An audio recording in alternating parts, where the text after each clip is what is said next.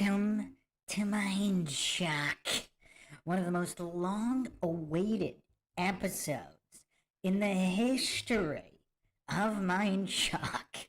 I mean, this conspiracy goes back quite some time. I mean, if you're really retracing it, it goes back to ancient times. It goes all the way back to the most ancient civilizations in the world and their cave paintings, the Snake Brothers of Native American beliefs, and then in modern times, David Icke has been credited with bringing them to the forefront. Reptilian alien shapeshifters from another dimension. That is the conspiracy that is getting the logical analysis treatment today. In typical MINDSHOCK fashion, without falling for any silly logical fallacies, you won't find another podcast like this, because obviously the mainstream media is littered with nothing but propaganda and fallacies. And obviously, even other podcasts that try to be objective, they're still spamming fallacies like no tomorrow.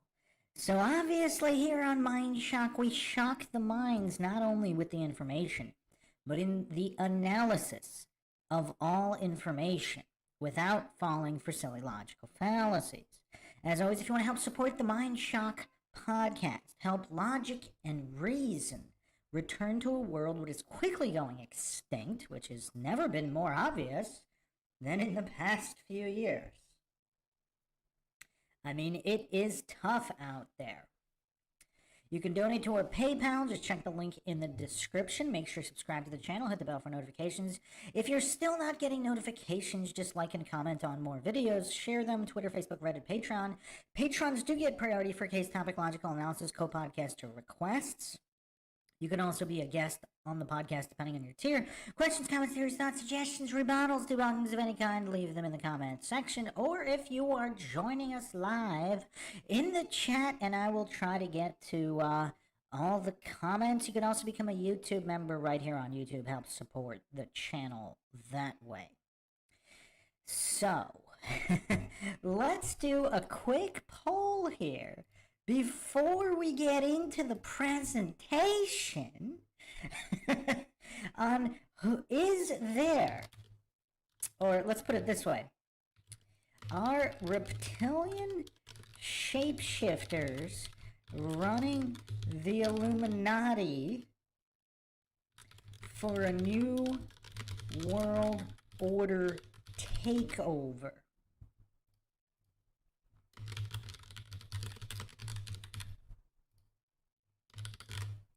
And let's see what everybody in the chat thinks here. See where we're starting from. See what our starting position is. And then we will dive deep.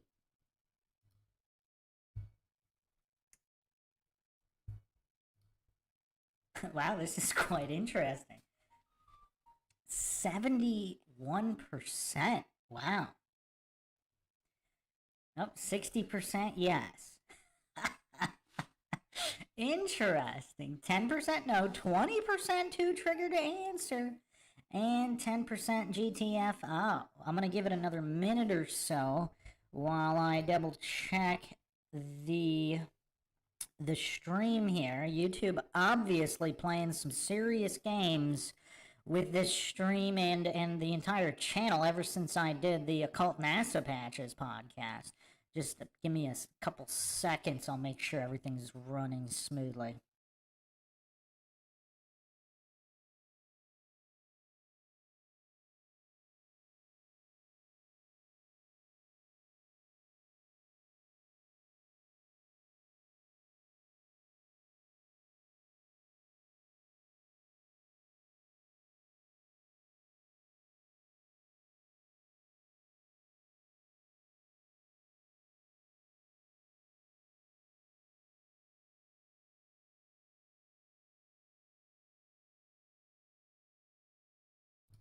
Okay, we are up to 69% Yes, reptilian shapeshifters. Running the Illuminati for a new world. I'm surprised it's not 66%. That would have been interesting. 71. I'm going to give it another minute or so, but this is a sweeping poll here so far. Justin Johnson in the house. How dare you speak truth that doesn't fit the narrative?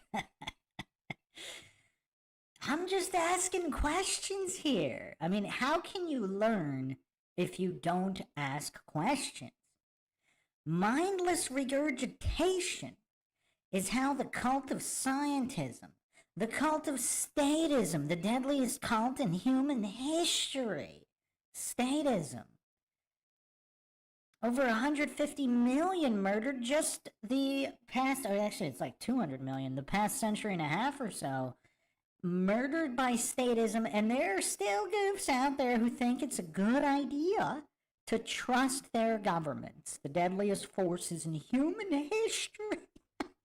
I mean, the level of goofery is off the charts.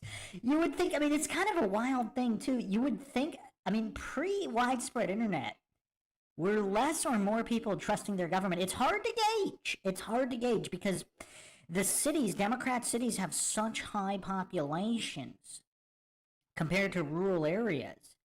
So I guess in the cities, people did trust the government and still do. So I guess outside of the cities, where perhaps there's a little bit more common sense, I don't know if they did.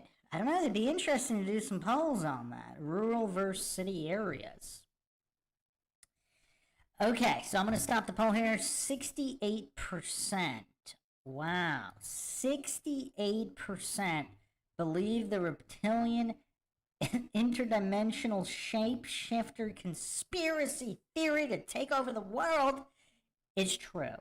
Now let's logically analyze the theory without falling for any logical fallacies to see if there's any kind of merit here. Now once again, this is MINDSHOCK, where the motto is, the only thing we know for sure is that we don't know anything for sure. And of course, I do not claim anything is true or untrue, other than, of course, what can be empirically verified. So, let's get into this. I have a very interesting presentation here, quite extensive. I've done a lot of digging. I mean, this podcast has been probably at least 5 years in the making, just in terms of compiled research. So I know all the MINDSHOCK listeners will appreciate it. Now, should I start this off with a huge MINDSHOCK? I think I will. I think I'm gonna start rolling here with some of the biggest mind-shocking theories that I've come up with regarding the reptilian theory. So, I don't know how many people have seen my podcast on analog versus digital paranormal analysis. So, I postulated that why there are so little videos of, let's say, Bigfoot or other creatures, if they're interdimensional or paranormal in nature, if the electromagnetic frequencies from digital technology do not capture them. Is this why people can see a ghost or interdimensional entity, take a photo or video of it, it doesn't show up in the photo or video, but they will swear that it was there? Is this why, for example, the Patterson-Gimlin footage of Bigfoot, some of the best Bigfoot footage ever, if you haven't seen my analysis on that in the Bigfoot, you can watch the Bigfoot Jumbo podcast. I mean, that's over, I think, 12 hours long of Bigfoot analysis and theories, probably the most comprehensive on all of the interwebs. And I kind of went over the enhanced and remastered footage directly from the film reel. You can see the muscles rippling. And this was done, I mean, this was done in the 2000s. So this is way before the consumer rollout of AI or anything like that for enhancement. And you could see the muscles rippling in the Patterson-Gimlin footage. You can see that there are no eye holes in any kind of mask. I mean, The arms, you could see the fingers moving and arms that dangle way past the knees, so it's not human proportion. Not to mention the stride was showed gigantic. And I even went over all of the alleged confessions of the guy in the suit and why he was a very dubious individual. So anyway, on the Analog versus Digital Paranormal podcast, I went over the theory that analog film does not have the electromagnetic frequency radiation that digital technology has. So perhaps if people were out there with 8mm cameras in the woods every day, they would be catching way more Bigfoot on video. And not to fall for false dichotomies, I am not claiming that there aren't also flesh and blood Bigfoot, which may be caught on digital film, or on digital video, and supposedly are. There's tons of videos of those. Perhaps both are true. Maybe there are interdimensional creatures that are Bigfoot, and maybe there are also flesh and blood Bigfoot creatures. So the flesh and blood creatures could be caught on film or digital, and then obviously the interdimensional entities would not be able to. Captain Hatton says, if you don't listen to Bruce talk about Bigfoot being an interdimensional entity for 12 hours, you are not a real mind shocker. Ain't that the truth, Captain Hatton?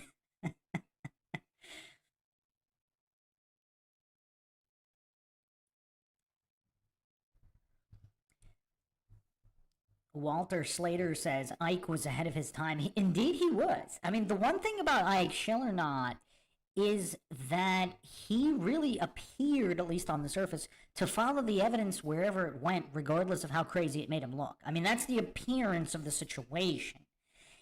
You know, regardless of what you think about it, that's the appearance of the situation. AJD in the chat says, if they are energetic beings, then they can manipulate energetic, that is electronic equipment. Yeah, that's also true. That is also true. They might be able to do that as well. Okay, so what if, who's ready for the mind shock? I hope everybody's sitting down for this, because I don't believe anyone has presented the theory I am about to present. What if, I mean, who's familiar with the founding of Apple computers, Bill Gates, Steve Jobs, Microsoft, all of the modern computer rollout and how it's steeped in Illuminati symbolism? I mean, literally the Apple logo. I mean, the Apple computer being sold for $666. What if all computer technology, all digital technology, camera or otherwise, was specifically designed with frequencies in mind to not be able to capture interdimensional reptilian shapeshifters? If it's literally in the circuitry, because look at the people that designed it. Now, they might have not been knowing, if there were grunts, they might not know why they designed it a particular way. But what if literally all circuit-related computer and digital technology has so-called built-in filters? So you could see people shapeshift with the naked eye, perhaps. And only when those filters glitch, like sometimes seen in footage on the news or elsewhere, if there's a split-second glitch where whatever the tech it allowed a certain frequency through, and you could see the shapeshift. Is that what They Live was trying to tell us when you put on the sunglasses? That's some kind of a filter that allows the frequency to see them. So that is one of my theories. Here's another one for you guys. I hope you like that one. We'll be coming back to that pretty hardcore. I do have another podcast coming up on just the history of computing. The reason I came up with that theory is because it's actually very interesting on how processors were originally developed and how it was very, very exclusive contracts to just one or two companies, highly controlled. So again, I'm not saying this theory is true, but it could easily have been done. Particularly, let's say if we couple this with the, I don't know what you would call this. If this is the end of the next cycle of the world, like the Mayans predicted, so either 2012 or so is the new cycle, if people are going to be waking up and the truth would be revealed, would the reptilians just sit by and allow themselves to be exposed? Or would they attempt to preempt this, especially if they noticed that humans, whatever the build in technology was at the beginning of the 1900s, and they specifically tried to preempt computing by developing all computer and digital tech specifically designed to not capture whatever frequency would reveal them. Now, if you think this is mind-shocking, I'm actually going to provide some receipts for the physics of frequencies in a moment, but we have to go through a history lesson first. I also have another theory, which I got to put this on the screen here, I guess, for the coincidence theories, because this is another mind shocker. This might actually get us shut down, so I have to be very careful on how I phrase this. I have to be very, very careful on how I phrase this. Otherwise, this is going to get shut down like that, like the Occult NASA Patches podcast. And we actually got shut down one or two other times, I think. I don't remember. Some of them were just targeted fair use attack, even though it was fair use, but let me see how I can phrase this. And I have to put a certain receipt on the screen for the coincidence theorists. Now, we can't actually go through it because we'll get shut down, but I believe I can just put up a screenshot of this, So let me see what I can do here.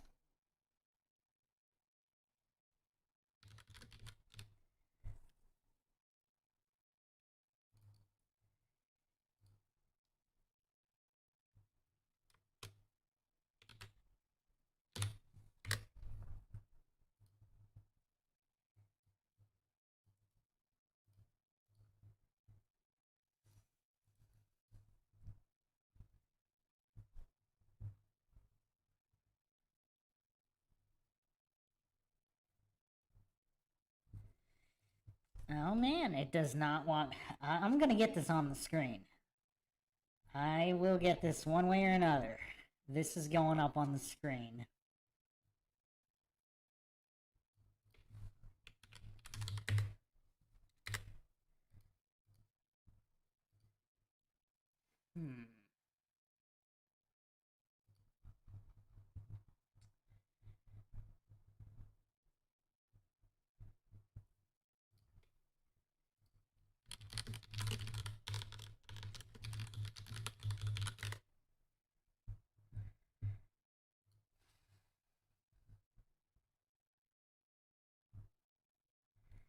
Okay, let me see what I can do here.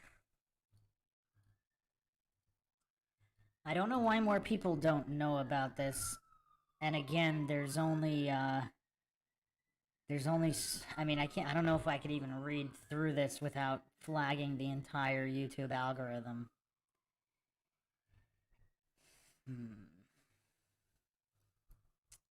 Should we risk it? Last time we had this conversation, we got shut down on the Occult NASA Patches. I think I'm in a risky mood today. So, I think we're gonna do it. We're gonna risk it. We're gonna go deep into MINDSHOCK land.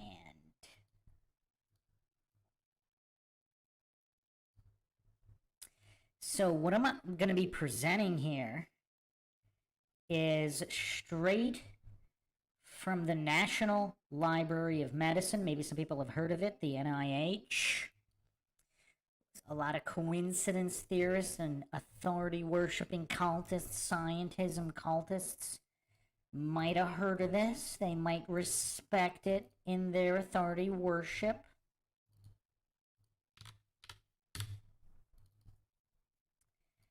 Okay, so who's braced? I hope you guys are braced. So, perhaps not just the computer and digital rollout, but perhaps a rollout of a certain other medical technology was specifically designed to manipulate DNA. So here is the National Library of Medicine, aspects of nanotechnology for a certain medical treatment development and delivery applications. So this was published in Pharmaceutics, February 2023. Again, obviously conspiracy theorists never predicted this. Obviously the conspiracy theorists are always wrong about everything. It's not like there's actual documented scientific evidence and papers clearly demonstrating that these so-called medical treatments are actual nanotechnology that delivers straight into human cells. Now, obviously, I mean, the NIH is obviously full of it here. Pharmaceutics has to be full of it. I mean, all of these peer-reviewed scientific journals, I mean, they just must be full of all of them. They must be full of it, right? Because there's no way the conspiracy theorists could be true. There's no way, right? There's no way nanotech can be an actual certain medical treatments that may or may not be injected into humans, that may or may not actually affect human DNA and replication. I mean, this is clearly bonkers, right? I mean, all these peer-reviewed scientific journals, they must be wrong, right? Right? So, yeah.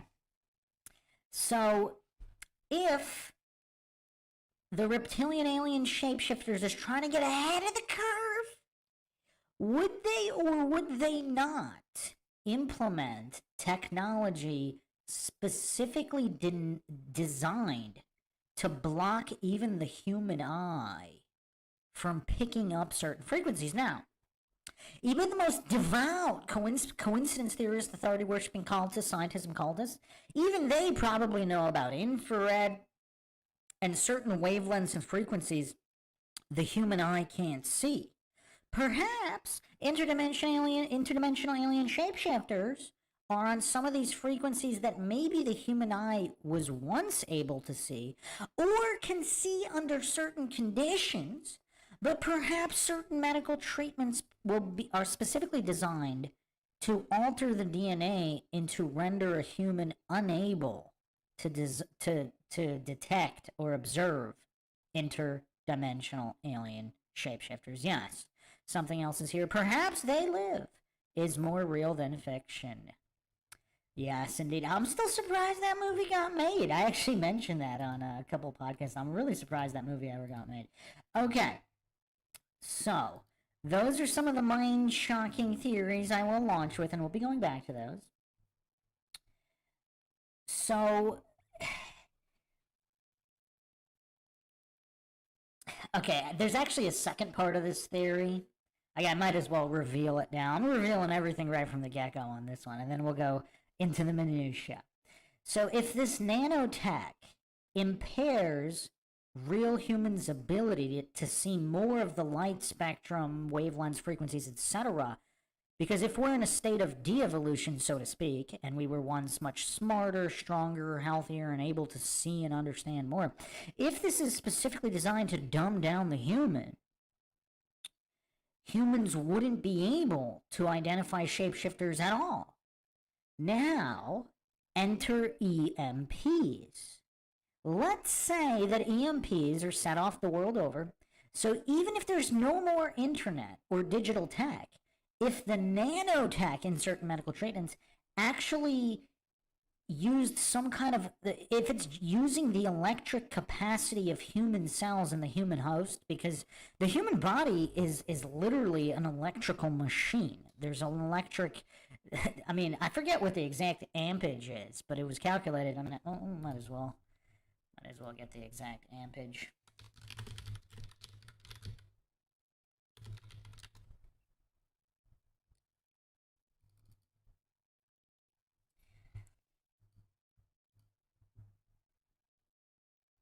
So there's a couple different things here. Supposedly the energy output of a resting adult human body is 100 watts.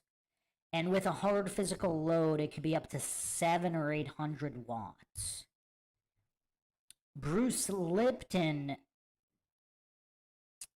neuroscientist, claimed 3.5 trillion volts. So regardless, quite a lot. So if the goal was to, let's say, New World Order, mass end of the world destruction through EMPs, would this necessitate, if you're the reptilian alien shapeshifters, what is your goal? What is the agenda? If it's to take over the world and the world needs to be shut down, and if all digital tech and computers was just used to buy time by implementing that, now if the goal was to always shut it all down, but if humans naturally can see interdimensional alien shapeshifters, how do you rectify that? How do you hide in plain sight?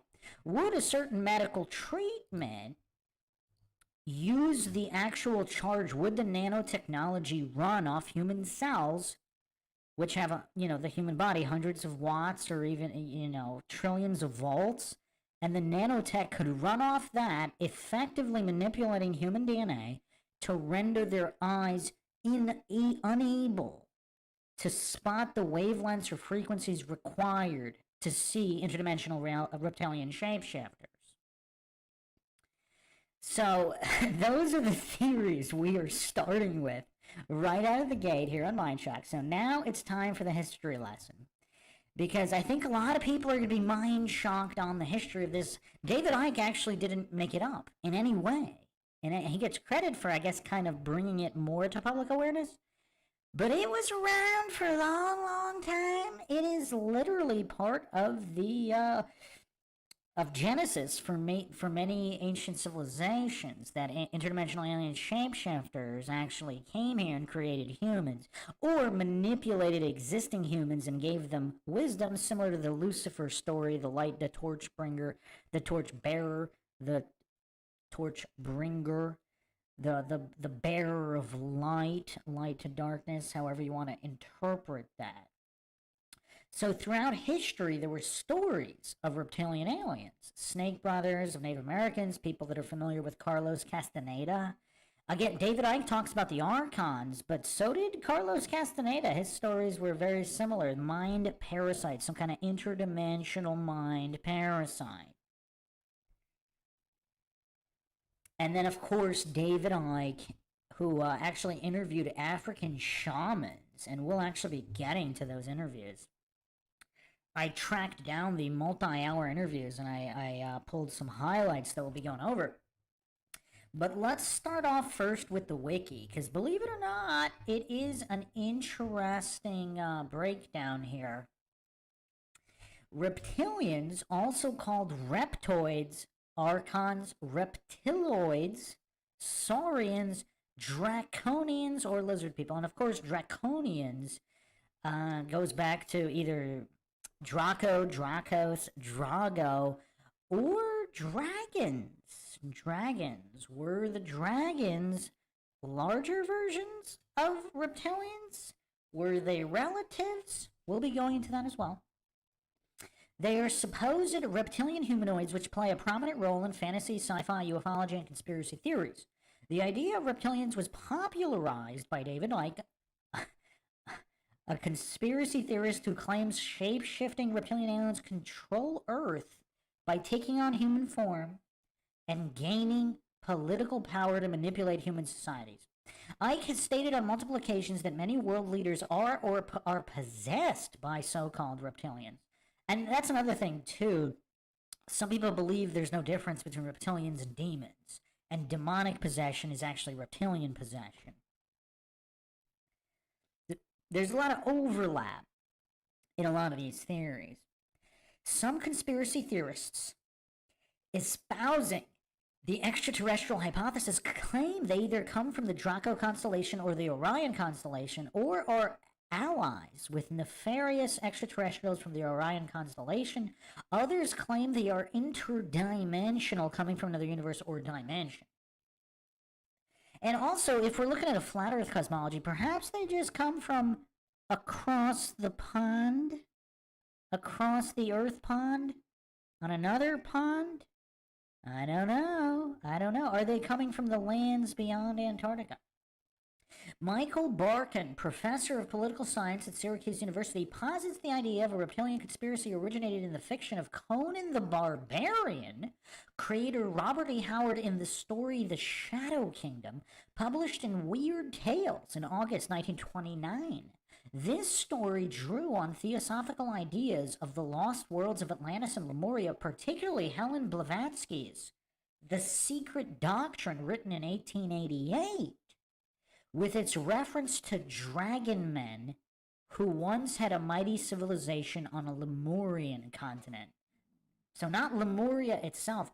See, what does Lemurian continent mean? So if there's another Earth circle with many continents, is one of those Lemuria, which is made up of other continents? If you haven't checked out the Antarctica conspiracy live stream, we went over a lot of those maps. Howard's serpent men were described as humanoids with human bodies and snake heads who were able to imitate humans at will and who lived in underground passages and used their shape-changing and mind control abilities to infiltrate humanity. Clark Ashton Smith used Howard's serpent men in his stories as well as themes from H.P. Lovecraft, and he, Howard, and Lovecraft together laid the basis of the Cthulhu mythos.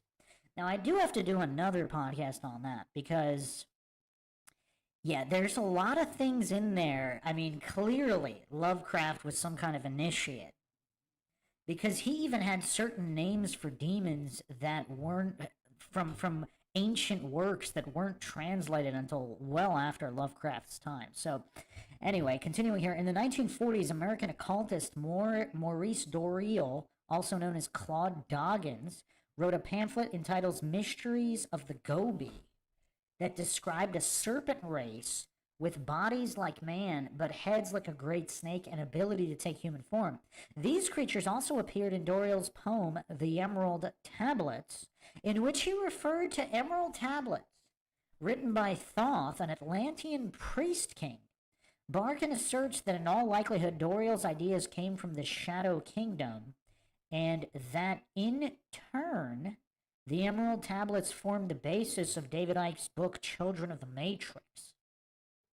Historian Edward Guimont has argued that the reptilian conspiracy theory, particularly as expounded by Icke, drew from earlier pseudo-historical legends developed during the colonization of Africa, particularly surrounding Great Zimbabwe and the Mokele Membe. Okay, so they completely ignored Carlos Castaneda's work, which are the Native Americans of America, which also have the same stories, as well as many other ancient civilizations, and they kind of pretend it all came from this fictional work, Robert E. Howard. Pretty standard for wiki propaganda, but that's why I like to go over it, because I like to point out how the propaganda is spun specifically to ignore empirically verifiable information and to embed plausible deniability into these narratives to fool all of the gullible coincidence theorists and authority-worshipping cultists who just take Wiki as gospel. And it's not even about Wiki, because most of the stuff Wiki pulls from is literally academic literature. It's not like it's made up by a random person. It's all sourced here from so-called academics, quackademics, whatever you want to call them. Alien abduction narratives sometimes allege contact with reptilian creatures. That's also kind of interesting. One of the earliest reports was that of Ashland, Nebraska police officer Herbert Shermer, who under hypnosis recalled being taken aboard a UFO in 1967 by humanoid beings with a slightly reptilian appearance who wore a winged serpent emblem on the left side of their chests. Skeptics consider his claims to be a hoax. And by skeptics, they mean authority worshipping cultists who are never skeptical of any so-called official narratives. I mean, skeptics is it's almost like a joke to call someone a skeptic, because they're only skeptical of anything other than the official narratives, because they're such bootlickers and scientism cultists. Like, they don't possess the modicum of logical capability of critical thinking to question official narratives. They can only be skeptical of anything that is against or not part of the so-called official narrative.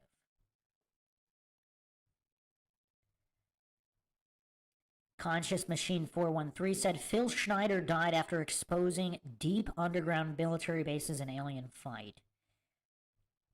Yeah, I need to do a podcast on Schneider. He was quite interesting as well. I mean, there's a lot of overlap here. Alright, just give me a second here. Gotta maintain the stream here, make sure we don't get cut out. Just give me a couple seconds here.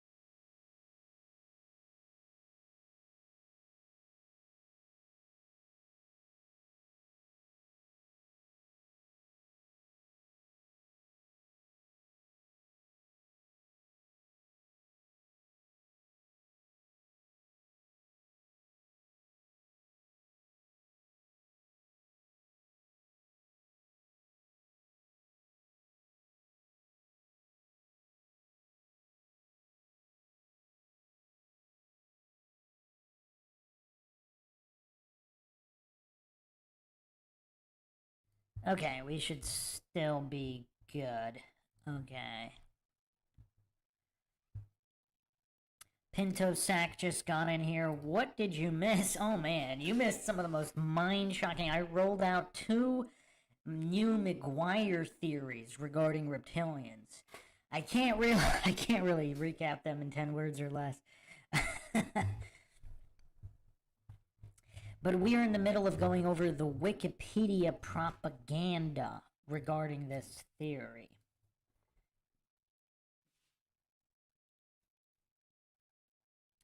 According to British conspiracy theorist David Icke, who first published on this theme in his 1999 work, The Biggest Secret, tall, blood-drinking, shape-shifting reptilian humanoids from the Alpha Draconis star system, now hiding in underground bases, are the force behind a world conspiracy against humanity.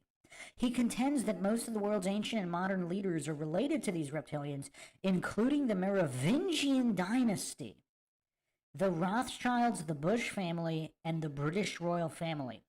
Icke's conspiracy theories now have supporters in up to 47 countries. Wow, they counted. I think it's more than that. And he has given lectures to crowds of up to 6,000 people. American writer Vicky Santillano included Icke's conspiracy theorist in her list of the 10 most popular conspiracy theories. A poll of Americans in 2013 by the Public Policy Polling indicated that 4% of registered voters believed in David Icke's ideas. Notice how they never have the poll and believe in the possibility of the idea. It's either a hard yes or no. There's no room for any critical thinking, deductive reasoning, or logic of any kind. Okay, it's all got to be a false dichotomy. So, do you guys think it's time for a Mike Tyson aside?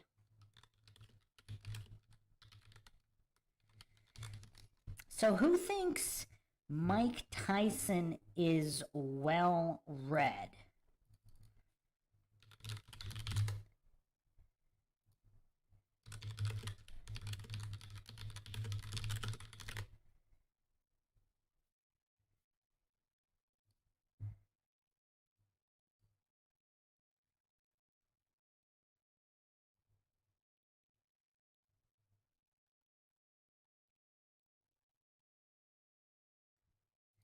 So Tyson has long talked about how he had studied history, the Merovingians specifically. I actually can't find the interview where he specifically mentioned the Merovingians. It was an early interview, one of his maybe first 10 interviews in the mainstream or talk shows, and he specifically mentioned the Merovingian kings.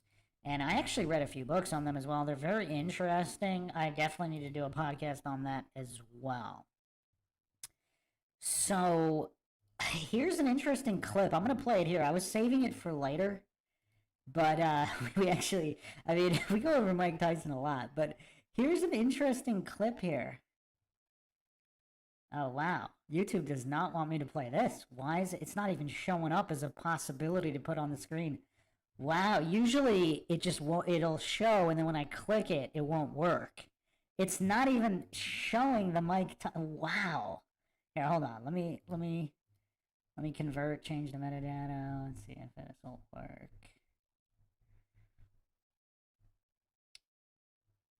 This is crazy. I don't know what, like, out of all the things to censor, this is a weird one. I mean, I'm not talking about reptilians specifically, but Mike Tyson, this Mike Tyson interview from, I think this, actually, let me see the year on this. This is crazy.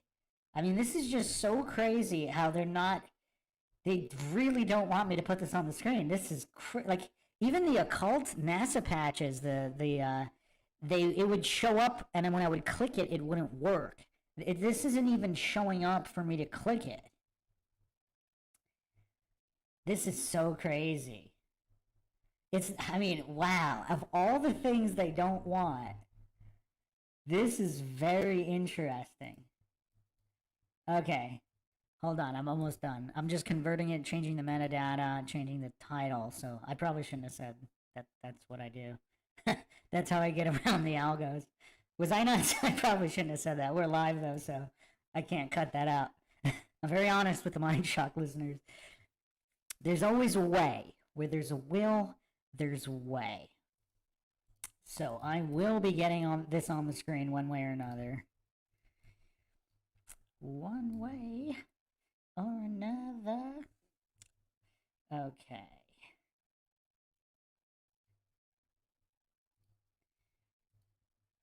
It will work.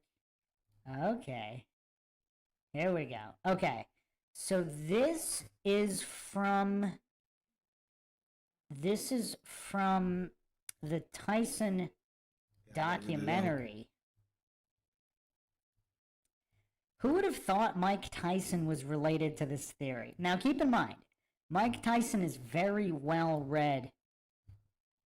I mean, he reads all about history and conquerors. Actually, you know what? I'm going to play that famous in-ring speech. Hold on. We're going to go crazy with the Mike Tyson stuff. YouTube really doesn't want this clip played. But I'm going to tease a little bit because I'm going to play another one first. I'm going to play another one first before we get to this one.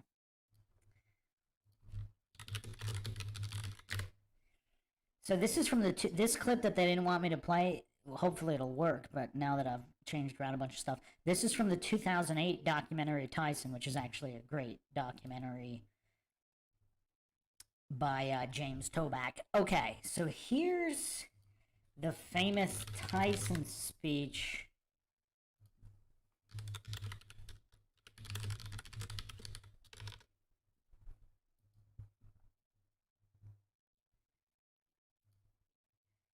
This is actually one of my favorite interviews from Tyson. Just give me a second. Gotta change around a few things too. The YouTube algorithms really go after like any channel that even mentions conspiracy. I mean, I don't even claim anything is true or untrue. I mean, are we just not allowed to discuss and ask questions? I mean, it's just crazy. Like, what's the problem with discussion?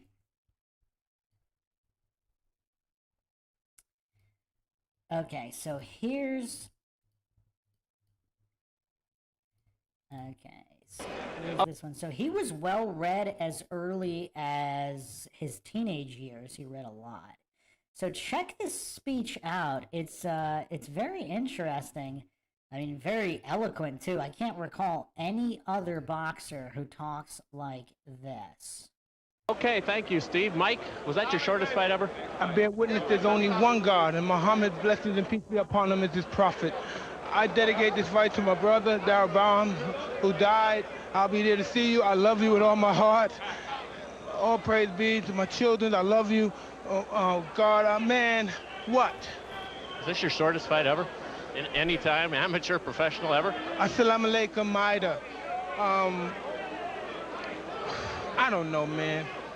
Yeah, Lennox Lewis. Lennox, I'm coming for you. Mike, is it frustrating to train like you did and then have this in 7 or 8 seconds? For this fight. I only trained probably 2 weeks or 3 weeks for this fight. I had to bury my best friend, and I dedicated this fight. I wasn't going to fight. I dedicated this fight to him. I was going to rip his heart out. I'm the best ever. I'm the most brutal and vicious and most ruthless champion there's ever been.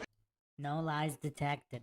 There's no one can stop me. Lennox is a conqueror. No, I'm Alexander. He's no Alexander. I'm the best ever. There's never been anybody as ruthless. I'm Sonny Liston. I'm Jack Dempsey. There's no one like me. I'm from the Air Force. There's no one that can match me. My style is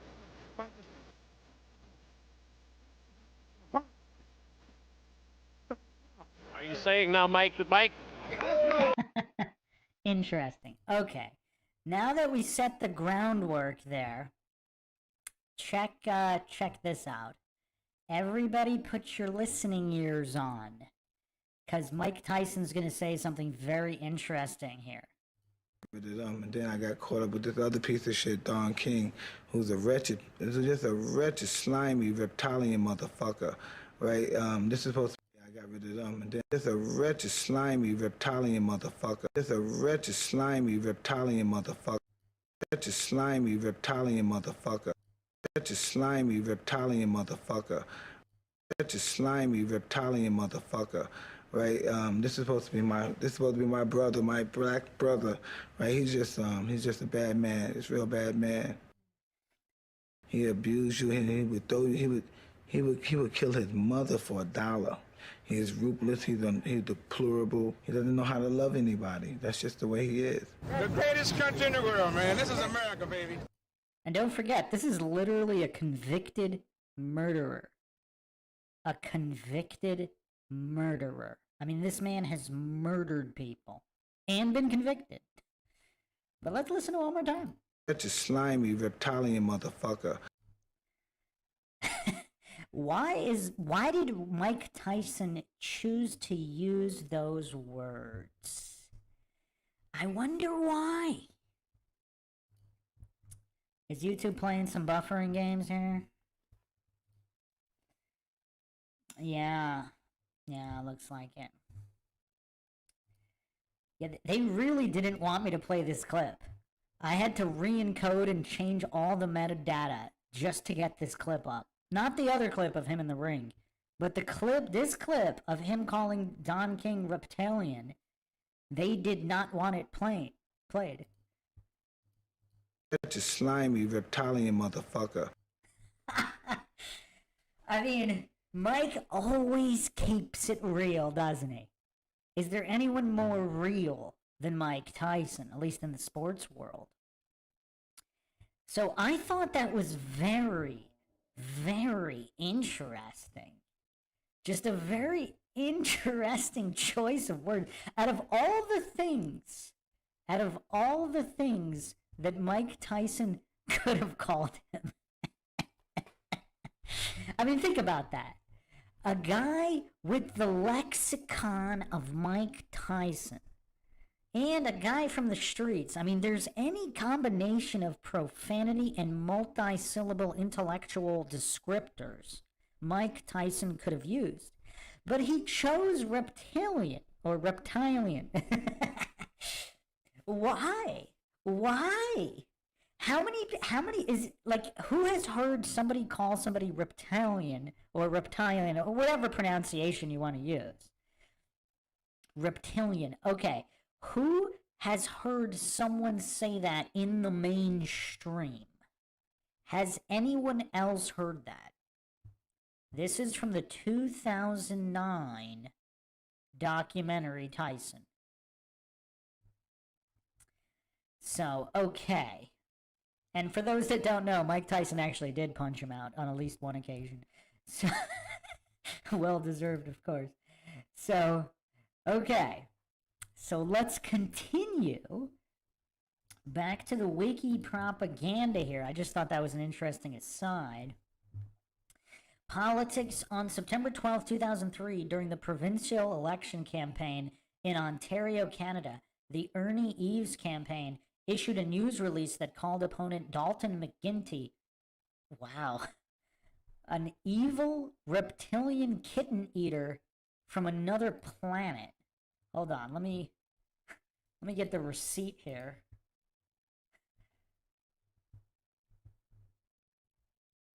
This is right on the Globe and Mail. Here's a nasty note. It was a press release. Interesting. Very interesting. That's 2003.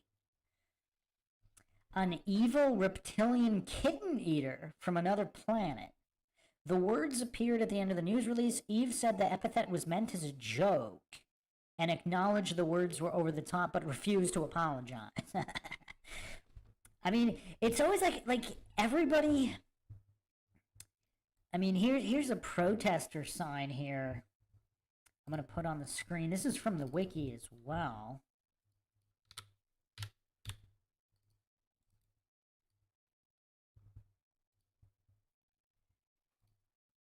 They always kind of pretend somebody was joking. Who noticed that? Whenever certain things are said and there's hoopla brought over it, all of a sudden it's a joke and it wasn't meant seriously.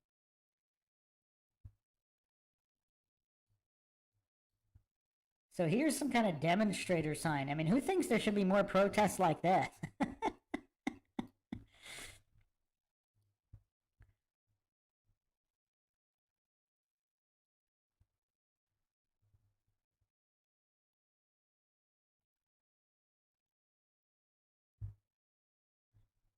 Who thinks there need to be more? I mean, that's too innocent of a looking reptile, though. That looks like some kind of iguana that's not harming anybody.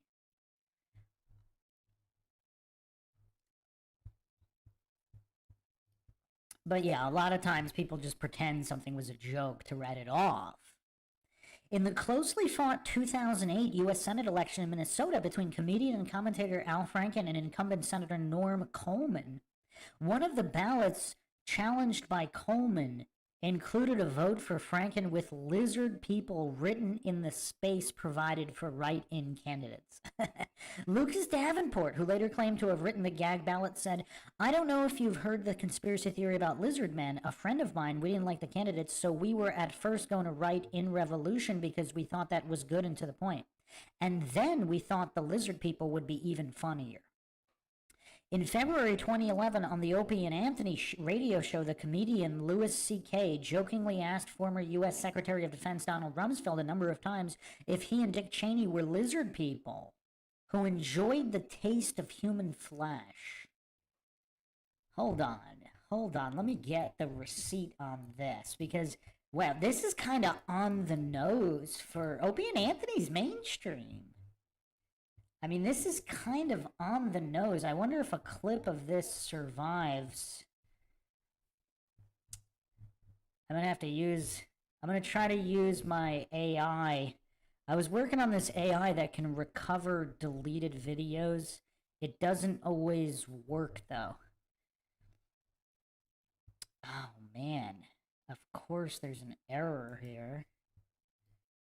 Come on, work. Darn it. Alright, let me see if this is available on YouTube. Maybe it made it to YouTube. That's kind of on the nose for the mainstream, unless they're trying to hide it in a joke. That's kind of weird. Okay, yes, it is on YouTube. Very interesting. Let's check this clip out. Let's check this out. This is going to be interesting.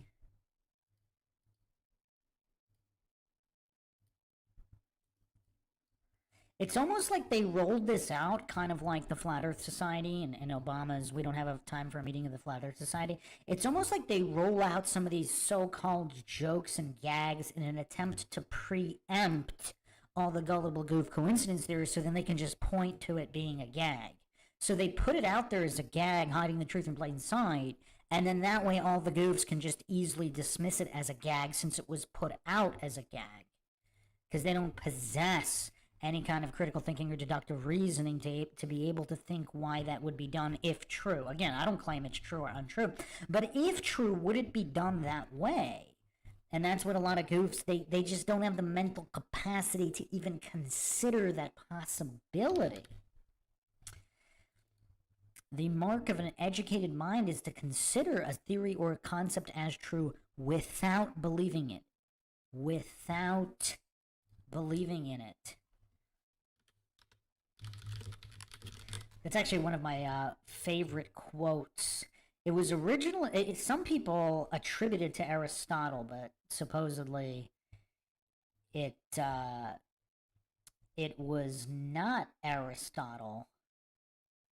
It was Lowell Benyon. But again, who knows who it really was? I mean, nobody was really around during Aristotle's time. And is there anything new under the sun anyway? So let's look at this, or listen to this interview here that was put out as a supposed so-called gag. Louis C.K. talking to Donald Rumsfeld on the Opie and Anthony show, asking him if he's a reptilian. Let's see how this plays out. This should be interesting. I actually haven't listened to this before. Or maybe I did. I don't remember. It's a really popular show. Interesting, though, because there are people who think, I mean, here's a guy who, met Eisenhower as a congressman, right? I was running for Congress, exactly. And worked for Ford and Nixon and Reagan and both Bushes. And there's still those people out there that think, Rumsfeld and Dick Cheney are actually lizards.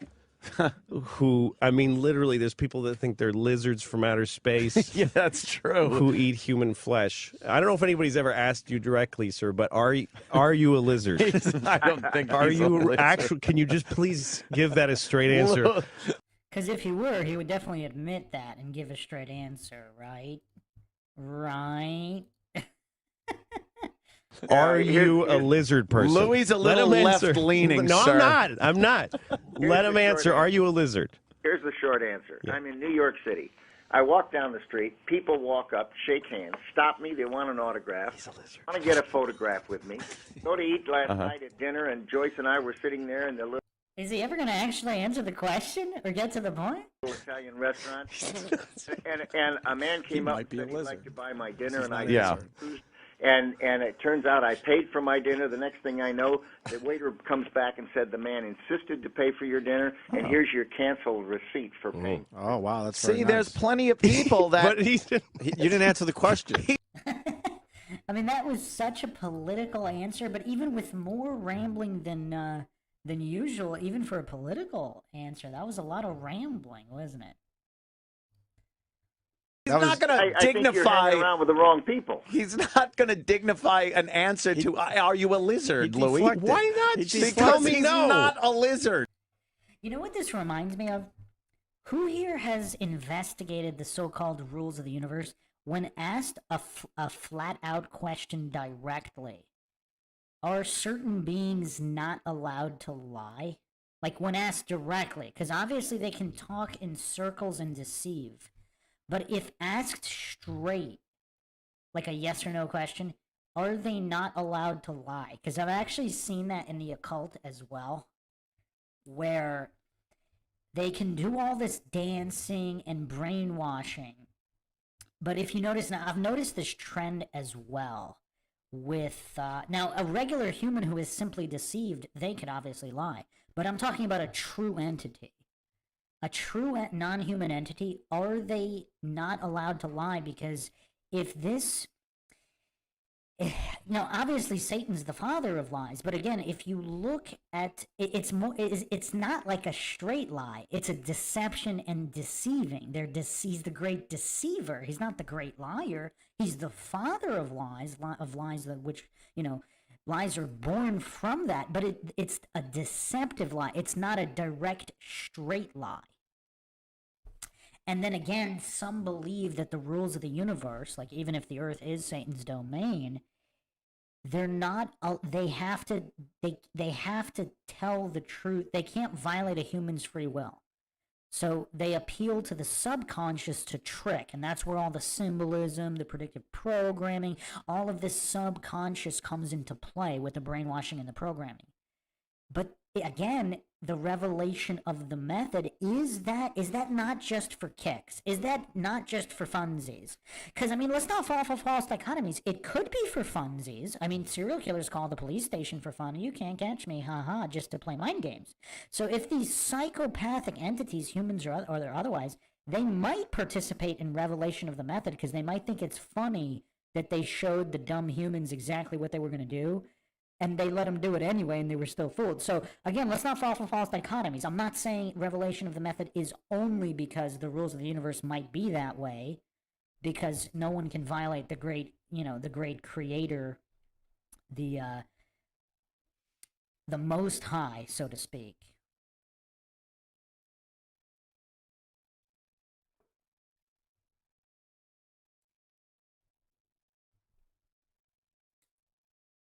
Well, Lord Zed said, I don't know, that's pretty stupid to think that will work. God just like, okay, you got me? Well, no, because, see, God gave man free will. He gave man free will. So it doesn't say he gave demonic entities or the fallen free will. So if who said non-humans have free will? If their will can only be confined in certain areas and in certain rules, perhaps they have to engage in revelation of the method. Perhaps that was one of the handicaps put on the dark forces. Again, we're all speculating. I don't claim anything is true or untrue. I just think it's very interesting that it's almost like, because we've seen it so many times, like even in folklore. Even the whole thing with the vampire needing permission to enter the house. Is that all symbolism for entering the conscious mind? Now, they can play games and try to appeal to the subconscious because that's not the direct will of the conscious mind. So if that's the only card they can play according to the rules of this created world by the creator, if that's the only thing they can do, then that's what they'll do. So if asked directly, this just reminded me of that. Because, this guy's sputtering and stuttering in circles, anything but answering the question directly. Now, maybe he's going to answer it directly now, but I just thought it was interesting how he didn't. What is this story about getting somebody paid for your dinner? I would pay for a lizard's dinner. I think I understood the fact that there are people out there that appreciate what he's done as a leader. And there's plenty of evidence that this guy is a well-decorated and appreciated American. And he has more credibility than almost anybody. Exactly. But I just want to know if he's a lizard. He's not a lizard. Stop it. I want to apologize, Mr. Rumsfeld. Louis C.K. is a stand-up comedian, and I do not share his ideology one iota. Matter of fact, we're meeting him for the first time. We don't even really know him, so we apologize. Exactly. It's usually just me and Anthony, but we said, what the hell, we'll try out this local comic. Mr. Rumsfeld, I want to ask you a little bit about the situation that's going on now in the Middle East. You are an envoy to the Middle East. So, question not answered. Questions not answered.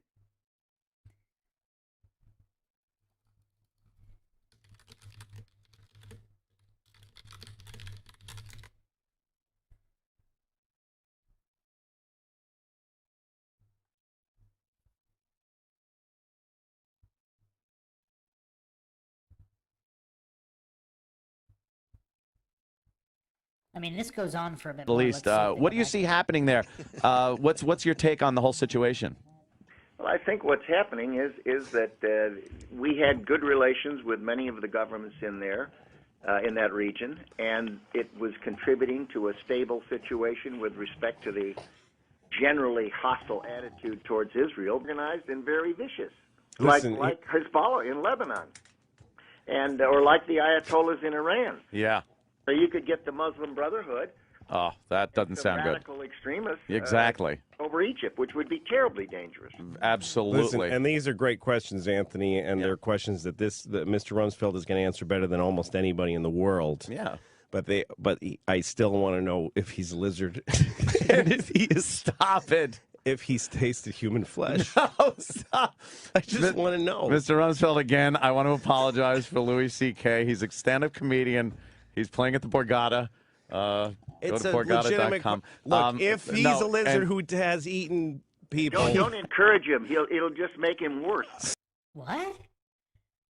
Don't encourage him. It'll make him worse. Worse, as in he already engages in this. What? Oh, I just got the joke. Big Pine Sailing. Have you eaten McDonald's? Donald Rumsfeld, McDonald. Donald's. I will stop the Mr. second I Rumsfeld. get a denial. I'll stop asking. Tell Louis that my grandchildren are listening. Look how he refuses to answer the question. This is really weird. He was asked a direct question several times now, and his response is, my grandchildren are listening. So if he can't lie, his options are to say yes, if he is, or to divert and deflect. That was even more curious than his first rambling answer. He can't say he's not a reptilian. He can't say he doesn't eat human flesh because his children. Why would he not be able to deny that if his children are listening? Now, obviously, if he were to confirm that, he wouldn't want to do that if his children are listening. Heracles, that is absolutely sickening. Heracles says McDonald's has been found to have human meat in their food many times. I actually haven't seen that. I've seen the claims about that. I haven't seen a verification of that. I didn't really dig deep into that. That's one. Unfortunately, I have eaten at McDonald's a couple times in the distant past. I mean, I can only hope that McDonald's was co-opted like everything else and wasn't founded with that in there, because that would be absolutely sickening. But I guess, got to do some really long fasts to purge that from the system. That was many, many years ago. I don't eat any fast food or any of that garbage for, many, many years. Not because of the conspiracies, just because it's garbage. I mean, why would you want to put garbage in your body? You are what you eat, right? So, yeah. Yeah, that is sickening. I actually don't even know if I want to go down that rabbit hole, because I wouldn't be surprised if it were true, but it's, Soylent Green. I mean, it's just, a lot of these movies predicted all this stuff. I think, was it Five Guys burgers? That's supposedly literally Five Guys. I mean, that's kind of nasty. I saw a conspiracy about that. Again, I haven't seen anything verified, but. See? Well, listen, they have a right to know, too. No, he's not a lizard, and he's not tasted human flesh. But you're answering. That's easy for you to say. I can answer because I know the guy is a great American, a great. What does one have to do with the other? Patriot. Yes, I totally agree with that. He's done great things for this country, and yes, Anthony, is he a lizard? Is Dick Cheney a lizard? No, they're not. They are people. Any Mexican babies? Have they eaten any human beings? Stop it. Stop it. I know, Mr. Where's the answer? There's no denial at all. Rumsfeld, I apologize. I mean, would you expect him to say, "Of course not"? That's nonsense. I mean, isn't that the political correct answer? Not to divert and dodge and deflect. This is weird. This is weird.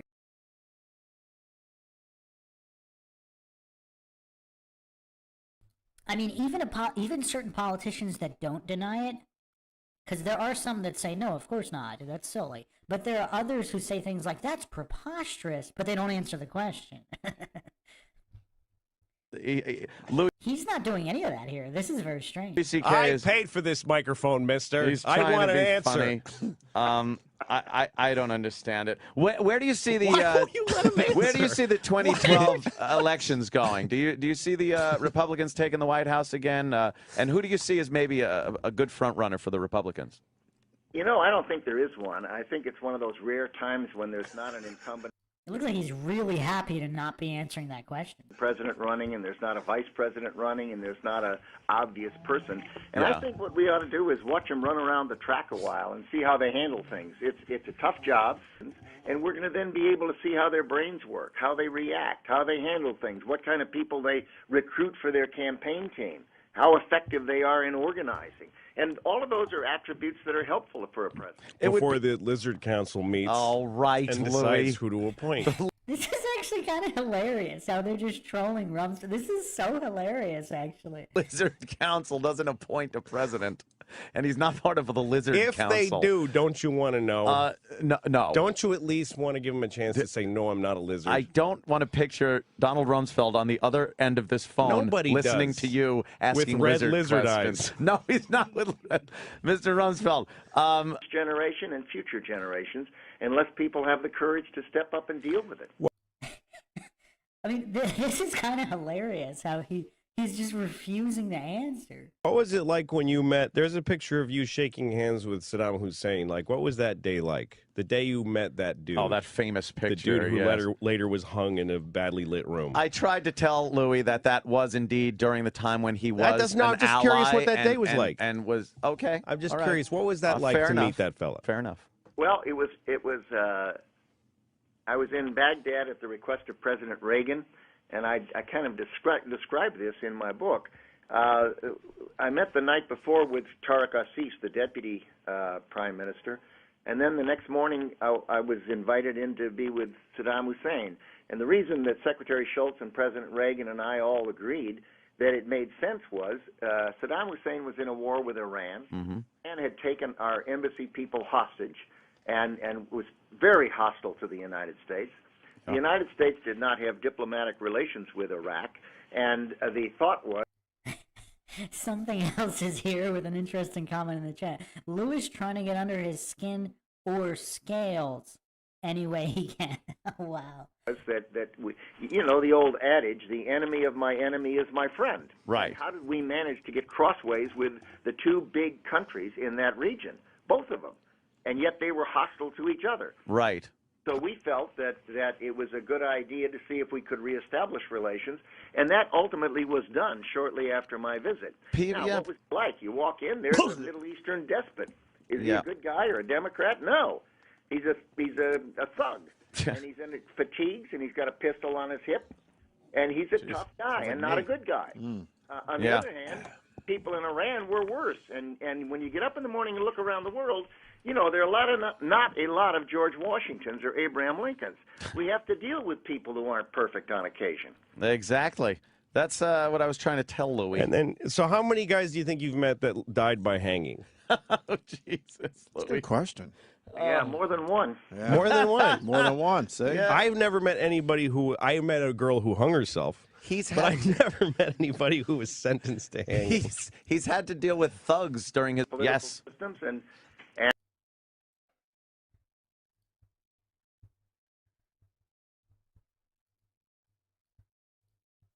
One second.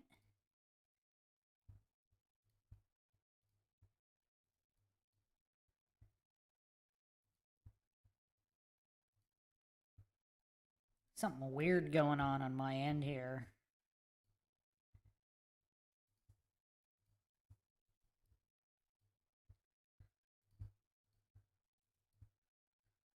Just give me a second.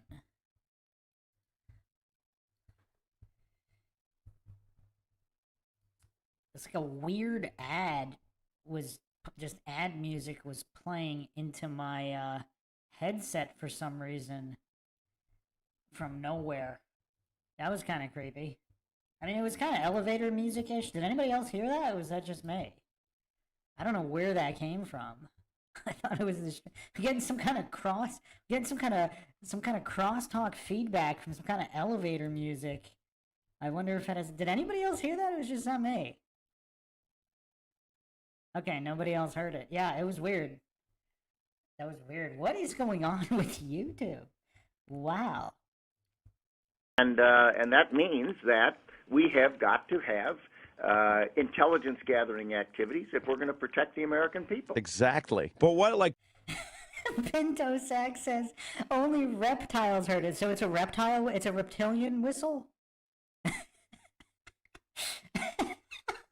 Wow. Are you accusing me of being reptilian? Okay, American safety is like the biggest deal to us. American defense.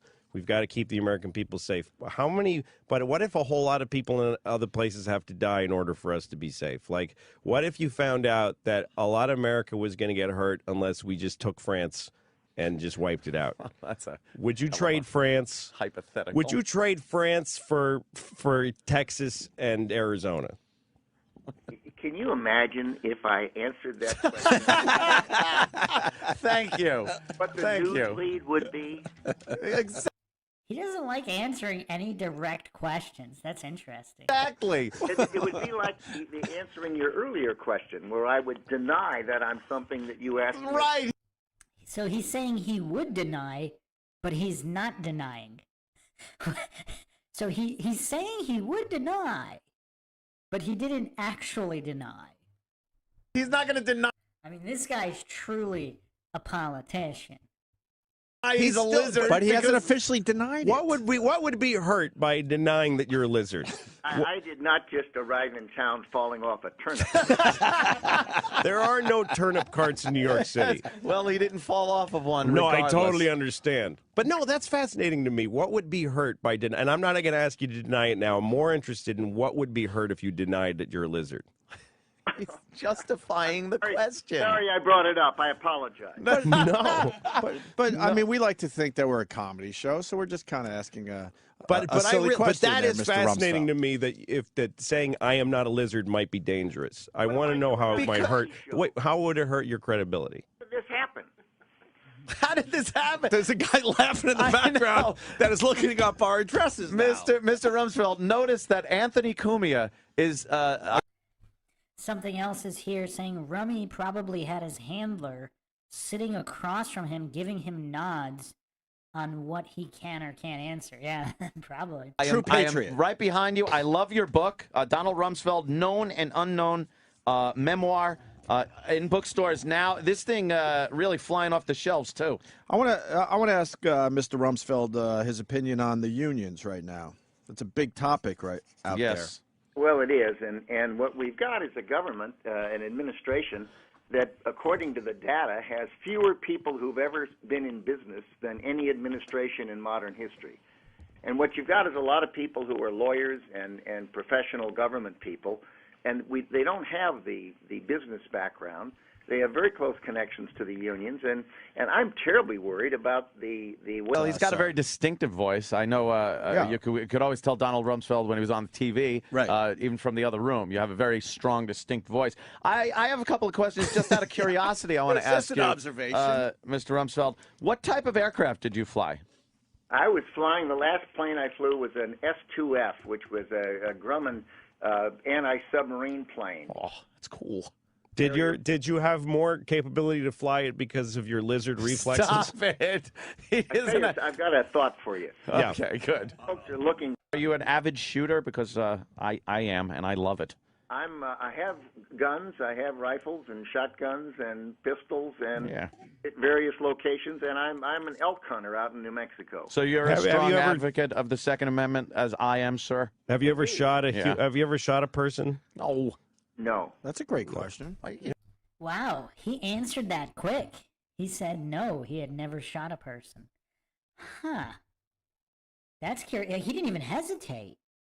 I mean, there might not even have been time to check with the handler.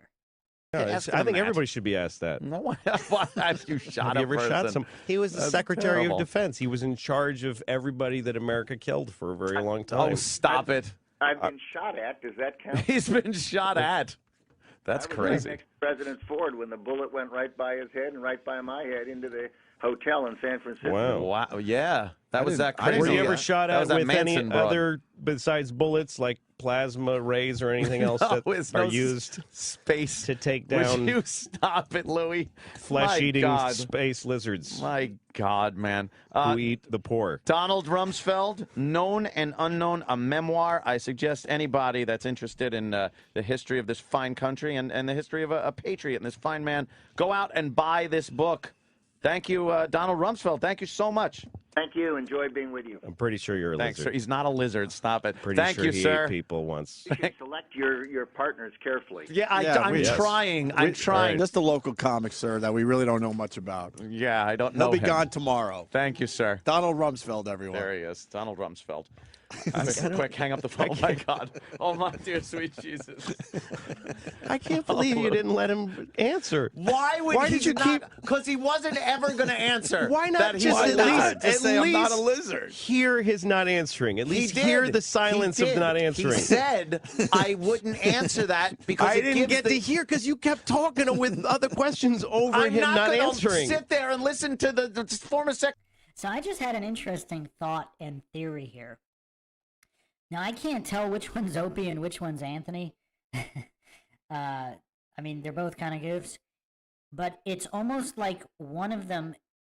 Is it possible one of them doesn't even realize the other one is their handler? So one of them is the handler that steers accordingly without the knowledge of the other. And how often would that be done? It seems like that'd be a lot more useful than having both guys in. It'd be a lot safer than having both guys in on it. In certain situations, with certain individuals, certain personalities. It seems like that, and this just reminded me of that, because it's almost, I mean, I don't know, maybe they're just that great of actors, but the frustration almost seemed genuine. And that just reminded me that there's a lot of TV shows and radio shows that have a similar dynamic, where it almost seems like it would be very difficult for the acting to be that good. So it almost seems like one of them possibly wouldn't know. But again, just a theory. I haven't really heard too many people discuss that. Secretary of Defense try to defend that he's not a lizard. Why? Why wouldn't you? Why? Because Why wouldn't you want to live that moment? Because first of all, he's not a lizard. Why do you want to be baby CNN instead of the only show that... How would he know he's not a lizard, though? Like, how would he, did he do a DNA? Like, how would he actually know? Finally got the guy to say, okay, look, I'm going to finally say something about this lizard shit. You know what? He But we didn't handled get to it hear it. like a gentleman and like a professional. He handled it like a lizard who knows how to never answer. No. Yeah, I mean, it's almost like this guy's not in on it. Like, this is, yeah, Louis C.K. See, like, again, maybe he's a shill, maybe he's a phenomenal answer. He's a phenomenal actor, but the way he's talking here, I mean, it's interesting. Oh, he said, I'm not going to answer. Did you hear at one point, and I wish you'd almost... If he has eaten human flesh, we better find out. If he is a lizard, we better know, because he's coming back. If he ate Mexican babies. You asked Donald Rumsfeld if he ate Mexican babies. If I was in his position, I would be I'd be happy for the opportunity to acquit myself on that. Come on. On that issue. The guy doesn't have to. What the fuck is it hurt a person to say, no, I am not a lizard. No, Because I haven't then- eaten a Mexican baby. Because then somebody in the press can write, when asked if he was a lizard, yeah, Donald Rumsfeld replied... told a story about the guy buying him dinner. Gag disorder in the chat said it's compartmentalized knowledge. What the fuck kind of a denial is that? It's not. What the fuck kind of denial is that? No one would buy dinner for a lizard in a restaurant. I believe he that was the saying that he was the answering you lizard, through a story. I believe that the space lizard baby eaters He's not a space lizard. He and Dick Cheney have some weird thing where they can't lie about it. Listen, where if asked direct. Heracles says this was before Lewis got his own show. He changed later in his career. Yeah, I don't know anything about this guy, actually. This guy slipped under the radar for me. I mean, I've heard his name mentioned, but I actually haven't really listened to it. This is probably the longest I've ever, other than like short little commercial clips, which I didn't pay attention to. This was the longest I've ever heard him talk. they have to say yes. Oh, you think that's a They thing? can either not answer or Oh, wow. That's kind of a sick ant. Conscious Machine 413 says he was saying people who buy you dinner know. Wait, what was in the dinner that was bought for him? Because they asked him if he ate human flesh, and he's talking about a guy buying him dinner. That's weird. Because he could have given a story that has nothing to do with eating anything, but he gave that particular story. That's kind of weird. they can't say, or they have to say yes. If So they say, they- do anything, tell a story about someone buying you dinner. So you're saying that there's something ingrained Yes. in the lizardness that keeps him from saying, From just saying, no, of course not. Whoa, they're just going through my theory. This is crazy. I hadn't listened to this before. There's something ingrained in the lizard that prevents them from saying no, but I would say prevents them from lying, or lying to a direct question. Yeah, this is crazy because, again, I don't know if I've ever read anything super explicit other than, you know, the vampire entering your home, they need permission, and little bits and pieces here where if a demon or some kind of entity is ever, a non-human entity, is ever asked a direct question, a direct yes or no question, they are not allowed to lie. So they might be able to not answer at all, but they can't actually lie because that's some kind of direct violation of the human will or something of that nature. Or if the creator didn't give them free will, one of the rules is that they can't directly lie when asked direct questions. Not. They can't do that. Elected. He was. Sure. He's a great man. Sure. Yeah. Donald Rumsfeld, great man. That's what I say. That's my take on look him. at his fucking face. It's he's a handsome That man. is an easy mask Look to at the zip back. on and off. Look if at I've the ever seen one. He's not zipping I've ever it. You seen- think he's zipping it over his lizard yes, head? every few years they update it so he ages. You know what's kind of crazy? I'm thinking he's a shill for sure now, because they rolled out the mask and aging, and the tidbit of him not being able to admit he's a lizard as part of the lizard. There's no, how can he know all that without being initiated? Unless he does a lot of reading in his free time.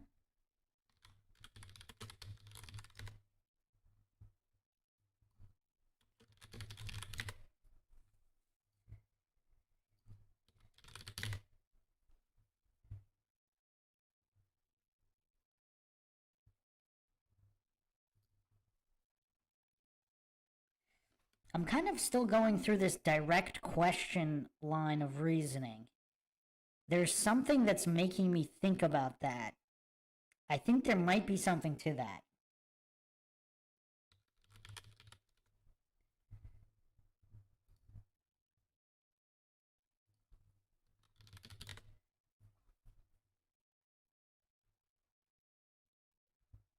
So direct means to guide.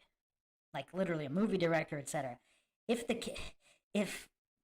God made man in his own image, so the image of a creator, director, supervisor, controller.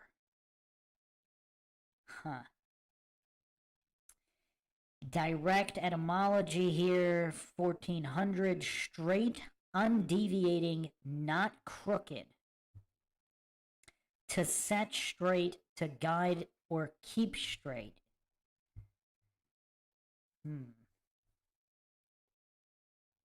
The action of directing or guiding. Freedom, so directness, etymology here from the 1590s, straightness from the 1610s, freedom from ambiguity. So if the demons are all deceivers, and ambiguity is their realm, a direct question would be the exact opposite of how they operate. So if... I think there's something here. Call me crazy. Call me crazy. I think there's something to this.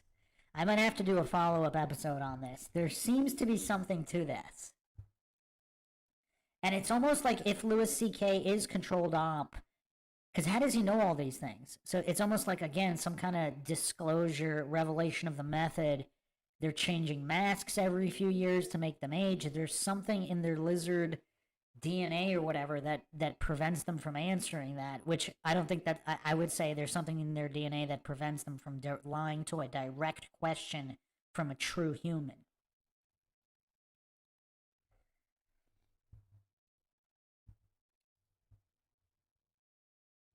Okay, so let's go back to the wiki here. On March 4th, 2013, a video depicting a security agent with unusual features guarding a speech by U.S. President Barack Obama was spotlighted in a Wired report about shape-shifting reptilian humanoids. This led to a tongue-in-cheek response from the Chief National Security Council spokeswoman Caitlin Hayden, who said, quote, any alleged program to guard the president with aliens or robots would likely have to be scaled back or eliminated in the sequester. What?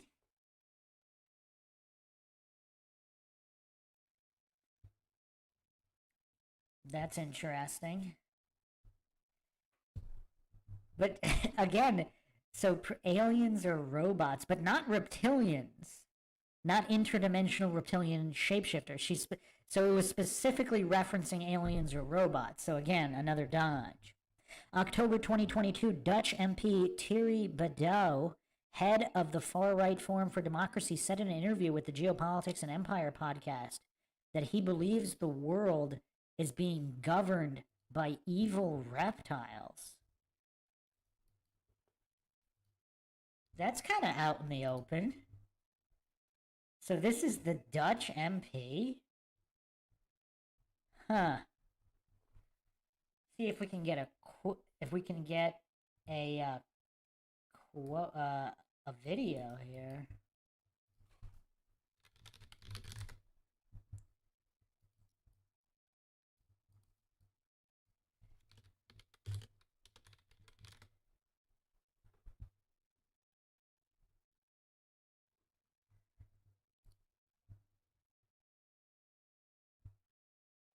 Give me a second.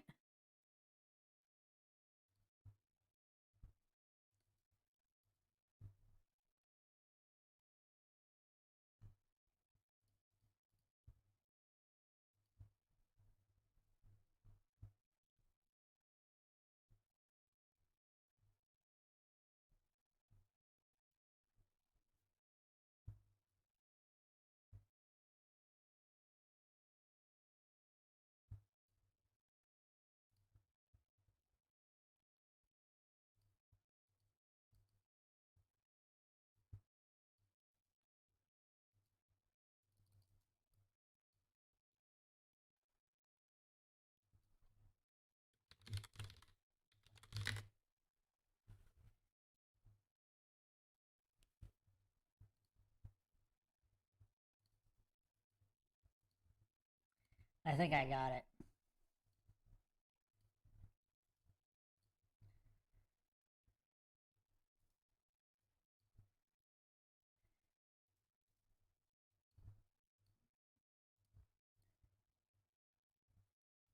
One more second. I'm gonna bring it up right here. This is kind of out in the open. This is kind of weird. This is kind of weird. So I'm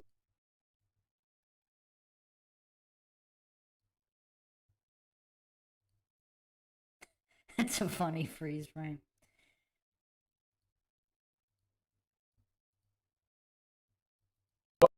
I'm a conspiracy theorist. I believe that we are being governed by a global conspiracy of evil reptiles. My view is that the only global player who is opposing that is Vladimir Putin. So I'm a fan of Vladimir Putin. I think he is the Dark Knight. He is the hero we need. He is the man who is exposing the globalists. That's what he's already doing. So basically, the special military operation is already a success because he's exposing the beast. And I think he's going to win. And if he wins, then it will mean the defeat of the globalist movement of the. So I'm a conspiracy theorist. I believe that we are being governed by a global conspiracy of evil reptiles, governed by a global conspiracy of evil reptiles, governed by a global conspiracy of evil reptiles.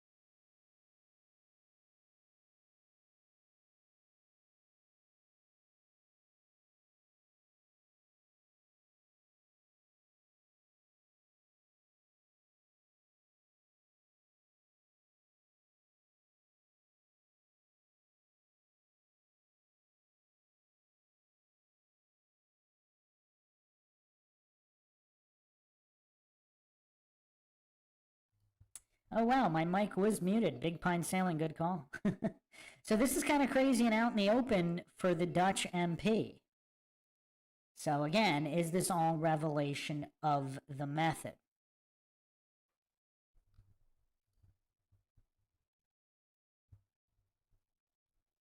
The Dutch MP was 2022.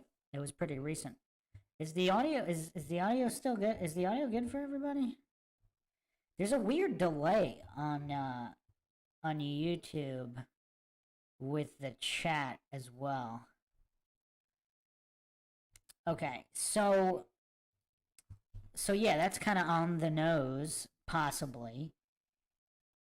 And the wiki article rounds out with some adherents of the QAnon conspiracy theory have also borrowed from the reptilian conspiracy theory, including elements shared in anti-Semitism conspiracy theories, which is a rabbit hole we will not be going down for now. Okay, so here's another major mind shock. So again, I think the truth is hidden in plain sight. Plain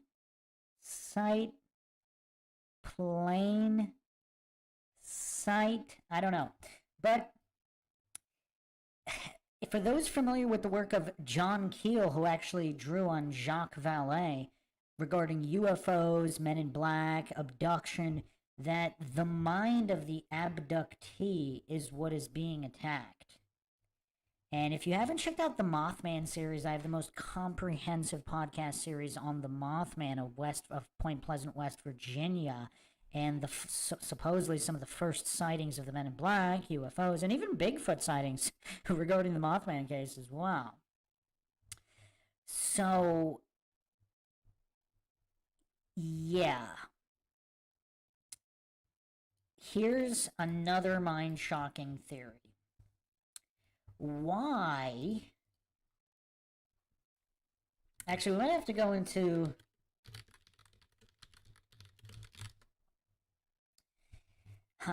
I'm trying to get the best way to summarize this, because... So the Toltec Native Americans... I'm trying to, again...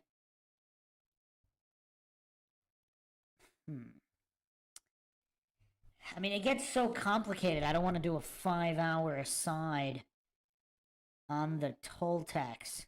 But Carlos Castaneda and Don Miguel Ruiz talk about the Toltec way and the mind parasite, similar to, let's say, the Archons.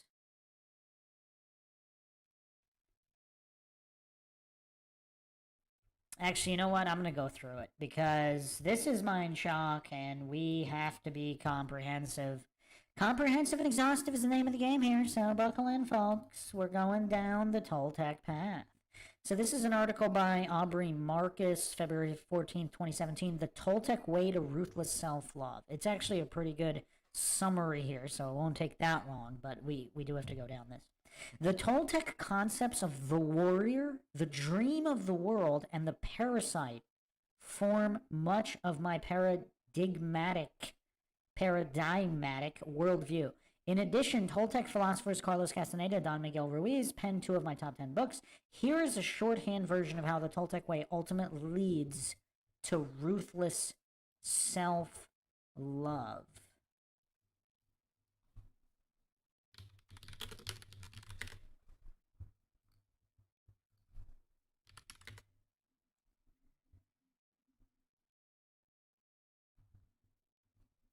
So para means closely related,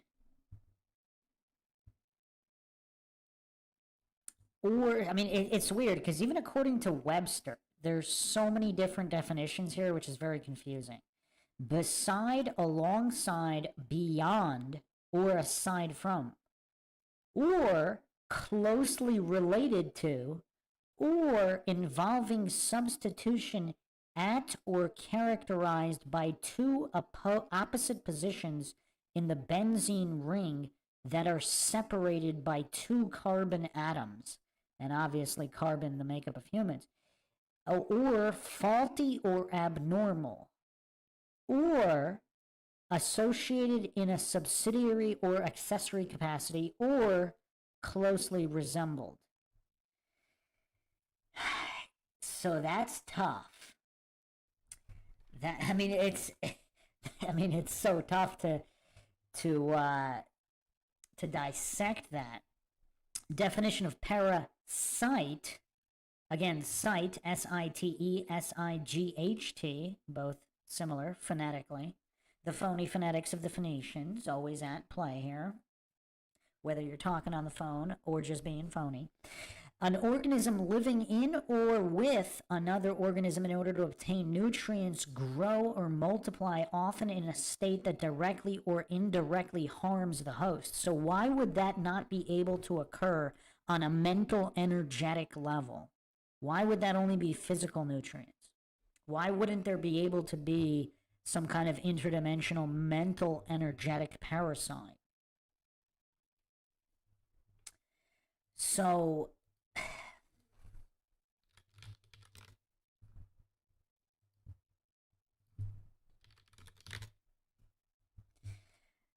okay, get this. So from etymology, Etymonline, parasite, 1530s, a hanger-on, a toady person, T-O-A-D-Y, a person who lives on others. Parasitus in Latin, toady, or sponger. Toady, that's interesting.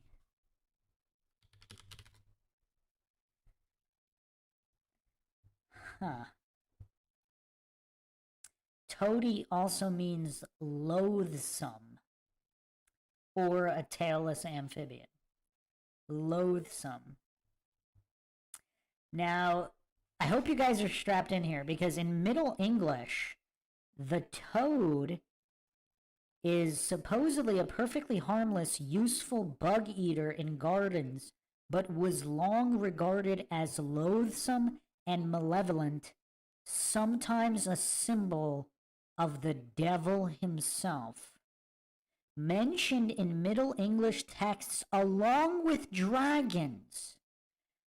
as among the horrors awaiting the damned in hell, and even souls in purgatory were said to be gnawed by toads. The word was applied to loathsome persons from the 1560s. Now, whose mind is shocked right now?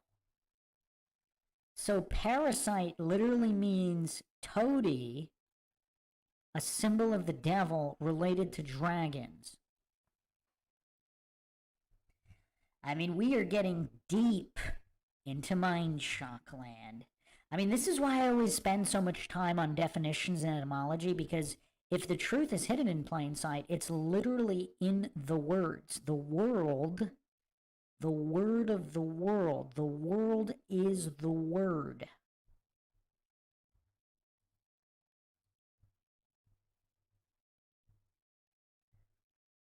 So parasite, living on or at the expense of another, is parasitism, 1840. But parasitic, again,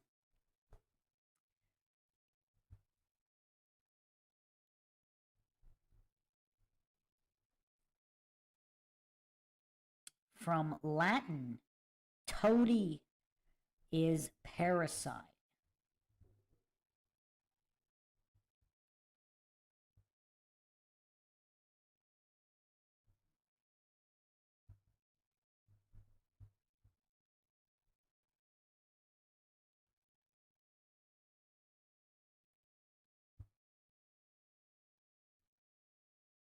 So let's keep all of this in mind when we go to this Toltec breakdown here.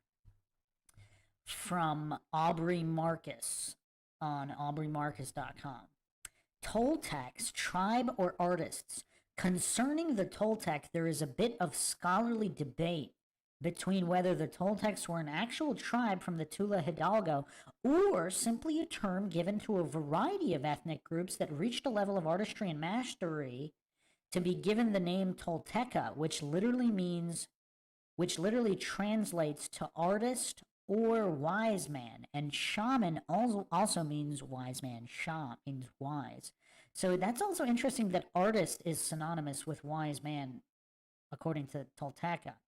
Either way, their peak was a period from 300 to 600 AD in the city of Teotihuacan, which in comparison makes Chichen Itza look like playground equipment. Mitote, the big dream. The Toltec people view our experience here in the world like a co-created dream. They call it the mitote, which is like 1,000 tiny voices in our head telling us what to do. It is the voice of our parents, the voice of society, the voice of culture, the voice of authority. But the most devastating voice is something internal they call the parasite. Toady. The parasite, judge and victim. The parasite is part of our mind that is formed as a response to the mitote. It encompasses two main parts, the judge and the victim. The judge is always judging our personality and our actions against the impossible standards of the dream. We try to portray ourselves as perfect to fit in with the dream, and any time we fall short, our inner judge is there to punish us. It is the judge that says, I need a nose job, I'm not smart enough, I'm not cool enough, I'm not big enough. The judge abuses us for falling short of the mitote's standards of creating a self-fulfilling theme of inadequacy.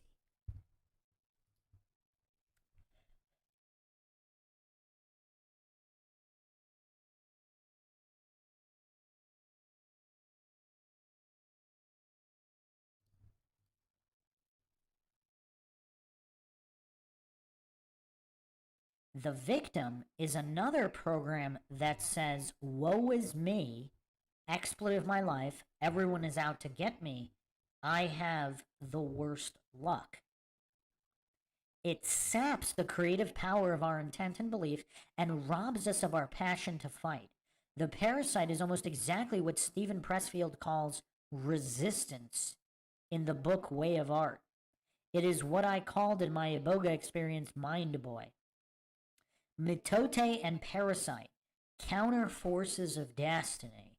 This dream, this mitote, steers us away from our highest potential. If we are not aware of the dream and the parasite, we will be controlled unconsciously by them.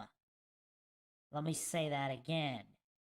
If we are not aware of the dream and the parasite, we will be controlled unconsciously by them. Rather than living out our true identity and swinging our authentic swing, we will be pleasing the judge, pandering to the victim, and abiding by the mitote. We are, in essence, on automatic pilot. If we are overweight, the victim will say that it isn't our fault, so we will continue to eat excessively. If we are in an abusive relationship, the judge will say we deserve to be abused, so we will continue to be abused. Or perhaps we will float along in somnambulance and continue to make decisions that fit within the rules of the dream. Wake up, drink coffee, work a job we hate, go home, drink beer, watch TV, take an Ambien, wake up, repeat. The point is largely an illusion, or at least trivial at best. We are subject to the throes of any normal sleeping dream. Every day has the potential to be a nightmare. Awareness. Turning the dream lucid.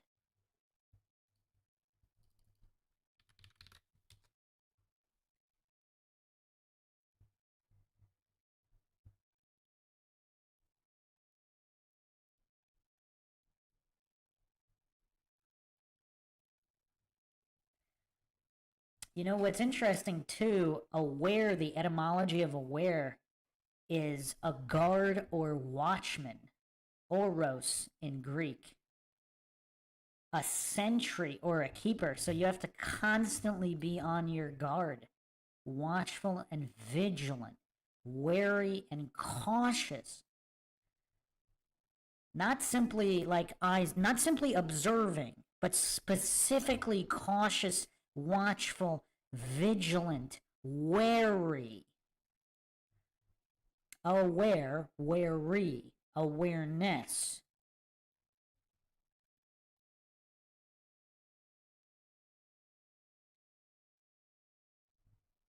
Very interesting. Also, wary can also come from war, wars. Are we always at war? A war? Aware. Aware of the war? What is the real war with these mind parasites?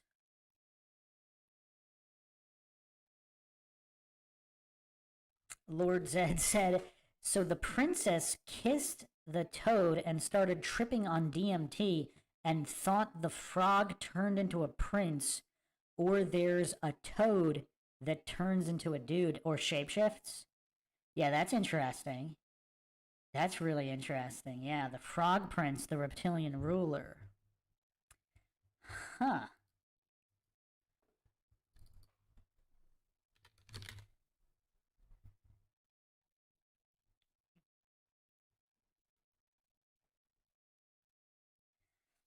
The Toad Prince? Is it the Dark Prince? Huh. Prince means first. Interesting.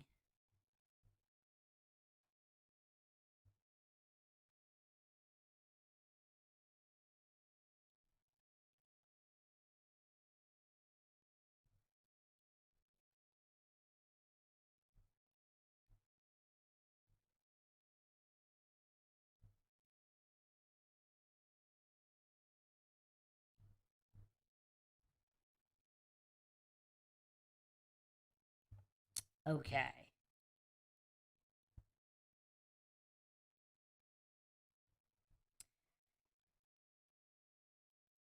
Awareness turning the dream lucid. The best dreams are often those that we can use our unlimited imagination to control. We call them lucid dreams. To have a lucid dream, you must become aware that you are dreaming. In other words, be aware of all ways in which the mitote influences you. Since the mitote is incredibly complicated, to be aware, you have to become a master tracker. You track your emotional and subconscious reactions. You track the voice of the judge and the whimper of the victim. You track the voices of the dream and how they have influenced you. Did you really want to get married, or was that someone else's dream? Even if you did want to get married, did you make an agreement that was authentic between you, or did you just do what the government and the church recommended? Is a funeral the way you want to mourn the passing of a loved one, or is it just what everyone does? Is jealousy an instinct or a learned behavior? When you learn how to track, you will have the gift of sight. When you can see, then you can start to change your reality. Controlling the dream, warrior hunters. While we may not be able to control the dream of the world, we can certainly control how that dream affects us, which is what truly matters. We do this by a combination of belief and intent, which are inexorable. Simply put, belief fuels intent. You set your intent and then believe it into existence.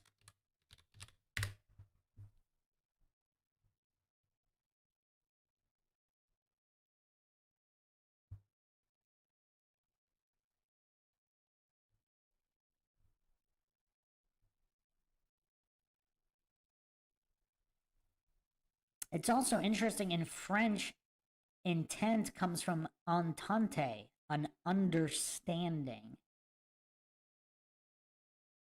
Intention or attention. Intention. Huh.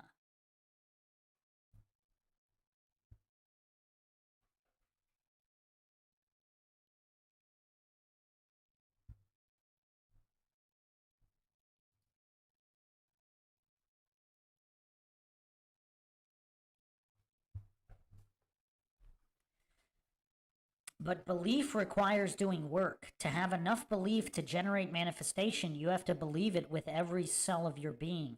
And in order to do that, you have to put in the work to gain that confidence. Then the magic can happen. My good friend TJ Dillashaw believed he could beat Renan Barao, even though he was a 9-1 underdog. But the real reason he believed it was that he put in the work. Years of blood, years of sweat. It's so interesting that this writer is friends with TJ Dillashaw. Okay, the cultivation of the skills of mastery.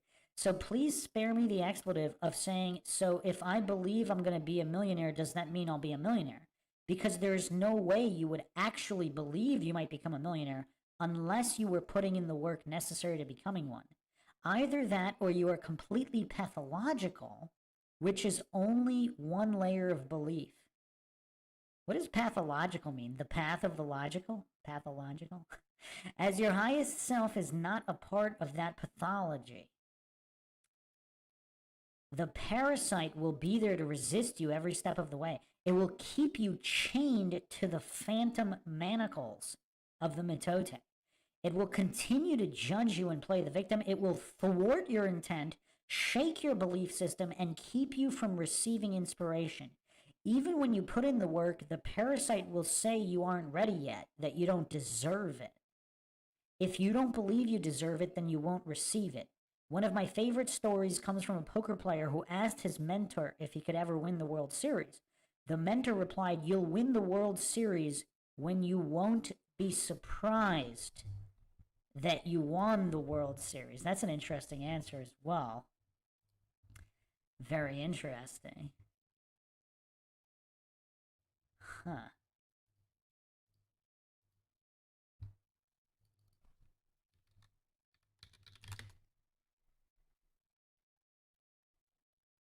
That is interesting. Chameleon, a lizard-like reptile notable for its ability to change color. Huh.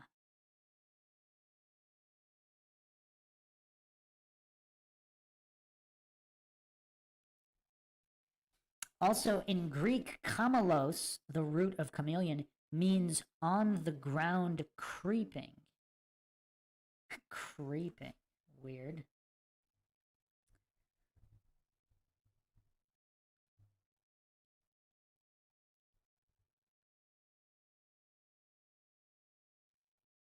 Kamai means on the ground. Huh.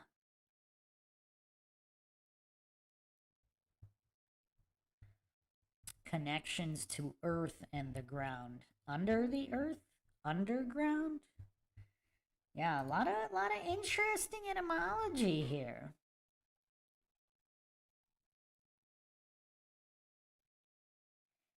Okay, so there are a lot of people with equivalent skill sets and work ethic, but those who can defeat the parasite will harness their true potential.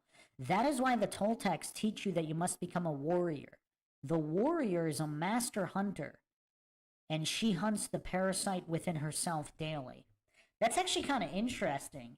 A warrior, aware. A warrior is aware. Aware of the parasite, aware of the war within.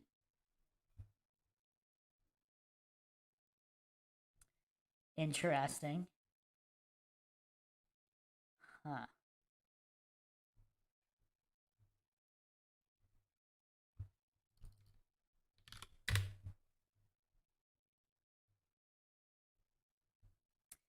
Now, one of the roots of war is wers, W-E-R-S, to confuse or mix up, to bring into confusion. That sounds like a mental thing and not a physical thing.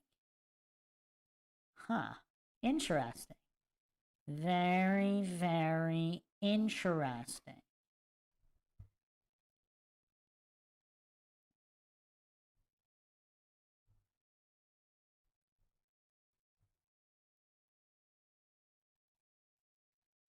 A lot of these mind games of the parasite are definitely confusing. The warrior's secret weapon, love.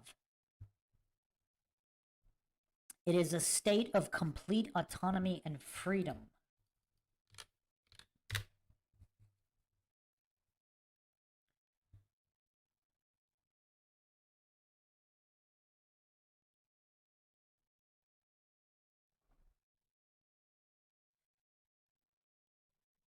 You know what's also interesting? In tennis, love is played from no score.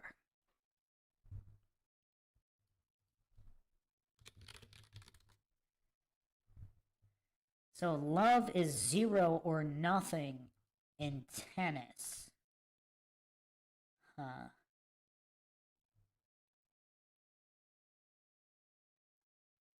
Because if love is 0 or nothing, it's almost like a meditative state where there's no good or bad. It's devoid of anything. So it can't be manipulated by parasites or whatever. Huh, interesting. Continuing the article here, it is a state of complete autonomy and freedom. So if you're freedom from positive or negative, then there's nothing.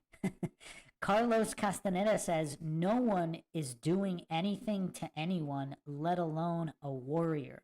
He is in control of his mental state. She regularly slays the parasite. The warrior sets his intent, believes it into existence, and cuts the chain of the mitote. The key to getting to this state is ruthless self-love. This is where Don Miguel Ruiz comes in. Ruthless self-love is loving yourself so much that you don't permit anything else but impeccable self-love. Loving yourself too much to indulge the victim or be judged by the judge. Loving yourself too much to abuse yourself or to be abused. Accepting no less than 100% love from yourself. Then what else is there for the parasite to exploit? What need do you have for approval from the world, from society, or your parents?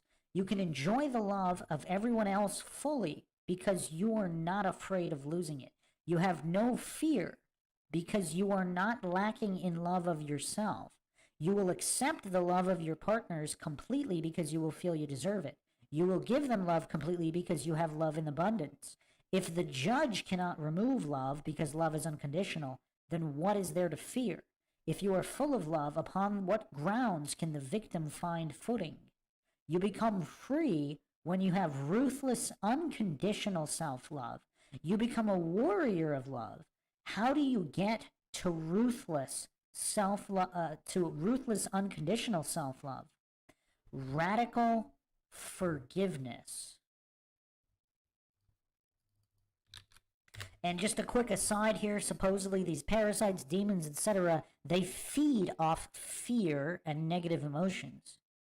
So if you don't give them that, I think I talked about this in the Shadow People podcasts, if you just drown them with feelings of love, they will run for the hills because they can't handle that energy. They want the negativity and the fear.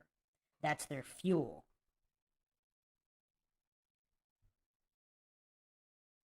So fear actually comes from fair, F-E-R-E or F-A-E-R, which means sudden danger, peril, or sudden attack. I mean, that's kind of interesting. It's not like an emotion. It's a sudden attack or peril. That's very curious, and that's what the word is root for. So is it like demonic attack? Faraz, Proto-Germanic, and there's also Old Saxon far, F-A-R, which means ambush, or harm, distress, or deception. That's actually very curious that fear comes from far, which is deception. That's very interesting. Just the overlays here. Not as some kind of an emotion or response, but literal deception is the root here. Very, very interesting.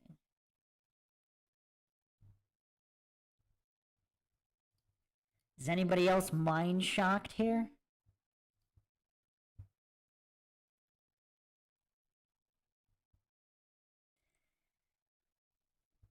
I mean, if you really pay attention to all the overlaps,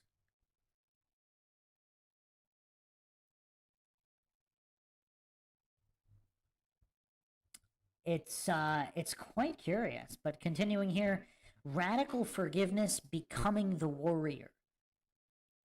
Heraclitus said, "No man steps into the same river twice, for it is not the same river, and he is not the same man." You can decide right now to forgive yourself, not just for the past, but for the future. To say to yourself, you are always forgiven. You can do this right now because you are not bound to the past. You can enter the zero state of radical forgiveness, zero, love in tennis, right now, and start fresh with 100% ruthless self-love, a love that demands the best of you, yet loves you unconditionally. The Hawaiian Kuanas, the shamans, have a practice for radical forgiveness they call Ha'oponopono. It requires you to say 4 things to yourself. Thank you. I'm sorry. I love you. Forgive me. Say it to yourself now. Thank you. I'm sorry. I love you. Forgive me. Now imagine all of the things you judge yourself for. Think about everything you beat yourself up about. Keep saying it, keep meaning it, like a fighter landing the jab over and over again. Eventually, you will vanquish the parasite and reach radical forgiveness. Then you will have to do it again. Remember, the warrior is someone who does battle with the parasite every day. Thank you, I'm sorry, I love you, forgive me. You are a seer, you are a warrior, you have ruthless self-love. Set your intent, believe it. This is the Toltec way.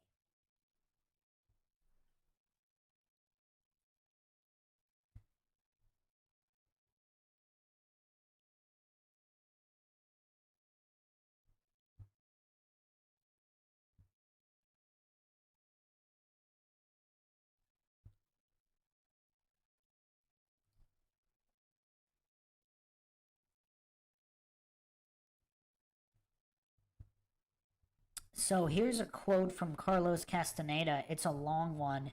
This is from the active side of infinity. We have a predator that came from the depths of the cosmos and took over the rule of our lives. Now, cosmos means the universe, the world. Not specifically some kind of heliocentric system. Could be Could be a realm of some sort.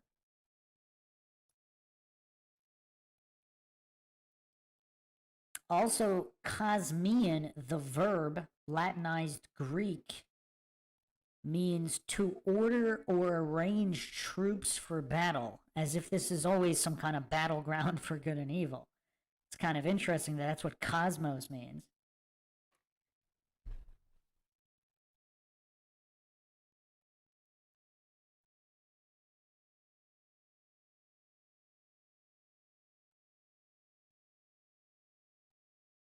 Also, in Christian religious writing, cosmos was used as the worldly life, this world as opposed to the afterlife. So again, not some kind of infinite space, but simply this world, this realm. But continuing Castaneda's quote here, we have a predator that came from the depths of the cosmos. So what does depths mean? Does that mean beyond the outer reaches of Antarctica? Beyond the outer circle? And took over the rule of our lives. Human beings are its prisoners. The predator is our lord and master.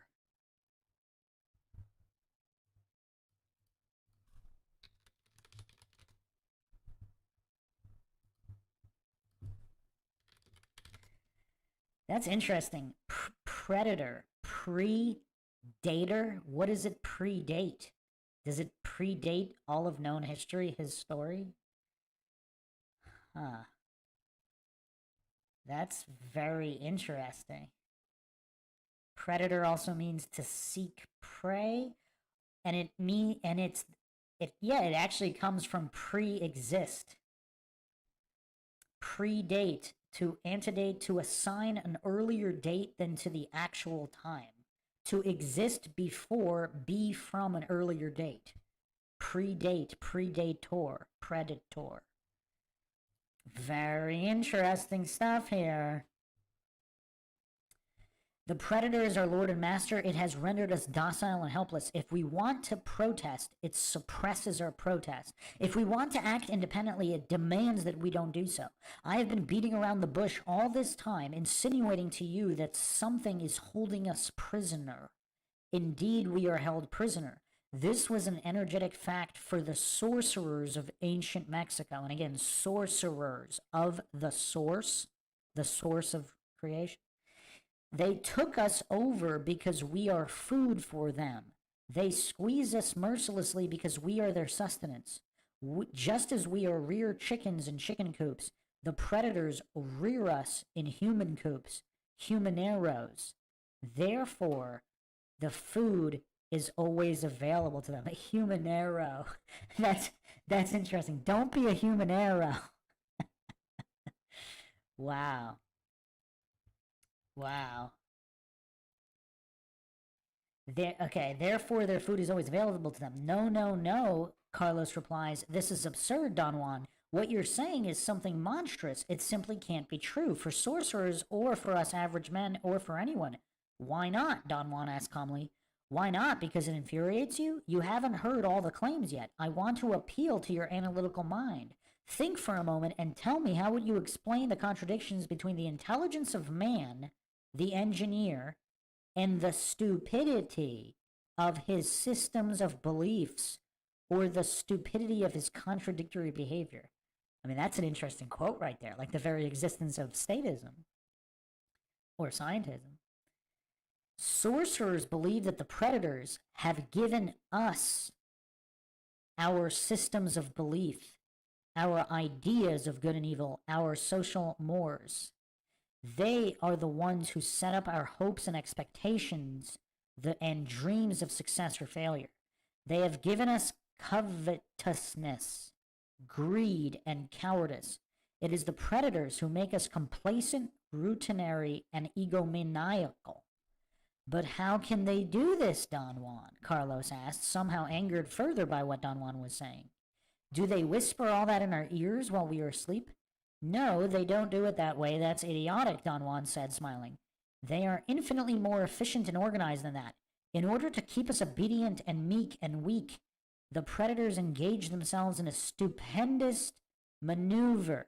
Stupendous, of course, from the point of a fighting strategist. A horrendous maneuver from the point of view of those who suffer it. They gave us their mind. Do you hear me? The predators gave us their mind, which becomes our mind. The predator's mind is baroque, contradictory, morose, filled with the fear of being discovered any minute now. I know that even though you have never suffered hunger, you have food anxiety, which is none other than the anxiety of the predator, who fears that any moment now its maneuver is going to be uncovered and food is going to be denied. Wow, that's actually quite mind-shocking because, again, if fasting is so revolutionary for both physical and mental reasons, and people are afraid of going hungry, even though they've never gone hungry and they think they need 3 square meals a day, no matter what, when obviously, spiritual fasting can go for weeks and weeks and even months.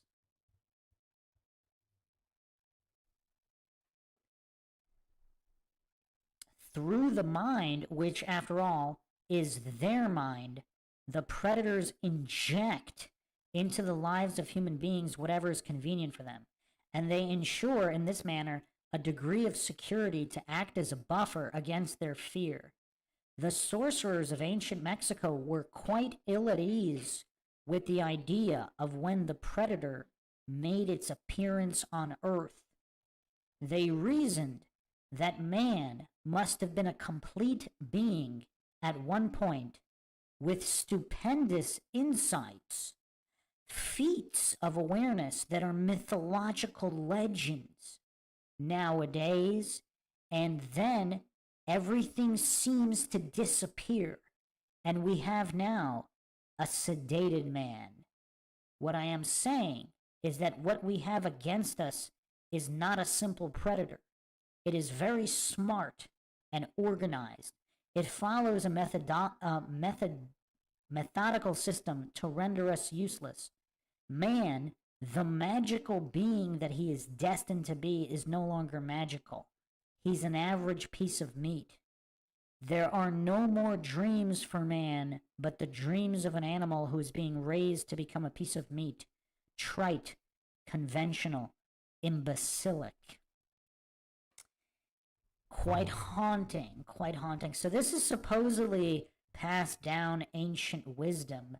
So they already knew. How did they know about this mind parasite, reptilian or otherwise?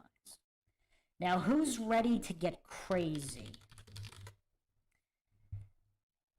Who has heard of the reptilian brain, also known as the reptilian complex, the basal ganglia? Wow.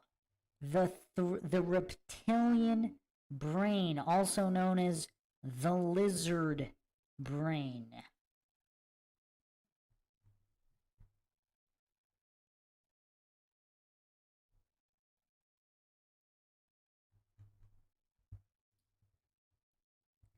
Now, again, this isn't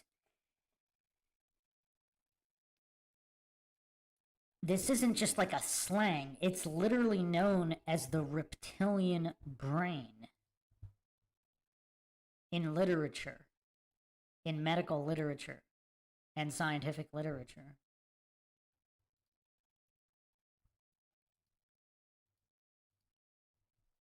Now, after reading that quote from Carlos Castaneda, what does everybody think of the reptilian brain?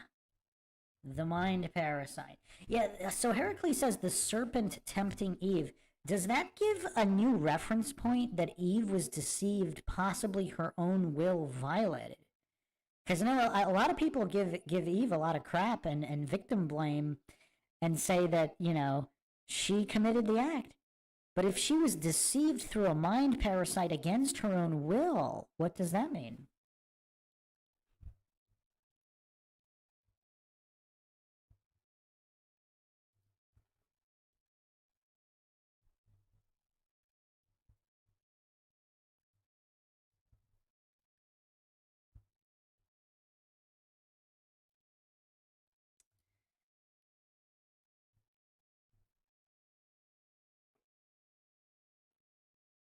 So Paul MacLean's Trian brain, primitive emotions overruled conscious thoughts. This is straight from Yale School of Medicine.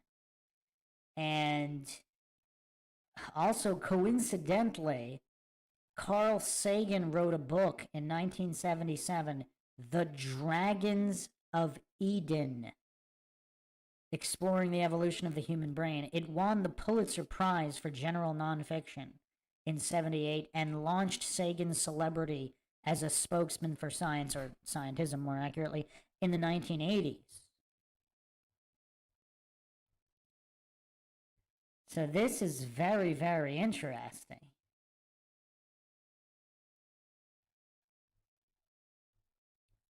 The real star of the book, however, was a theory of human neural organization that took root some 30 years earlier in writings by Paul D. MacLean. MacLean, who died at age 94, was highly original, some say eccentric thinker, whose model of the brain, although now discredited, has had a lasting cultural impact.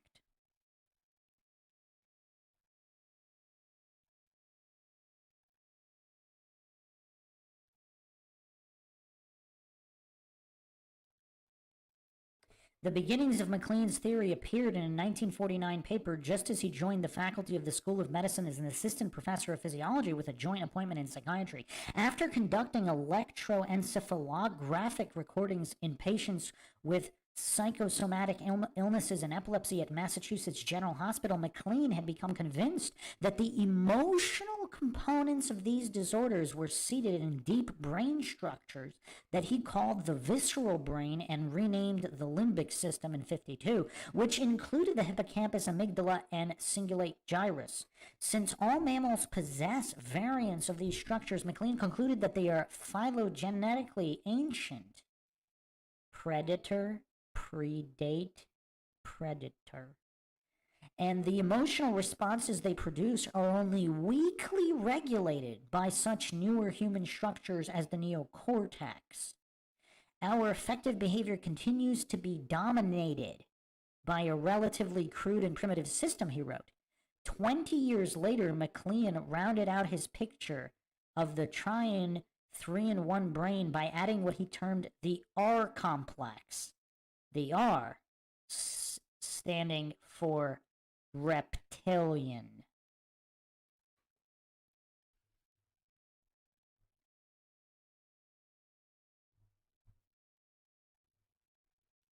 So that's interesting that he chose that as the name, is it not? And then, of course, he was discredited, like a lot of truth tellers. Very interesting indeed. Is it not? Is it not?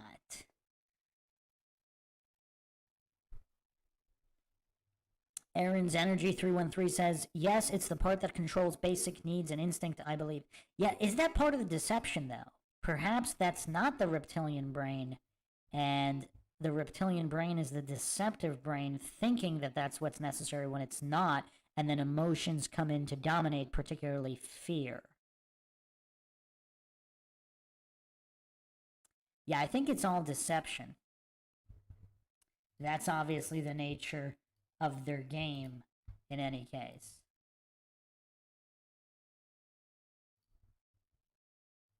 Just double checking the stream health here. Okay. Should be still good to go here. Okay. So I just think it's very interesting. I mean, literally called the reptilian brain. I mean, this is just crazy, crazy stuff.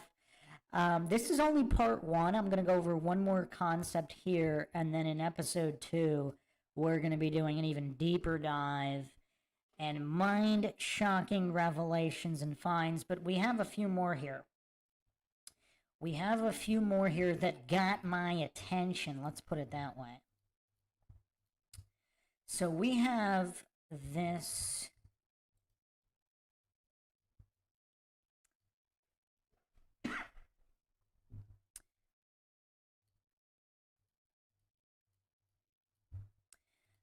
We have a very interesting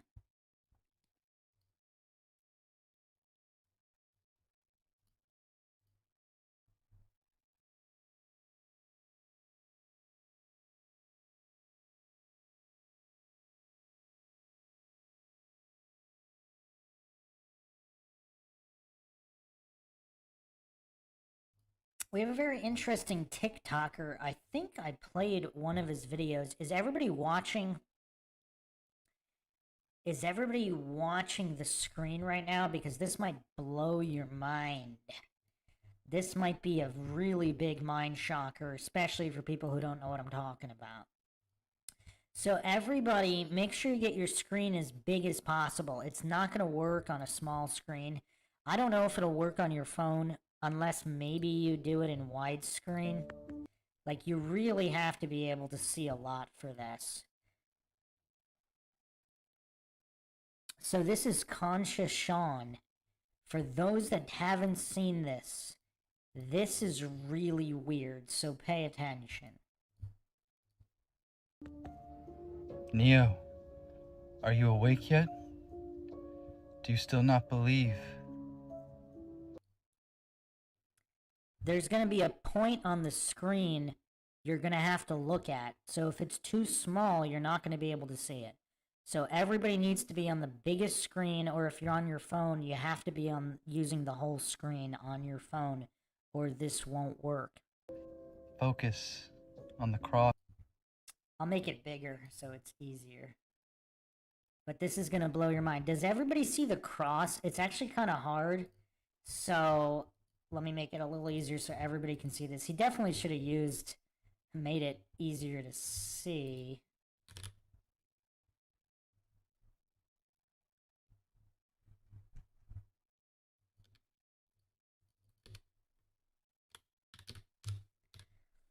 This is going to really freak people out, just as a heads up. That, like, major trigger warning here. Does everybody see that, the gray cross right there? Does everybody see it? Does everybody see this?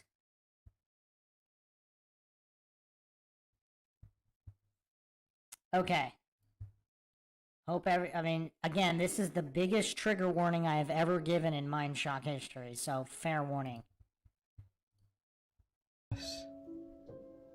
And tell me what you see. These are things that can only be seen through your peripheral vision. This is not a trick. This is not an illusion. The longer you watch, the more distorted and grotesque their faces grow, and you can see their true nature. This is true deception. Perception is deception. These images are terrifying. The veil is being lifted. What you're seeing is real. This is what is controlling us. You can stop this video and re-watch it, and you'll see that these faces are not altered.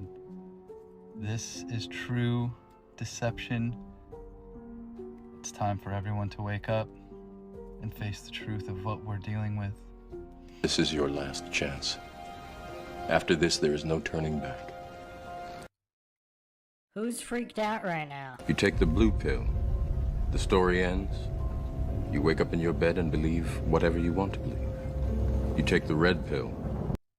You stay in Wonderland. And I show you how deep the rabbit hole goes. Let's watch it again. For people who said this if you don't understand what happened, make sure you focus on the cross here. And again, the cross. Is this all starting to make sense here? Is the cross the symbol of spirituality for a reason? Because it will allow you to see through your peripheral vision? And a cross is also an unfolded cube, the black cube, the symbol of Satan and Saturn, rather, and materialism. The 666. The 6 sides. Watch it again, make sure you do not deviate your eyes from the cross. Let's do it again. If this didn't work for you, we will do it again. Do not focus your eyes very, very sharply on the cross and nothing but the cross. Do not look at the faces directly. Only look at the cross. Focus on the cross and tell me what you see. These are things that can only be seen through your peripheral vision. This is not a trick. This is not an illusion. The longer you watch, the more distorted and grotesque their faces grow, and you can see their true nature. This is true deception. Perception is deception. These images are terrifying. The veil is being lifted. What you're seeing is real. This is what is controlling us. You can stop this video and re-watch it, and you'll see that these faces are not altered. This is true deception. It's time for everyone to wake up and face the truth of what we're dealing with. This is your... Okay, so in the Shadow People podcast, episode 1, I'm actually going to play on why this appears this way, because I suspect some people do not understand what just happened and why, and I suspect some people have not seen my podcast on not Flat Earth, on Shadow People. On Shadow People. I'm going to explain it in 1 second, because people have not, people haven't watched my Shadow People podcast. This is Shadow People episode 1.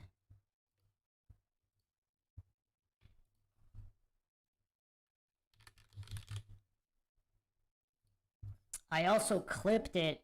Can the human eye see the paranormal?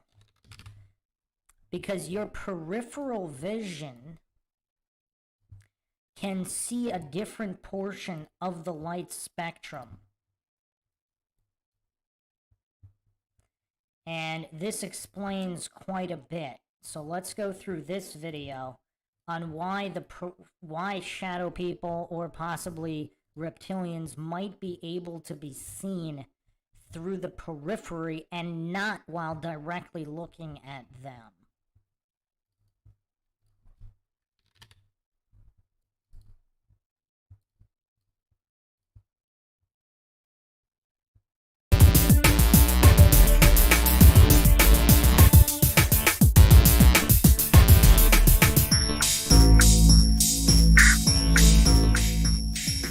All right, so let's get into the peripheral vision aspect of it. So this is a post by Rob Luby. And so this is a post I found on a paranormal investigators group. Can we better see ghosts by using our peripheral vision? Many sightings of ghosts are reported as being seen out of the corner of people's eyes through what's called our peripheral vision. So we wanted to explore peripheral vision and ghosts because some wish to discredit the human ability to accurately see entities through anything but our central vision. Can ghosts be detected through the sides of our eyes? Let's explore.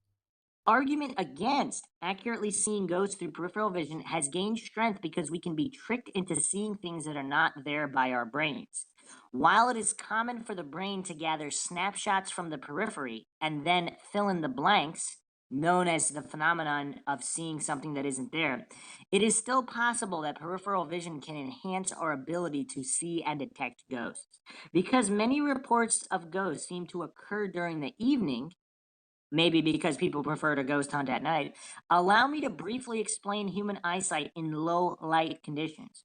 Receptor cells in the back of the eye can be divided up into two types, rods and cones. Our central vision, used for detailed viewing, relies upon the cones. Peripheral vision depends upon the rods. The differences between these photoreceptor cells give us different capabilities within our collective eyesight. And for viewing ghosts, that could be important to know. For example, when seeing in dark environments, it is well known that our central vision is weak due to reliance upon bright light, while peripheral vision is much stronger. The rods in our eyes used for seeing the periphery operate much better during low light conditions than cones. This allows the eye to detect light that is 1 billion times dimmer than bright sunlight. On the downside, seeing things out of the corner of our eyes does produce images with less clarity in most cases, but this is not always true. Although peripheral vision is not used to distinguish colors, it is much better at detecting motion. The combination of seeing no color coupled with the excellent ability at detecting movement could be another reason many have reported seeing dark, black, shadowy ghosts move from the corner of their eyes. If you still think this portion of our eyesight has little merit, then you will need to argue with the military. It is well known by the U.S. Army that faint objects in the dark are better viewed by our peripheral vision. Troops are often taught not to focus on objects directly at night, but to direct their vision to one side in order to see them better. Coincidentally, contact lenses would be preferred over glasses in order to maintain a clear path to the periphery. So again, this kind of supports the ghost theory, because if these shadow people, if they're not really shadows, if they really are full color entities with high detail or whatnot, but if you can only see them out of the periphery, they would appear as a shadow even if they're not. That makes sense, right?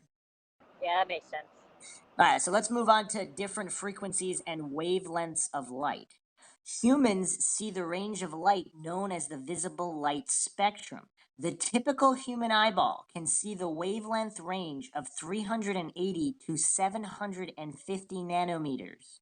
The various wavelengths in the spectrum of visible light are seen as different colors by the 3 types of photoreceptor cones in our central vision, spanning the full range of hues. Peaking near the center of the visible spectrum at about 500 nanometers, the vision of our photoreceptor rods is sensitized to the wavelengths of violet, blue, green, and yellow, though they cannot see them as colors, but in shades of gray. The longer wavelengths of orange and red are completely eliminated from the peripheral part of our eyesight. Knowing this, we could say our peripheral vision is actually more focused towards monitoring more of the middle range of visible light and not interfered with by higher wavelengths. Could this be a factor that might somehow make our peripheral vision better equipped to see ghosts at times? Maybe. Although we have shared our thoughts about seeing ghosts through our peripheral vision, it is also possible to see ghosts through our central vision, shadow ghosts included. Our point is that there doesn't seem to be one simple answer that explains the mystery of when, where, how, and why we see ghosts. Therefore, we need to keep an open mind. Okay, so here are my thoughts on this. Is it similar to so some people have 20/20 vision. Some people don't. Some people have very bad vision. So obviously this would factor into who can see what. Similar to how certain animals like dogs can see much better in certain wavelengths. So if, like for example, we can't see infrared, it's invisible to the human eye. However, that doesn't mean that infrared doesn't exist. So if these shadow people or ghosts or a lot of these paranormal entities, if they can only be viewed in certain wavelengths, and once again, this goes both ways. So both to the observer would have to be capable of seeing certain wavelengths, and a particular entity, if they exist, would have to exist in a certain particular wavelength range. So different entities might have different ranges, and different people have different ranges that they're able to see. So if the periphery gives you slightly more in a specific range that certain paranormal entities might be in, that would explain everything, would it not? Possibly. That's all you got, Maxwell? That's all I got. All right, let's go a little deeper into the corner of the eye phenomena and shadow ghost. So this is from ASSAP.ac.uk, the Association for the Scientific Study of Anomalous Phenomena, the Paranormal Education and Research Charity. So this is from their website. Paranormal reports sometimes include mentions of things seen in corner of the eye, occasionally as part of a wider haunting. Typically, the phenomena are fleeting and usually vanishes if a witness turns to look straight at them. So once again, does this support or debunk? Because if your periphery is capable of detecting motion and the wavelength and is optimized for certain wavelengths, when you go to look at it with the middle of your eye and you don't see it, does that help prove that it wasn't there, or does that help prove that it was, but it only exists in a certain wavelength? I'm just asking, Maxwell. I'm just asking. Yeah, I don't know. I mean, I don't know. I'd like to read up on like the so-called scientific. Well, I'm giving you. I just gave you a lot of scientific information on what the periphery is optimized for certain wavelengths and for motion, and not specifically detailed. But let's look at another example. So let's say you have infrared goggles on, and you can see like let's say you're a burglar and you're breaking into an art museum, and they have these lasers for the security system. So you put on infrared goggles and you see the lasers. Then you take the goggles off, and you're like, oh well, must have been a trick of the eye. The lasers aren't really there. Is that what the corner of the eye is? It can detect. It's optimized for different wavelengths, so you can see it out of the corner of your eye, but you can't see it with the middle. So now I'm going to give you one of my experiences. So I've had this experience both while walking and driving, and half the time, I would say probably even more than half the time, it's not at night. It's during the daytime. So I see movement, like this dark, shadowy movement out of the corner of the eye. And then I look at it because it gets my attention. Like my brain doesn't even have time to process. Is this a ghost? Is this a shadow person? It's like it's kind of like almost like a quick animal movement where it just draws your attention. So I just turn my head to look. I'm not thinking it's paranormal. I'm not thinking it's not paranormal. I don't have time for that. It's just an instinct. I look at it. It's not there. So then I turn back straight, and then it's there again. And now I'm like, okay, that's kind of weird. Then when I try to look at it straight, I can't see it. And then I turn, and I can see it again out of the periphery. And sometimes this repeats multiple times, and then it's gone. So does that mean nothing was ever there? Does that mean something was there and it could only be seen out of the periphery? And when it was no longer there, my periphery couldn't see it either because it wasn't there.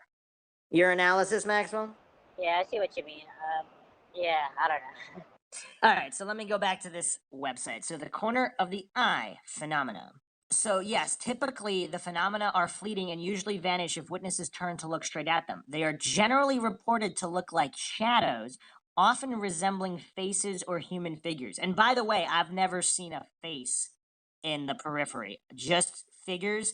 And I'm even going to dispute the human figures because I don't know if I would go that far to say they were human. It could have been an animal. I would say a lot of the times my snap judgment to look real quick, for example, if I was hiking in the woods or whatnot, or even driving on a road, I might think it's a deer. So I look at to make sure there's no deer running across the road because I don't want to hit it and and have an accident. I personally have not experienced them to look specifically like human figures. Anyway, so for this reason, they are often called shadow ghosts or shadow people. Some people even think they represent some kind of demon or other strange entity. Corner of the eye phenomena. Before we can consider whether such corner of the eye phenomena might be paranormal, we need to understand what to expect from the normal operation of our peripheral vision. Here's a picture to illustrate how your peripheral vision can change the way things look. It may produce different results depending on your computer screen, the illumination in your room, and your own visual system, from your eyes to the brain. So nothing is guaranteed.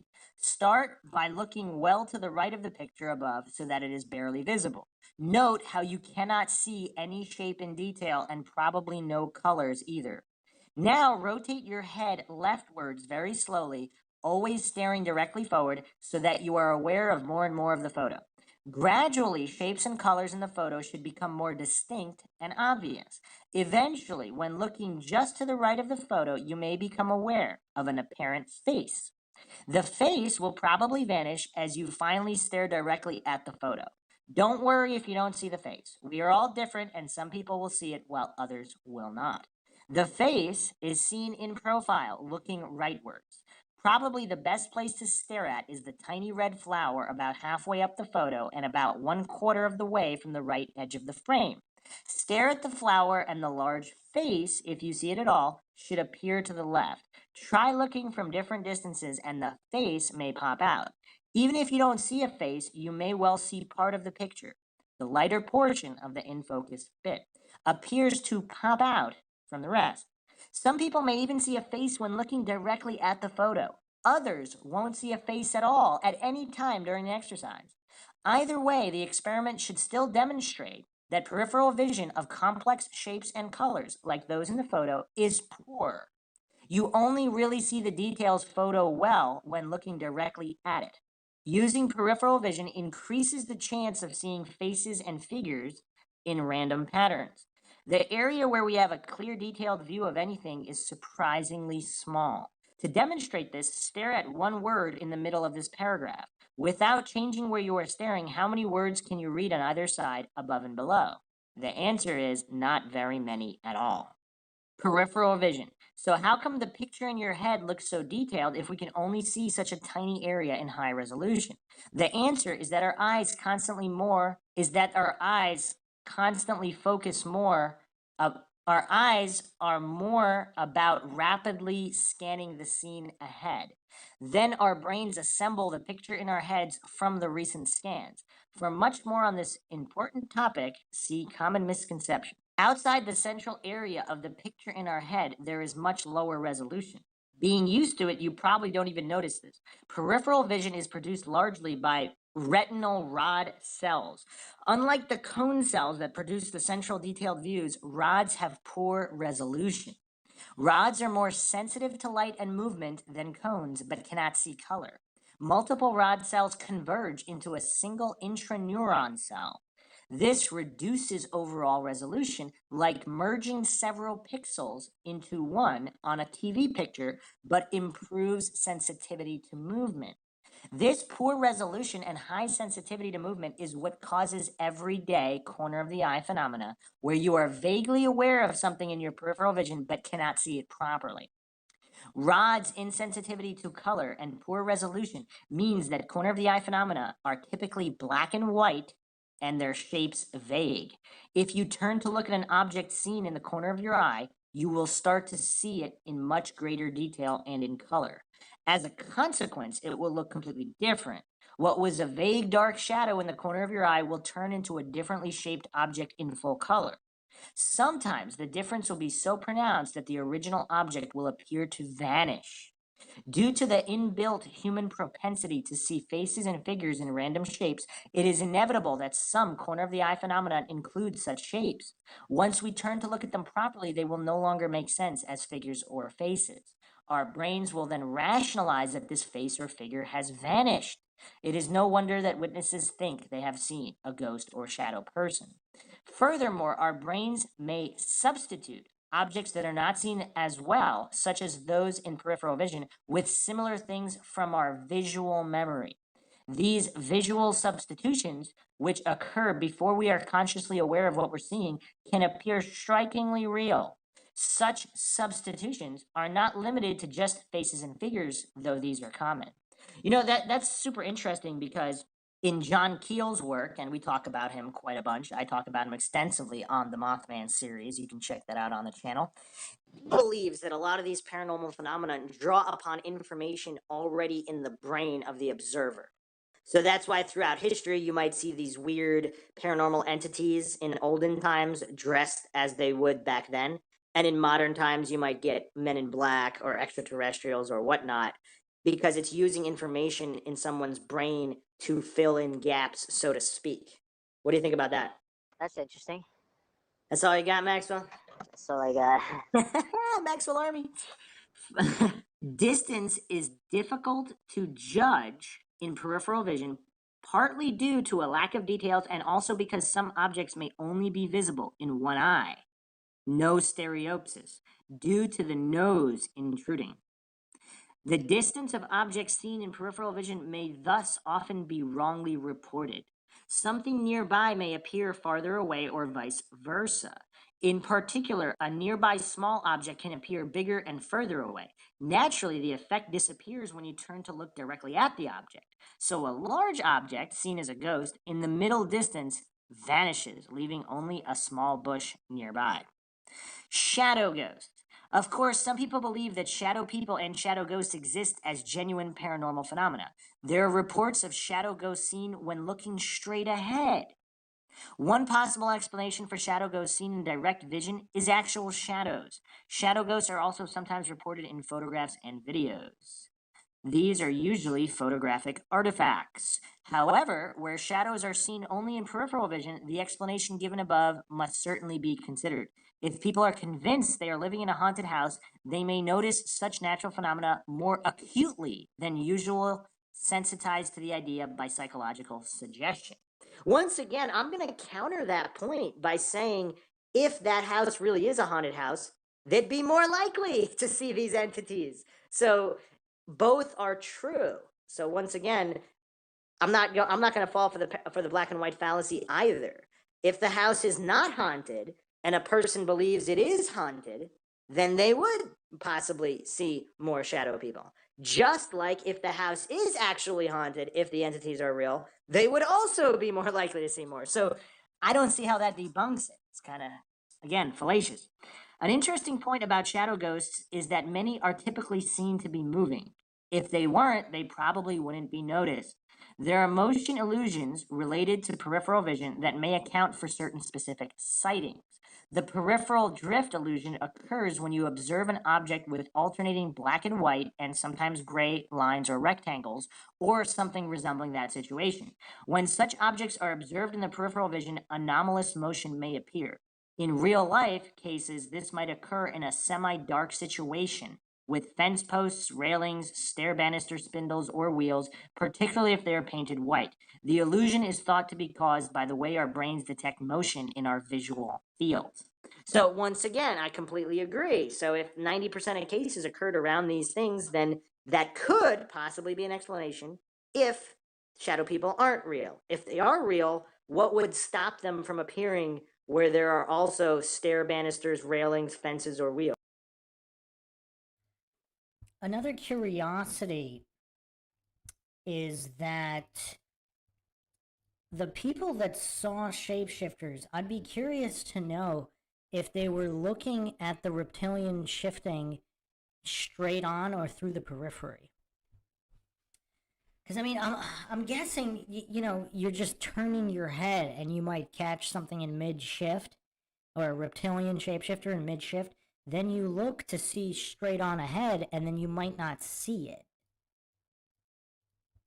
So it would be, I don't think David Icke polled all the people. I think he said he had hundreds of witnesses, something like that, like around 400 people claimed they saw reptilian shapeshifters. So, okay. So who's ready to go further into MindShock land? I have one more point here that's going to blow some minds. If your mind isn't already too shocked, we have even more. But wait, there's more. I mean, we are really going further into MindShock land possibly than we have ever gone before. If YouTube will allow. It still started glitching a little bit. Let me see what I can do here.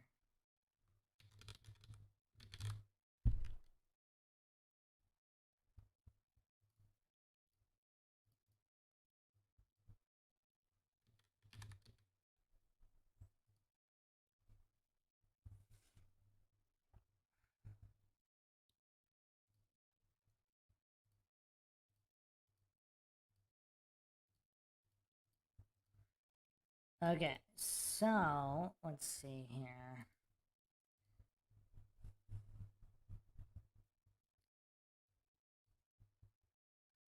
Okay, we got this. Got 2 more videos here.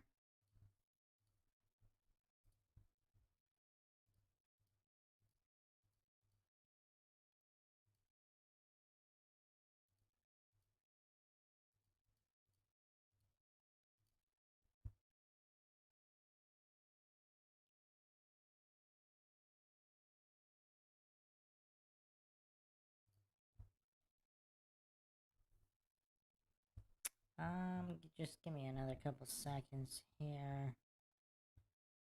Okay, here we go.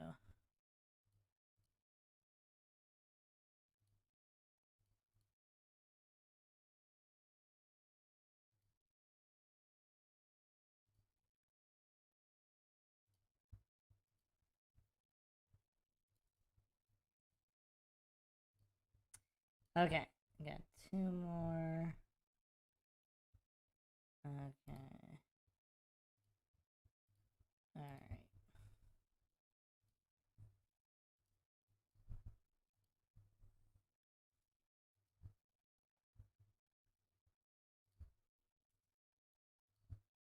Almost ready, almost ready. A couple more seconds here. Get this.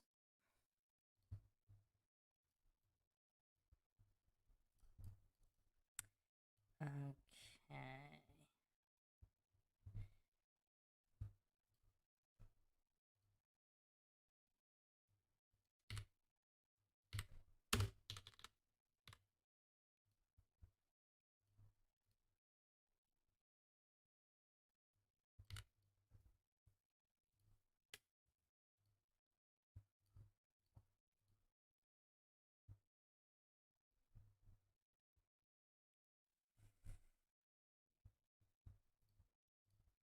I want to start. So this is also from Conscious Sean, who's bringing forth some revelatory stuff. This video off by saying reptilian lives matter. I'm O negative. Can't hate me cause you made me. We blood. Come on, fam. Don't take my video down. I have to speak very saucily on this subject because my video was taken down. I won the appeal, and then last night they took it down again for this reason.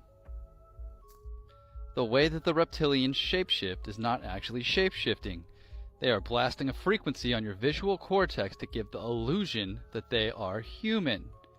And the bells were used to disrupt this frequency. You can look at this video clip here from Spider-Man.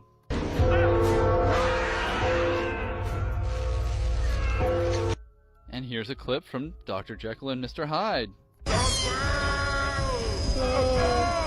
Shapeshifters don't actually shapeshift. They project a frequency onto your visual cortex to give the illusion that they are human. The frequency from the bells disrupts the frequency placed upon your visual cortex. This is why whoever it was that took the bells.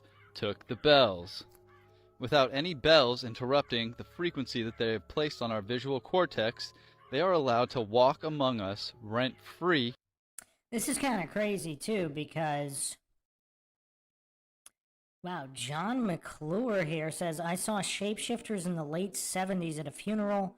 They were feeding off the emotion of the people through a tail that connected to their spines.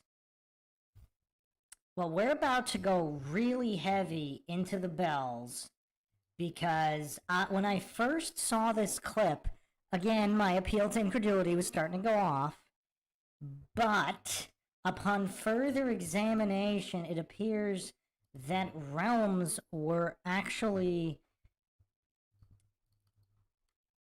that bells were actually pretty extensive in this realm, and then they all disappeared one day.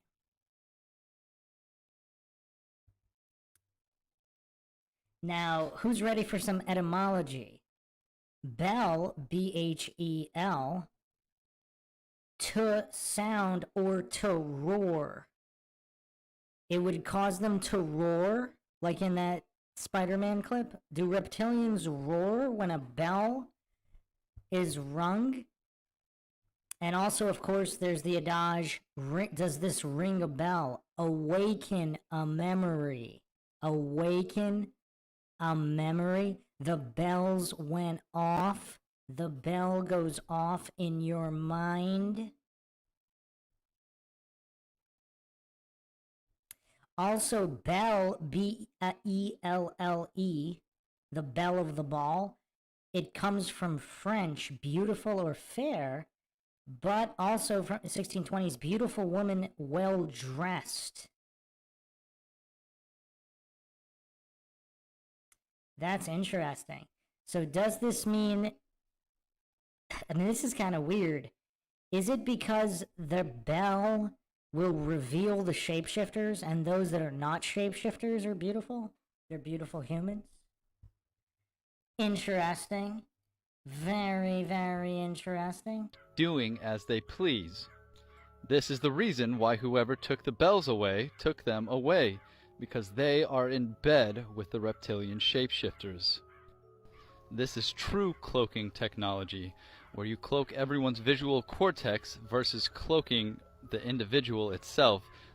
So if anyone has a bell plug, let me know down in the comments. It's time to wake everyone up for real. Peace and love, y'all. Yeah. Okay, so if there's a disruption in that frequency, is that when glitches occur and you can see the shapeshifters? Now let's get even further into mind shock land for those that think it's impossible.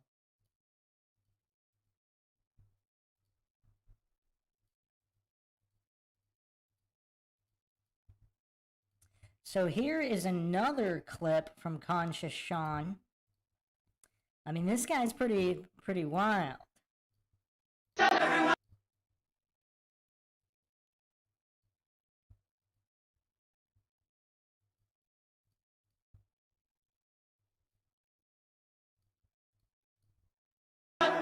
What do reptilians, shapeshifters, and the bells that went missing have in common? The Germans are the ones that took the bells. The Germans were also infatuated with the Vril society, aka the reptilians. The reptilian race are the shapeshifters. Now, shapeshifting is not actually what they do.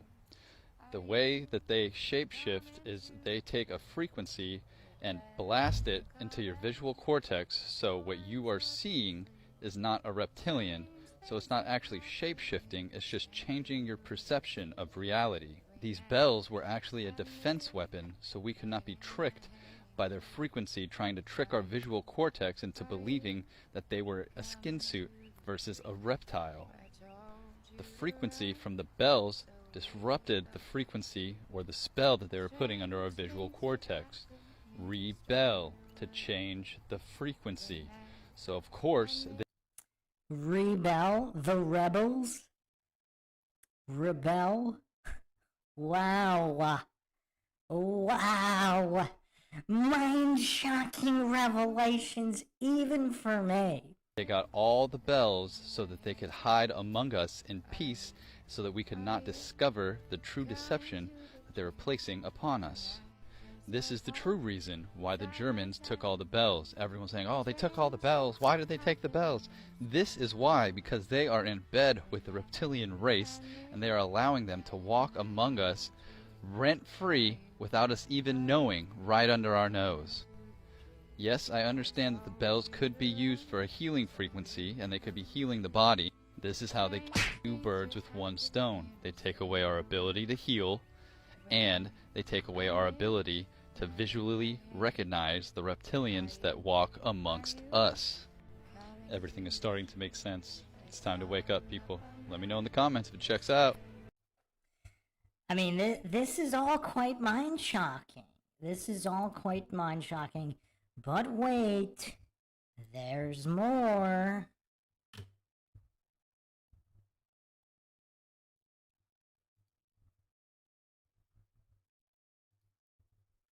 Man, YouTube doesn't like, I have to constantly reformat everything just to get this to play.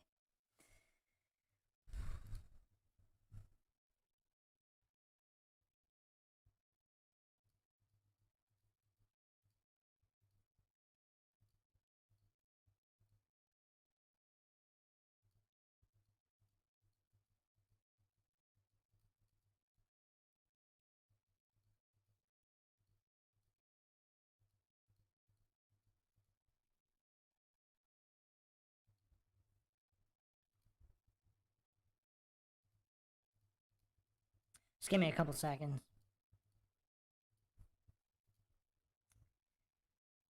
Now I'm freezing my whole control panel here. Quite annoying.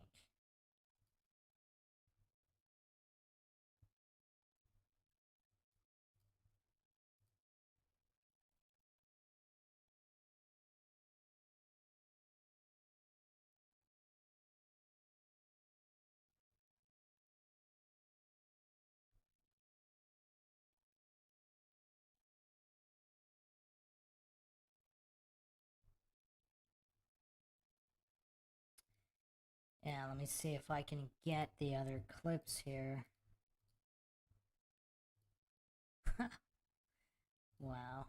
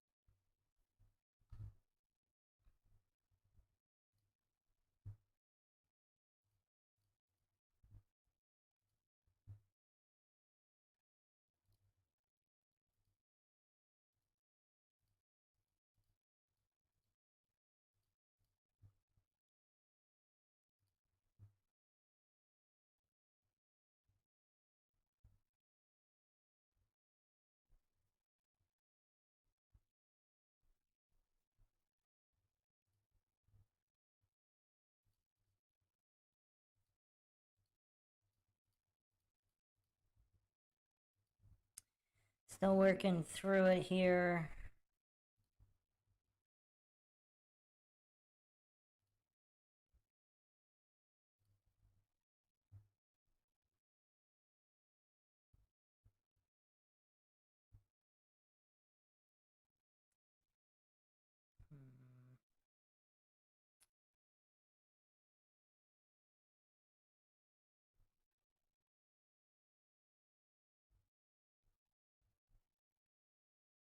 Well, they don't want this last video played. I'm having a little bit of trouble with it. Just bear with me.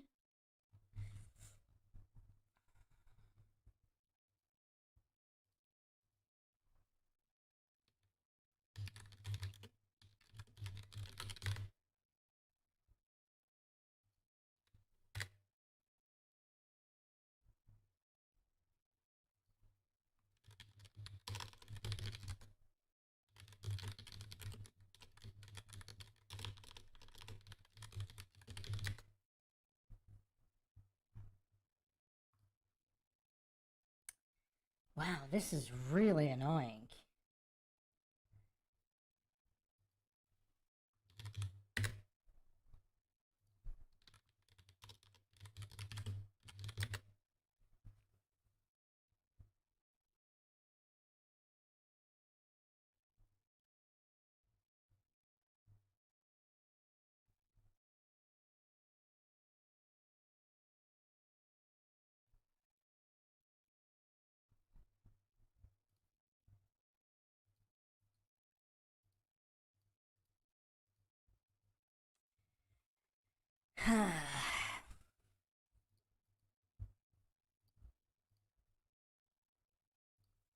Yeah, I don't know if I'm gonna get the... I don't know if this is gonna work.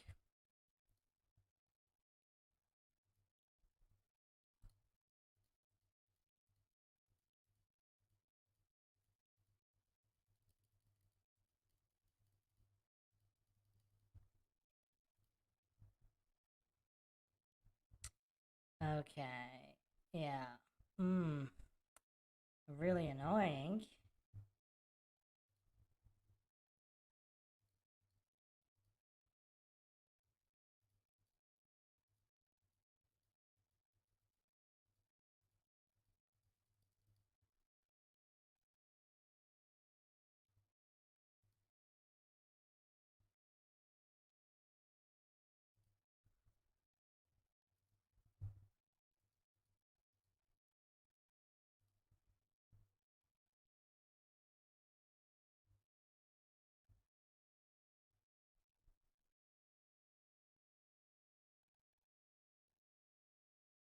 If I can't get it in another minute, I might have to move on.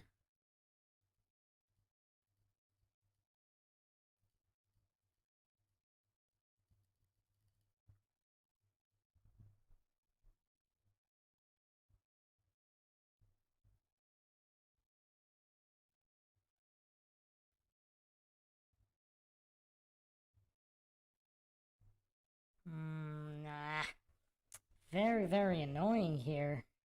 It's not letting me do anything now on the screen. I guess YouTube didn't like the last two videos, huh?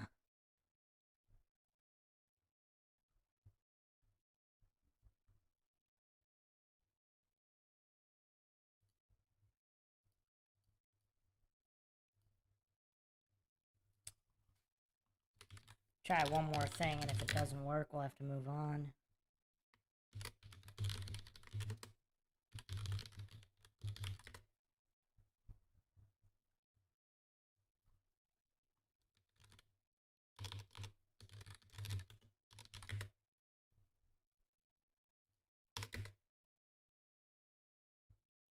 I guess I'll just have to summarize what this video was. It doesn't... This video just disappeared completely.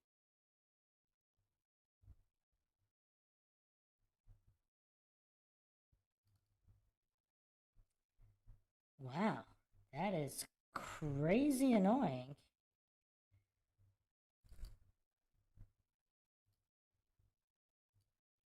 So Conscious Sean had another video where he said that the ride of Paul Revere, where they sounded the bells and the alarms, all alarms and bells and watchtowers had bells. It wasn't just for the sound of ringing the bell to alert people. It was literally to identify the enemies coming to make sure, or whoever was coming to make sure there weren't a reptilian shapeshifter. So the bell, even a bell to announce, like a doorbell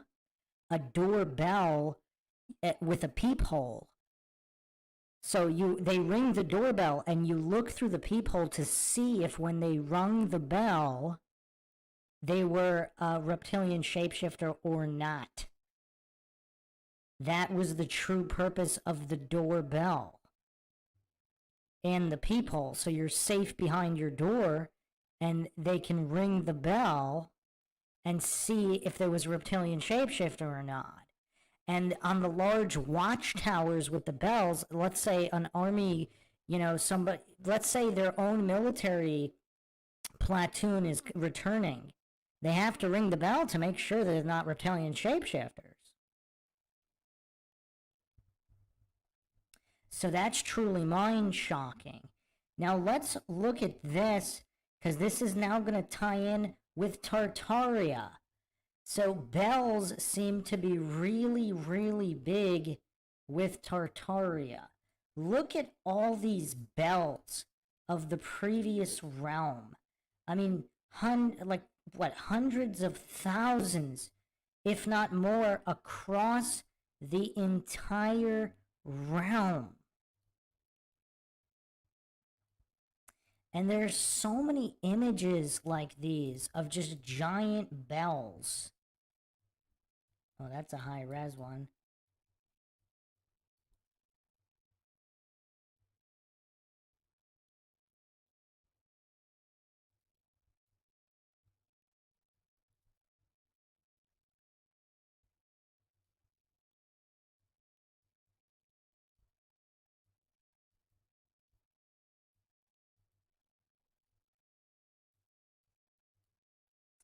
So whatever happened at the end of Tartaria, it's like they took all the bells away.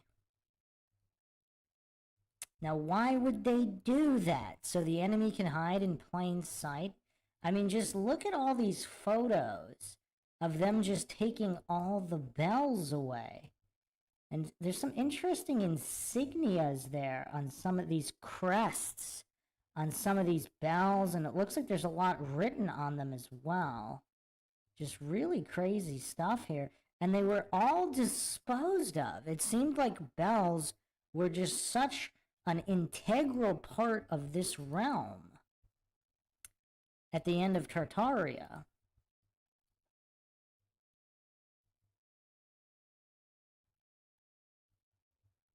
Now there are hardly any bells anywhere.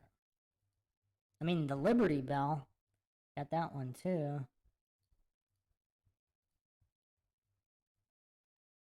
I mean, just giant graveyards of bells.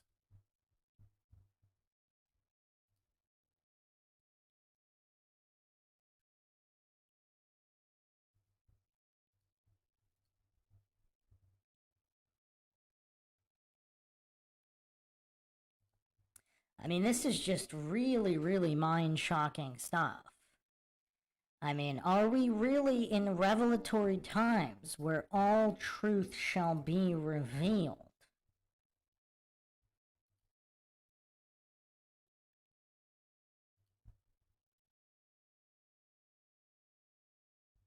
Well, what about believe? Bell live? Believe? The bell to live? Believe? And the bell lie? Lies? You can't lie to the bell?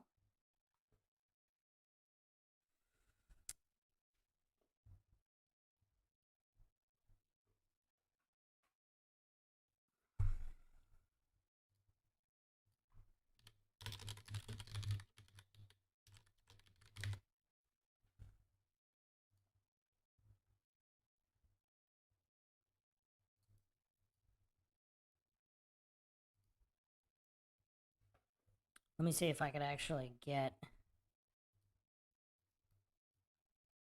another video working here.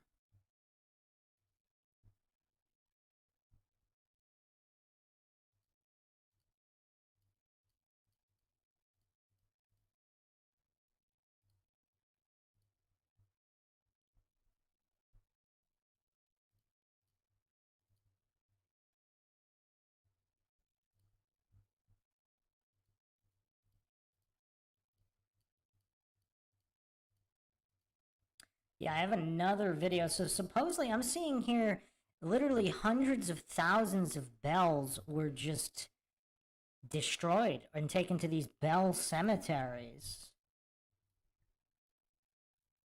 There's another video here I'm going to play. Quite interesting with even more images like this. What is going on in this realm?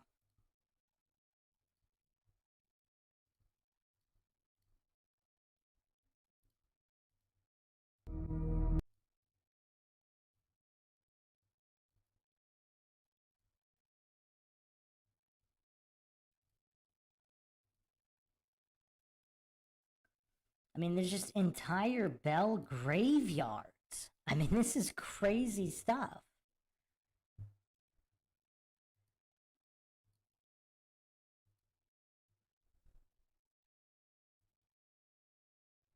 And they're so ornate as well. I wonder if the inscriptions have to do with what frequency the bell is.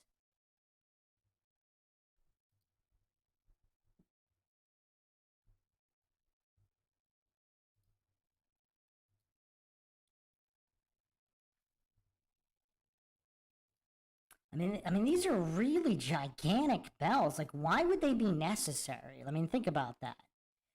I mean, obviously, the bigger it is, the further the frequency could travel, but yeah.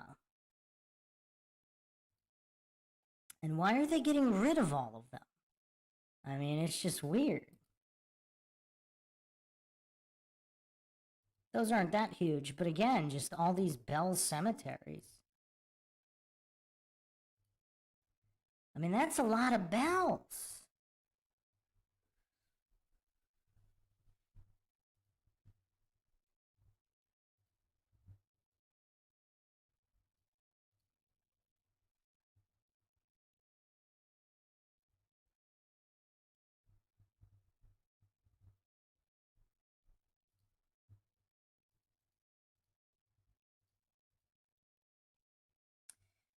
Quite a lot of bells.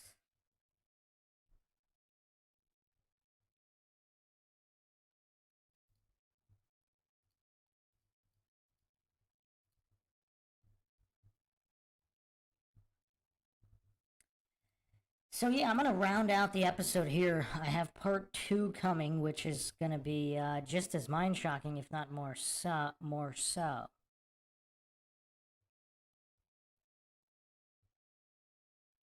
Oh, wow, ironically, Kiska Sweetie Bell in the chat saying, I wonder if gongs have a similar frequency. That is interesting, yes. Gag Disorder says, the main explanation for this is they melted them all down for munitions and warfare equipment. I mean, all over the world, though, in every country? I mean, I don't know. I mean, maybe some of them, yeah.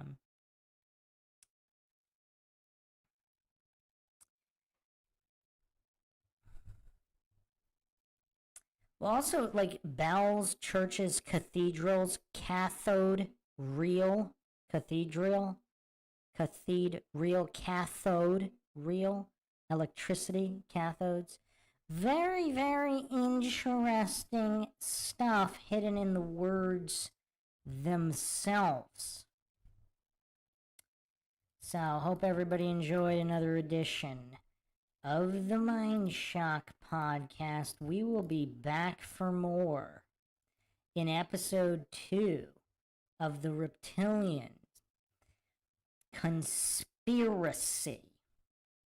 And we will be diving deep more into modern history, reptilians in modern history, and even video techniques to reveal reptilian shapeshifters even within digital technology, because if it is some kind of built-in filter, perhaps there's a way to manipulate it. And we will be exploring all of that and more in episode 2. I will try to get it out within the next couple days. So thanks again, all the MindShock listeners. If you find the MindShock podcast interesting and informative, you can help support the podcast. Donate to our PayPal. Just check the link in the description. You can also become a YouTube member right here on YouTube. Help support the channel. That way, make sure to subscribe, like, and share Twitter, Facebook, Reddit, Patreon. This is Bruce McGuire signing off. Catch you guys next time.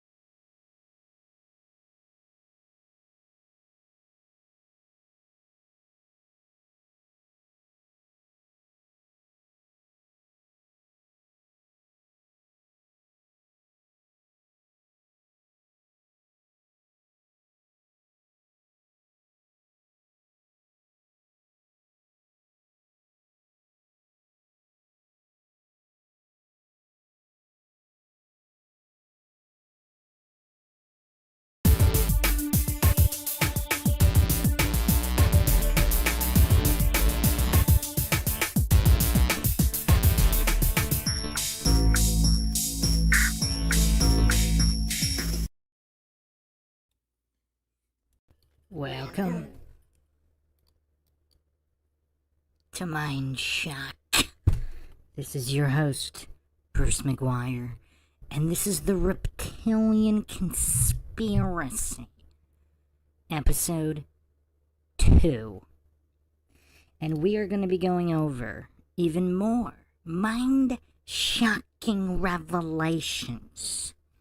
We're going to examine history, ancient history, and the basis for the beliefs of the one and only David Icke, as well as many other ancient civilizations and quite a few other conspiracy theorists as well.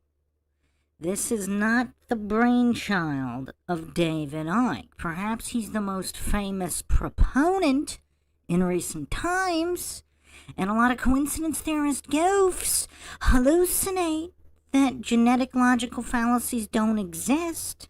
If David Icke said 1 + 1 is 2, they would immediately disbelieve it because of the messenger, because their brains are so deficient in basic logic and reason, they can't comprehend that genetic logical fallacies are logical fallacies for a reason.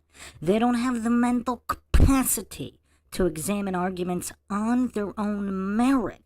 So they have to desperately grasp at appeal to incredulity logical fallacies, ad hominem logical fallacies, and of course genetic logical fallacies, hallucinating that the messenger determines whether the message has veracity or not. One of the absolute silliest and goofiest copes of the bootlicking authority-worshipping cultists known as coincidence theorists. I am, of course, your host, Bruce McGuire, and we will be diving deep into this fascinating topic in conspiracy like no other podcast does, with logic and reason at the forefront. If you want to help support the podcast, you can do it to our PayPal. Just check the link in the description. Make sure you subscribe to the channel, hit that bell for notifications. If they're still not coming through, just like and comment on more videos, or manually go to youtube.com/MindShock. And like and share Twitter, Facebook, Reddit, Patreon. Patrons do get priority for case topic logical analysis, co-podcast requests. You could also be a guest on the podcast depending on your tier, and you can also support the channel by becoming a YouTube member right here on YouTube. Okay, for those who haven't watched part 1, for those who have been living under a rock and do not know who David Icke even is, let me do a short little intro video recorded in 1998. This will definitely fry a lot of coincidence theorist brains, or whatever's left of their brains.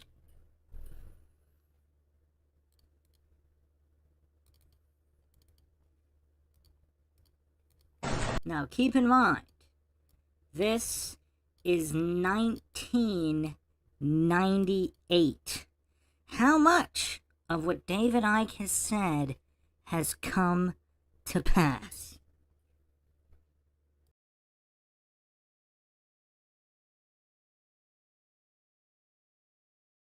Across the millennium years is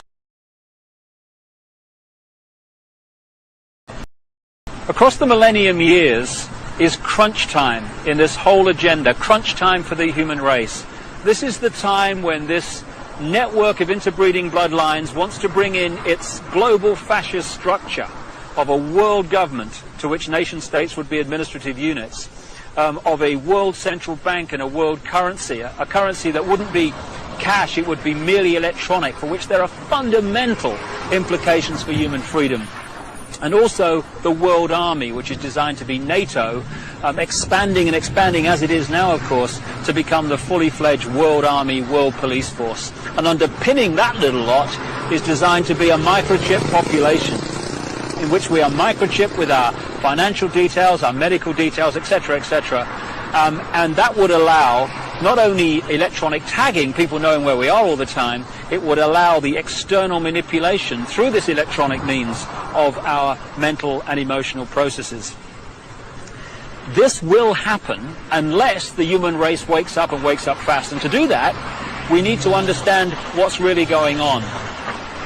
And to let people know that, we've got to stop beating about the bush, stop pulling punches, stop pussyfooting around, keeping information from people, oh my goodness, how will they react, and just say, this is going on, take it or leave it, make of it what you will, but this is what's going on.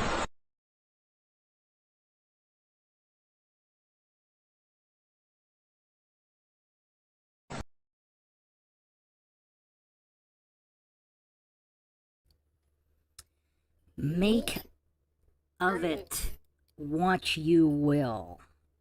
But this is going on. Very interesting that he's predicting this in 1998. And actually, even far prior to that, from his books from the early 90s.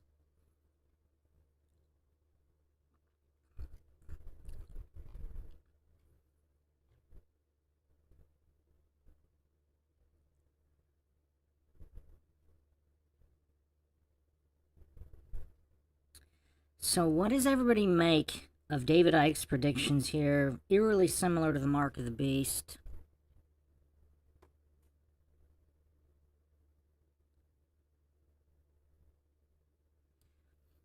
I also played a clip of one Nancy Pelosi with an interesting Freudian slip, possibly. But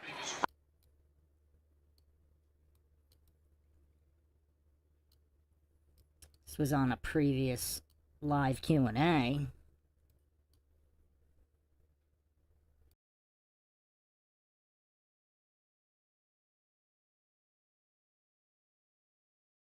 they didn't know what they were talking about. We know we're different from the presidential. We're very discreet, reptilian, cold-blooded. These are the races we have. We're very discreet, we're very discreet, reptilian, cold-blooded. These are the races we have to win. Others are winning the whole country. 10.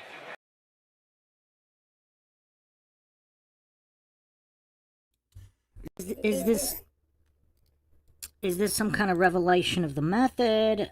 A Freudian slip? Who knows?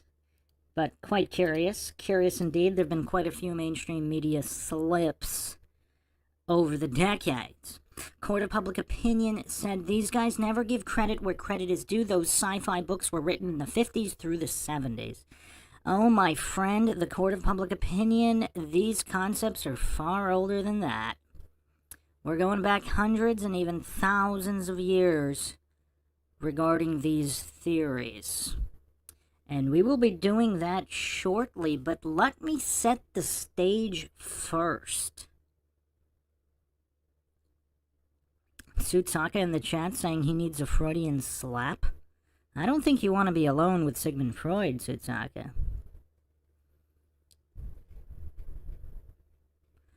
Okay, so let's see what we got here.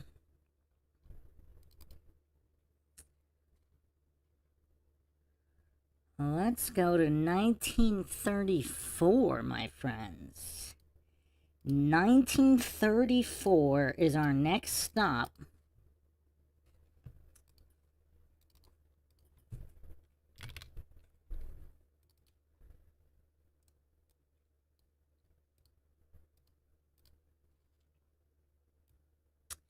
LA Times, what do we got here? Lizard people Catacomb City hunted. So not only do they know about the lizard people in 1934, apparently they're actively hunting lizard people cities in 1934 under the City of Angels, or Fallen Angels, depending on which translation one wants to follow. That's quite interesting. What do the coincidence theorists make of this article? New York Times, or LA Times rather, LA Times here, Monday morning, January 29th, 1934. Another coincidence is that there's 4 horsemen of the apocalypse right above that. But anyway, so this is the LA Times. With authority-worshipping cultists and bootlickers consider one of the foremost official newspapers in the United States. Lizard people's Catacomb City hunted. Engineer sinks shaft under Fort Moore Hill to find maze of tunnels and priceless treasures of legendary inhabitants. That's quite curious. That's quite curious. What do all the coincidence theorists make of this? Or even those who believe that the lizard people all started with sci-fi novels in the 50s. So, we have quite a few curiosities here regarding this.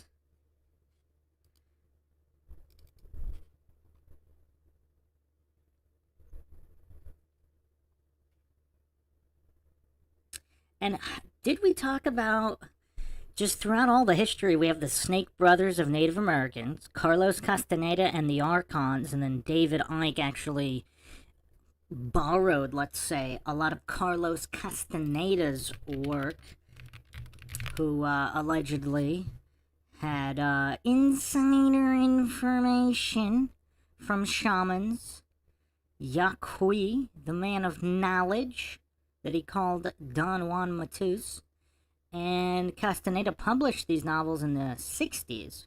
David Icke certainly seems to have borrowed some of his work regarding the concept of Archon's interdimensional brain parasites of sort, and more. We're not going to focus too much on that at the moment. I might have to do a dedicated podcast on Castaneda at another point in time.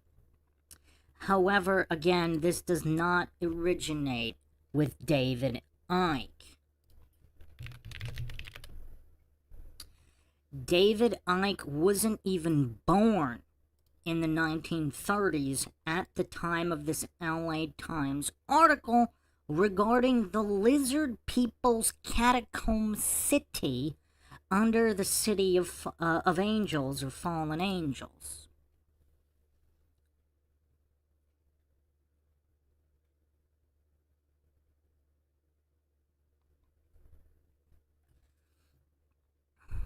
Tsutsaka sounds like he's got his ears clogged.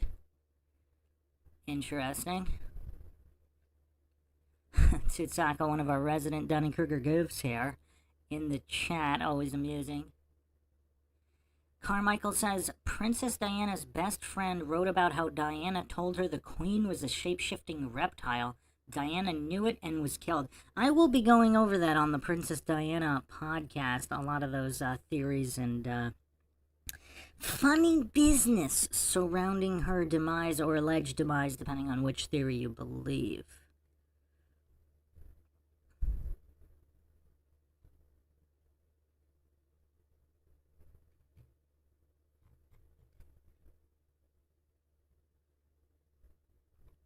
Interesting. Carmichael in the chat says, when David Icke was working for the BBC, he met Lord Mountbatten and said he's seen his eyes shift to reptile years before Icke went on his path. Another curiosity is Icke's last name. Is that Icky? Is that Ick? Or Ick? I've never seen that name before David Icke. Is there a clue in Icke's name?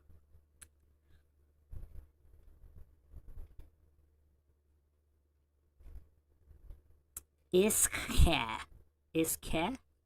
Ike. Alien Big Cat 23 says Oik. David Oik. Is that the British pronunciation? Alright, let's figure out what's going on with this reptilian city.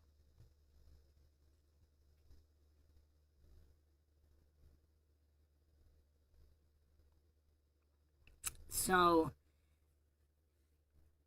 there is a recurring theme here. The City of Fallen Angels, Hollywood, based in the City of Angels or Fallen Angels. The Illuminati cabal obsessed with movie magic and hypnotizing the world. Possibly the Whore of Babylon is Hollywood itself. And let's go to LA Magazine. Actually did a write-up on this underground catacombs regarding the lizard people that were actively being sought and excavated in Los Angeles in the 30s. And there's also actual maps that survive. I'm going to put them on the screen in a second. These are allegedly the actual maps used regarding these catacombs. So various shafts dug here. Various tunnels, even areas with a lot of gold underneath Fort Moore. So again, these are allegedly the actual maps that they used digging all these tunnels. Fascinating stuff. So many things the coincidence theorists can write off as hogwash or coincidence, as they love to do.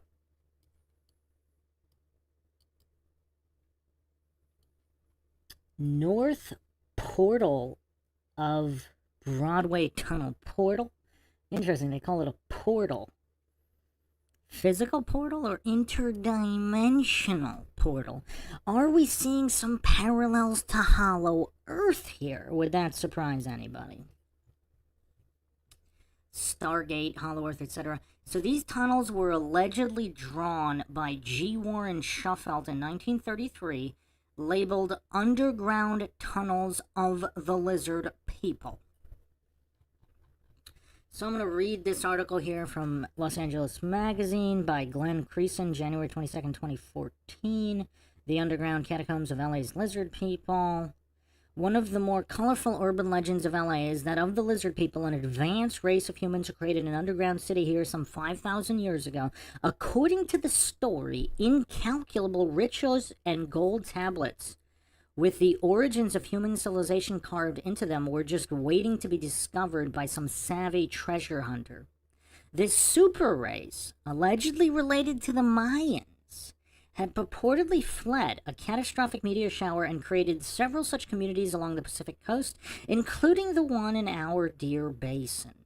The so-called lizard people were so intellectually and technologically advanced that they used mysterious chemicals to dig a network of some 285 tunnels, fully equipped with vast chambers large enough to accommodate 1,000 families who lived off of a store of food and water placed there by the tribe.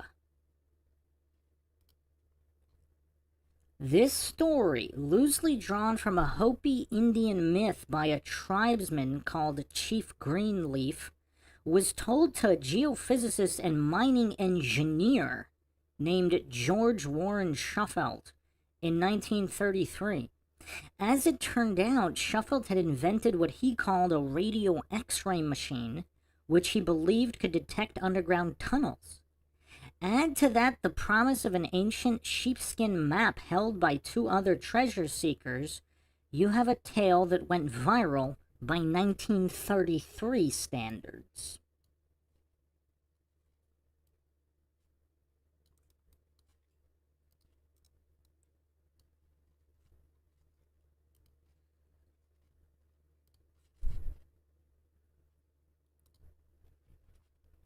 So for those that say Warren Shapeshifter never had any such X-ray device, let's bring the receipts, baby.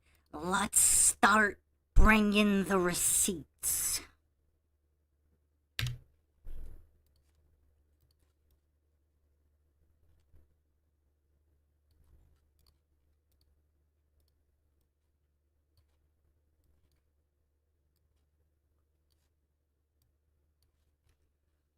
Looky, looky.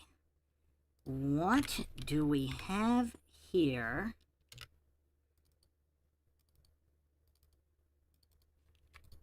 This appears to be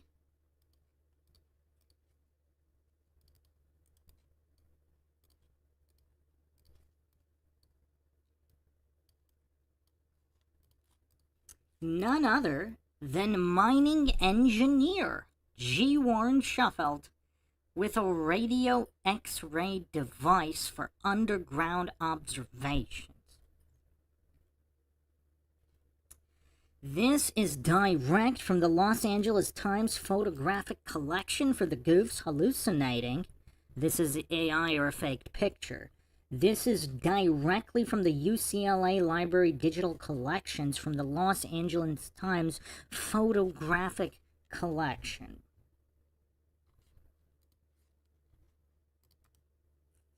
I will put the URL right on the screen for all the goofs, for all the coincidence theorist goofs doubting this.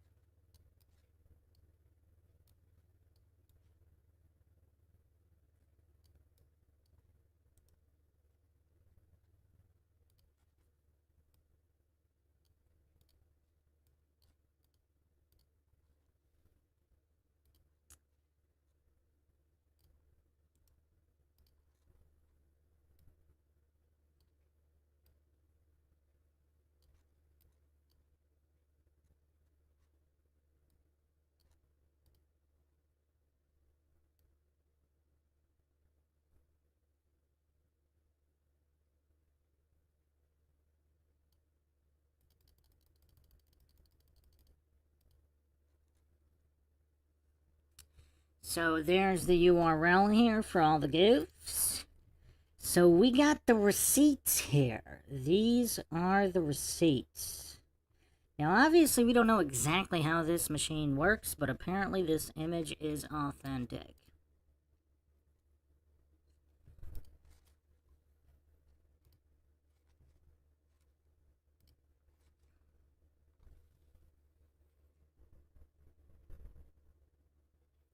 Apparently, he was also a military man. He was in the United States Cavalry 1905 to 1908. Interesting.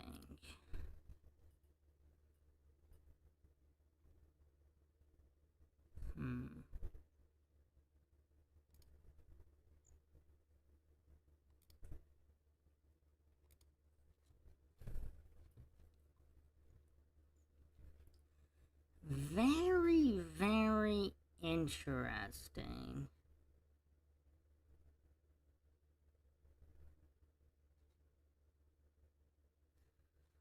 I'm going to read the article in a second. Let's just get the background info here from LA Magazine.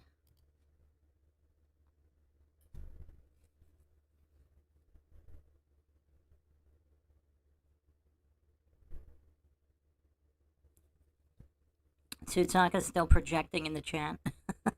It's so sad that your subconscious has such a low opinion of you, but who are we to argue with your subconscious? It knows you best.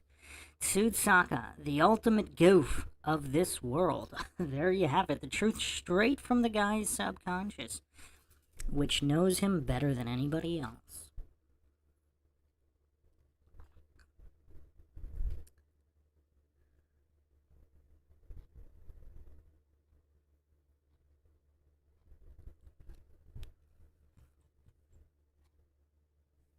Wow, Tsutsaka conceded that he's the ultimate goof of the world. No surprise there, though.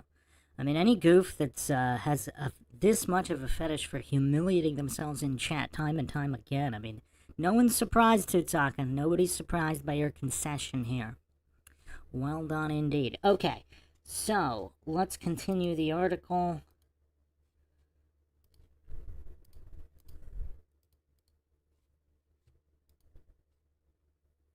Schufeld's quest for the Lizard People's golden treasures was picked up and followed closely by the LA Times, and in turn the Associated Press, which spread Schufeld's search for the lost catacombs and their inhabitants all across America. The entire underground city, appropriately shaped like a lizard, reached from Elysian Park, the lizard's head, to today's Central Library, the tip of the tail. Schufelt swore up and down that he had discovered the exact locations of 1,900 square feet of tunnels, rooms with 9,000 feet of floor space, and 16 places where gold was stored, all by using his radio X-ray machine. He created this map of the passages below the surface of Fort Moore Hill after getting permission from the County Board of Supervisors. You know, this is kind of curious. So the Los Angeles County Board of Supervisors approved his excavation here. He began a dig up North Hill Street overlooking Sunset Spring and North Broadway that was watched like an engineering soap opera by folks in the grip of the Depression. The wildly speculative newspaper reports insisted that the buried treasure was Spanish gold planted in the colonial period, and that the crew felt they were ready to bring it out after 28 feet of the shaft was sunk. The deal made by Schufelt and his small team of associates was a 50-50 split with the county. So LA County was so greedy that for fitty-fitty, a fitty-fitty split, they agreed to allow him to excavate. The dig was plagued by challenges, dense boulders and plenty of mud after the shafts passed the water table. Some experts claimed the dig must reach 1,000 feet, while Schufelt did accomplish 200 feet. He found no gold or tunnels, allegedly. I don't know how so in LA Magazine here, they're claiming they know for certain he didn't find anything, because if he did find something, and he didn't want to share it, why would he report it? Again, the goofery of these coincidence theorist writers is just so, I mean, it's just beyond clueless. When winter turned to spring, the digging stopped as the money dried up and the newspaper stories vanished, along with the radio X-ray. Well, clearly it didn't vanish because this photo is from several years after that.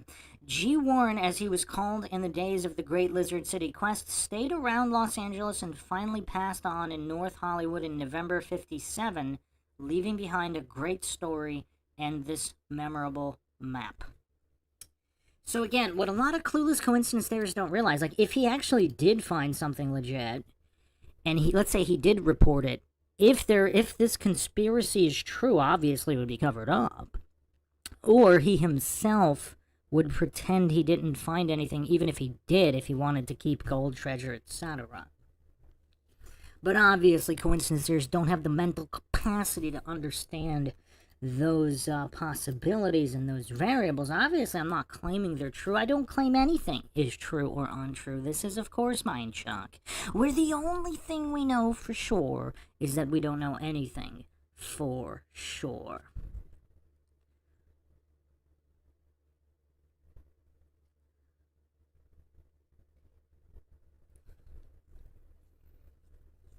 There's actually a little bit more to the story. Let me see what I can dig up here. I do remember there being quite a bit more to this story.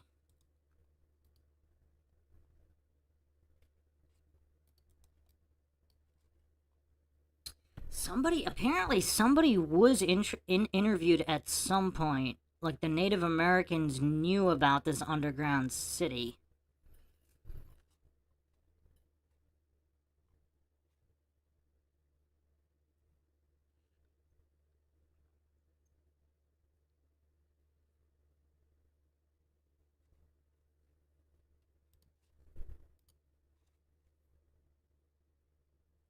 I'm going to read the article from the LA Times here in a second. So, this is what the article says.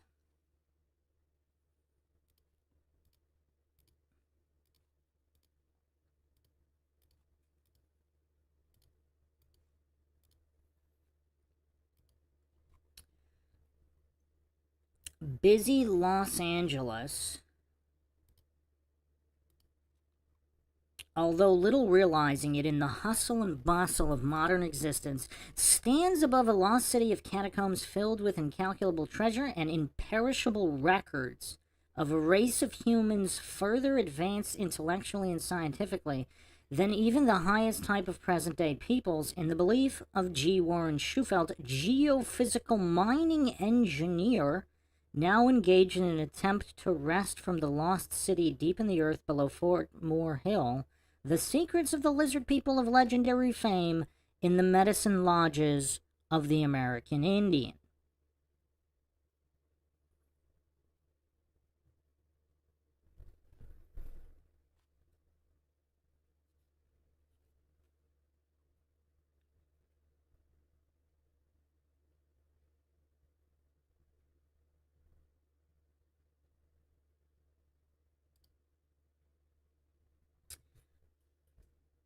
So firmly does Shapeshifter and a little staff of assistants believe that a maze of catacombs and priceless golden tablets are to be found beneath the downtown Los Angeles that the engineer and his aides have already driven a shaft 250 feet into the ground, the mouth of the shaft being on the old Banning property on North Hill Street, overlooking Sunset Boulevard, Spring Street, and North Broadway. And so convinced is the engineer of the infallibility of a radio X-ray perfected by him for detecting the presence of minerals and tunnels below the surface of the ground, an apparatus with which he says he has traced a pattern of catacombs and vaults forming the lost city, that he plans to continue sending his shaft downward until he has reached a depth of 1,000 feet before discontinuing operations. Legend supplies crew. Shapeshifter learned of the legend of the lizard people after his radio X-ray had led him hither and yon over an area extending from the public library on West 5th Street to the Southwest Museum on Museum Drive at the foot of Mount Washington. I knew I was over a pattern of tunnels, the engineer explained yesterday, and I had mapped out the course of the tunnels, the position of large rooms scattered along the tunnel's route, as well as the position of deposits of gold, but I couldn't understand the meaning of it. Then Shufelt was taken to Little Chief Greenleaf of the Medicine Lodge of the Hopi Indians in Arizona, whose English name is L. Macklin. The Indian provided the engineer with a legend which, according to both men, dovetails exactly with what Shufelt says he found. Fire destroys all. According to the legend, as imparted to Shufelt by Macklin, the radio X-ray has revealed the location of one of the 3 lost cities on the Pacific coast, the local one having been dug by the lizard people after the Great Catastrophe, which occurred about 5,000 years ago. This legendary catastrophe was in the form of a huge tongue of fire, which came out of the southwest, destroying all life in its path. So, was this some kind of reset, advanced technology reset weapon?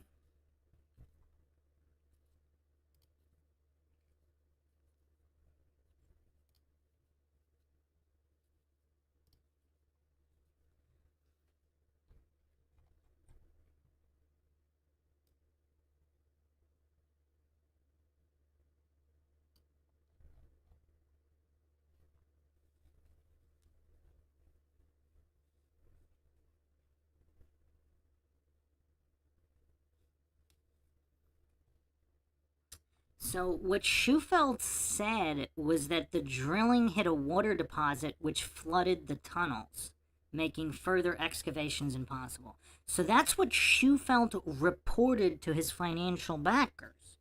Now, obviously, we don't know if that's true or not. We have no idea if that's true or not.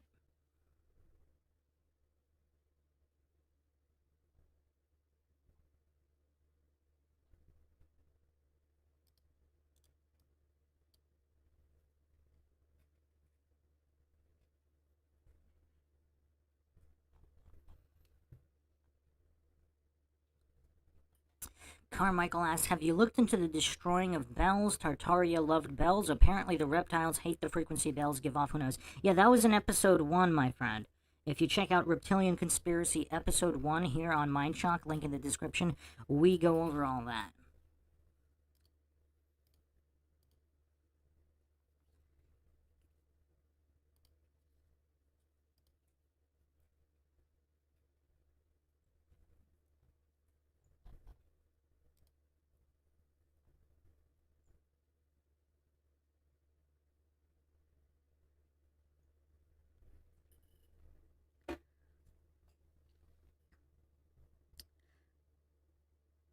The path being several hundred miles wide. The city underground was dug as a means of escaping future fires. The lost city, dug with powerful chemicals by the lizard people instead of pick and shovel, was drained into the ocean where its tunnels began, according to the legend. I wonder if these are just all hollow earth interconnected tunnels all over the world. And whatever energy weapons were used in the last reset, if that's the truth, again, I'm not claiming it is, for all the clueless coincidence theorists getting instantly triggered, claiming I am making a positive claim. I am not. I am just going over various different theories, many of them mutually exclusive.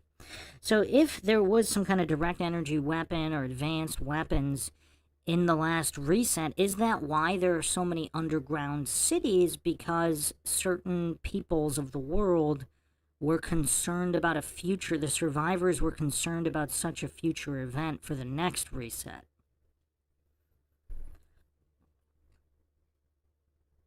But continuing on here,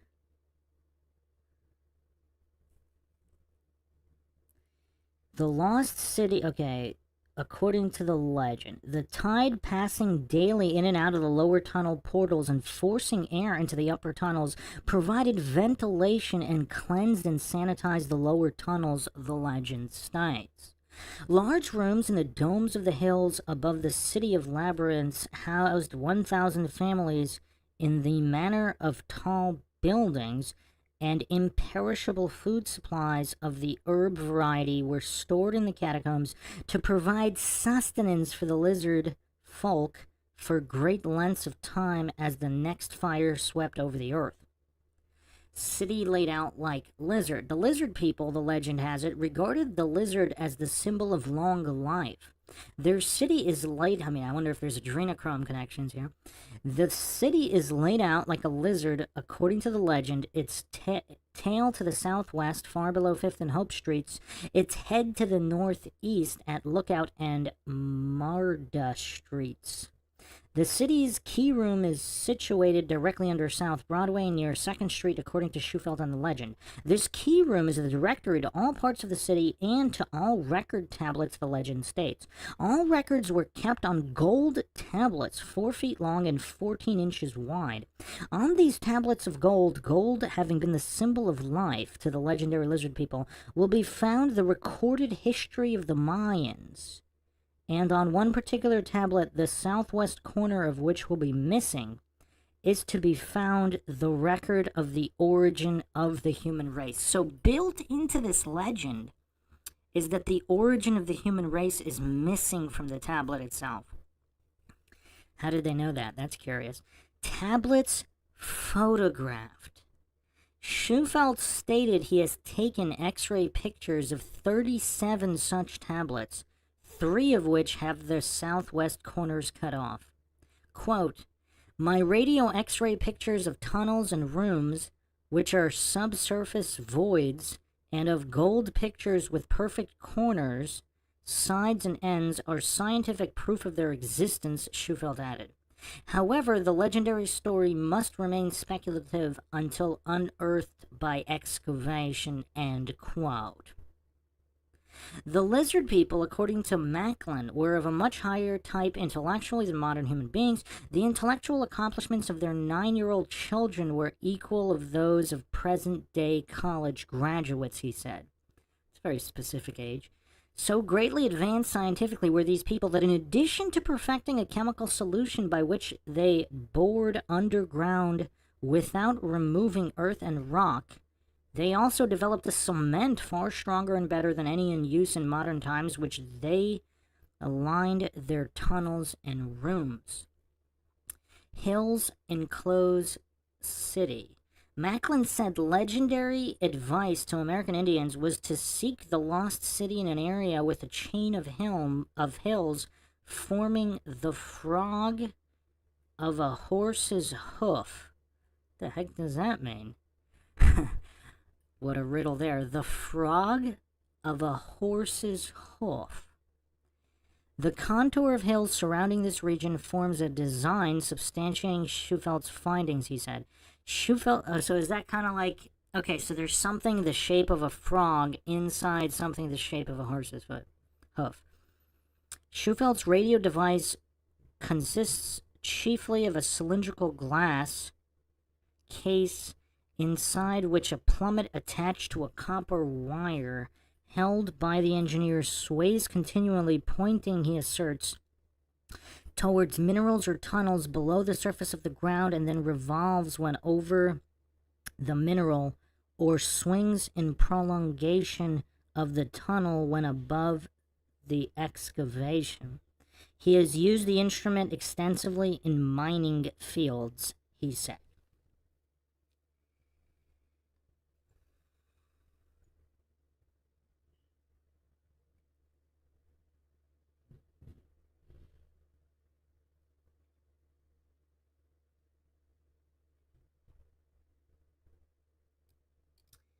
Very, very curious stuff, is it not?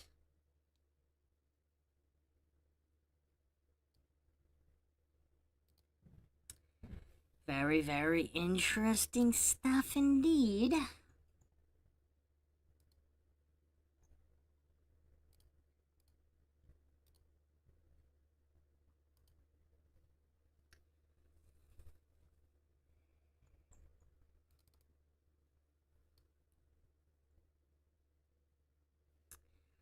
Found some more photos here. Another image here, quite interesting. Looks like the LA Times map was actually taken from, I don't know if this was also in the newspaper or this was the original drawing here.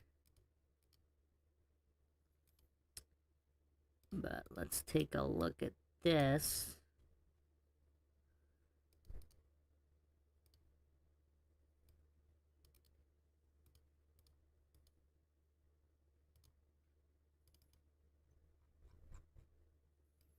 There's some very weird stuff on this one.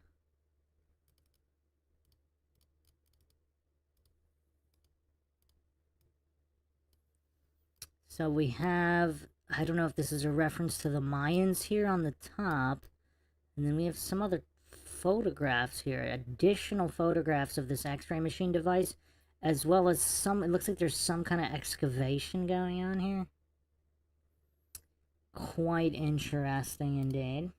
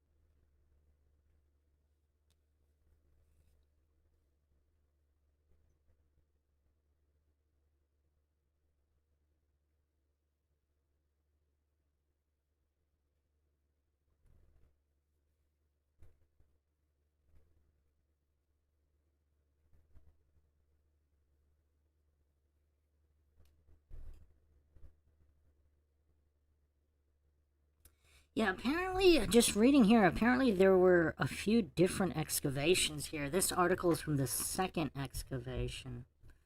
Wonder what they found in the first one.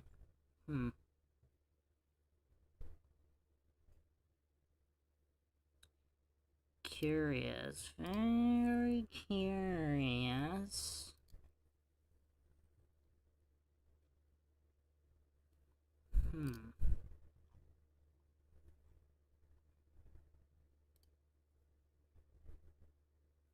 Yeah, this image on the screen was in the newspaper.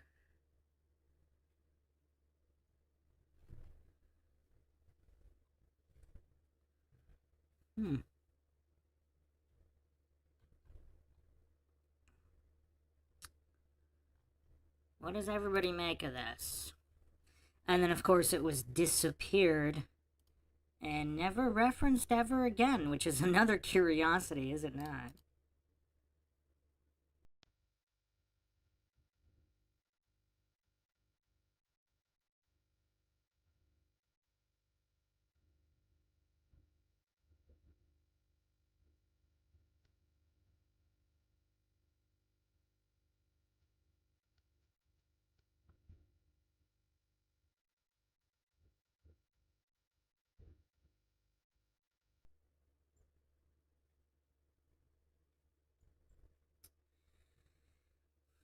Now, let's go a little deeper here.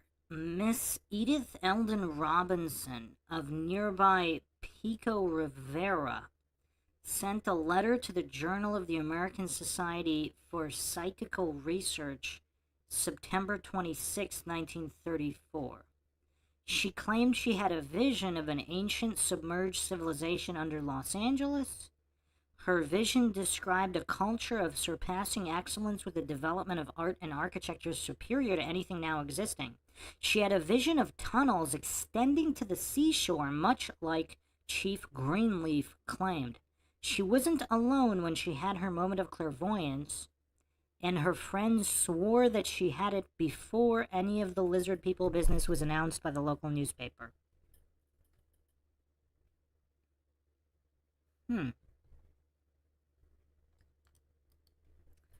And there's actually an article on this woman as well.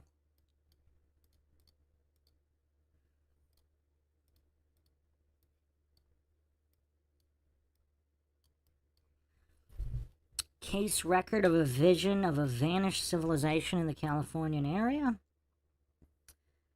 She attested that she had the vision December 22nd, 1933. There was also a second vision. The idea suggested her mind was that these tunnels were constructed for safety in case of surprise by marauding bands. Also that they afforded means for water transit. Very curious indeed. But yeah, what's also curious is apparently there's no reference to any of this ever again. So just that year, and then that is it.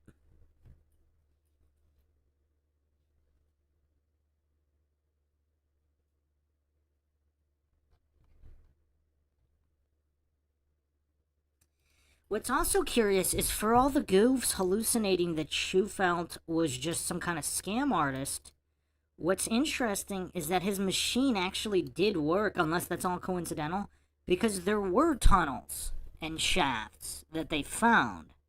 Now, apparently, according to the official reports or what was revealed, they didn't find any gold tablets or remnants of any kind of lizard or anything, other than tunnels and shafts of unknown origin. So that's very curious because the machine did show shafts and tunnels where he claimed they were using the device. Now, is it possible other people knew of these tunnels and they told... See, but how would they know exactly where they were? Because even if Chief Greenleaf told him this legend, how would he know exactly where the tunnels were? Los Angeles is kind of big.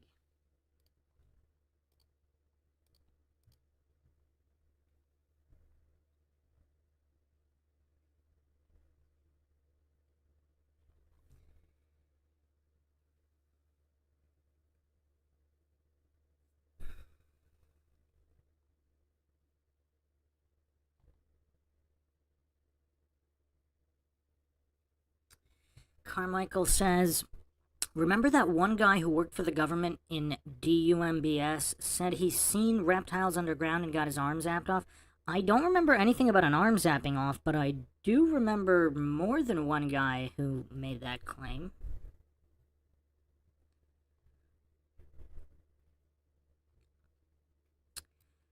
Okay.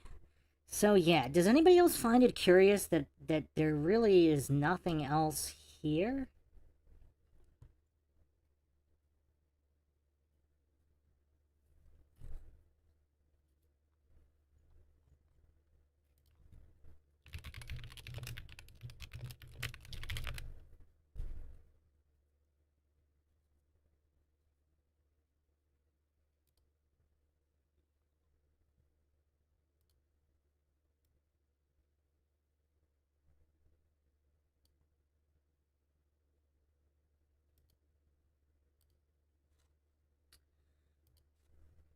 So there are many underground tunnels underneath Los Angeles. I'm going to show them right now.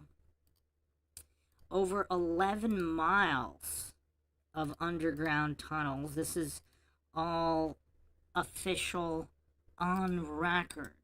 So are these repurposed tunnels from ancient tunnels? I mean, every city has underground tunnels. A lot of goofs don't know that, but these tunnels were used during Prohibition. Now, the question is, what is the source? What is the source of the tunnels? Like, who actually created them? Obviously, they were repurposed during Prohibition era. And then the military, obviously. But what was the original source? Who actually built these tunnels? That's the main curiosity here. There's over 11 miles of tunnels. I mean, that's on record. Who knows how many more miles there could be.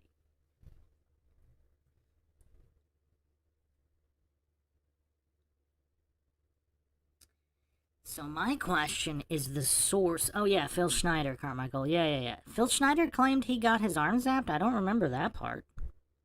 Yeah, I have a Phil Schneider podcast coming up as well.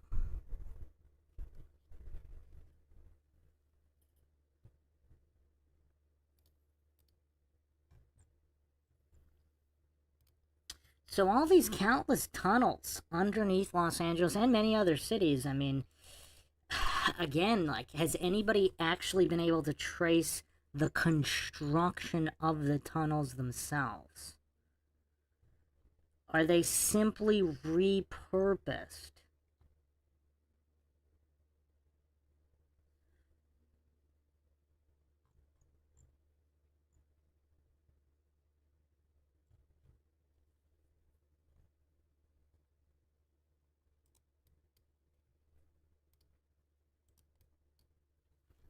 This particular tunnel here looks pretty creepy.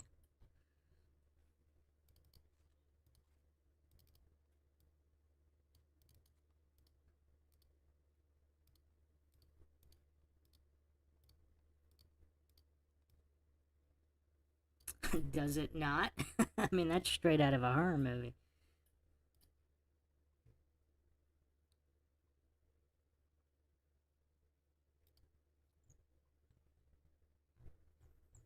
So again, obviously they were all repurposed and utilized during Prohibition.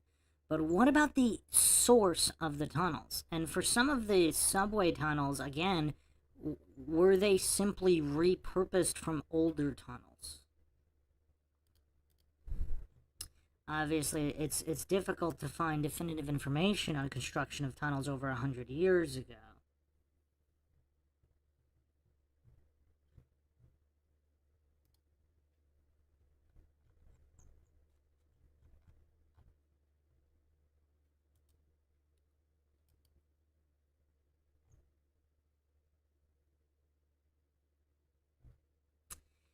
I mean, this is kind of weird. According to official history, some of these tunnels were dug.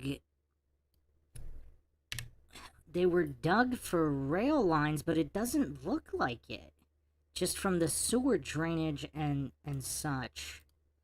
And obviously the county would know about the existence of these tunnels if they had dug them simply 20 years prior to this guy.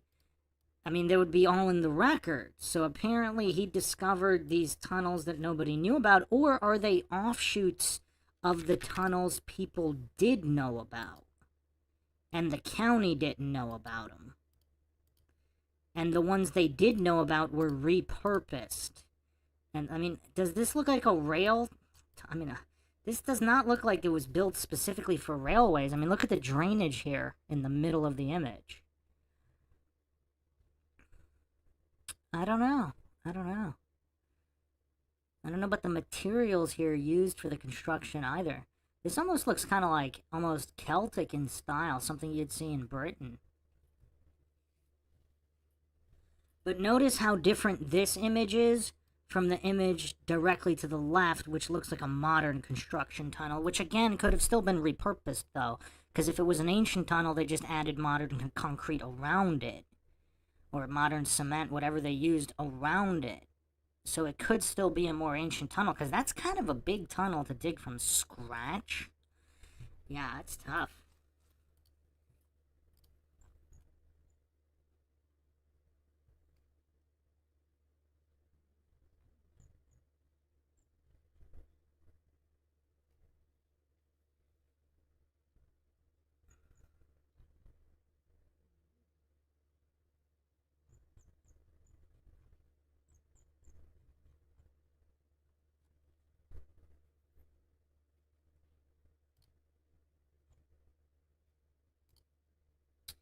Yeah, I mean, it seems like there's a whole bunch of different types of tunnels.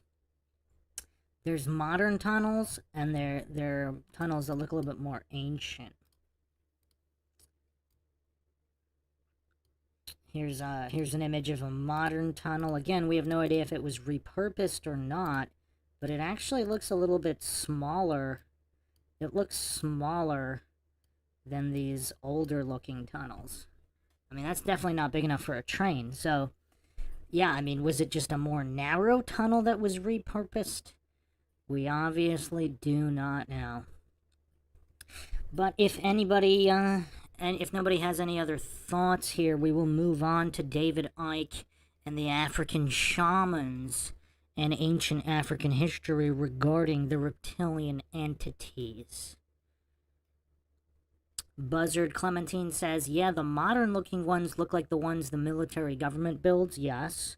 Especially the narrower ones. But the bigger ones could easily be repurposed. I mean, look at this older-looking one, and the newer-looking one looks like they might have just paved over it.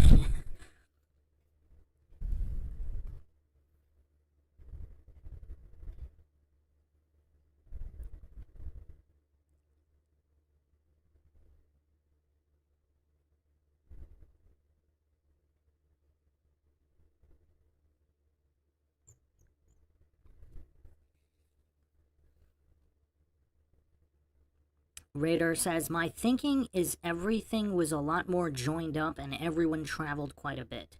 Yeah, whether it was Atlantis or Tartaria, I think a worldwide civilization is very possible. I mean, airships, underground tunnels, stargates, who knows? And if they had electricity.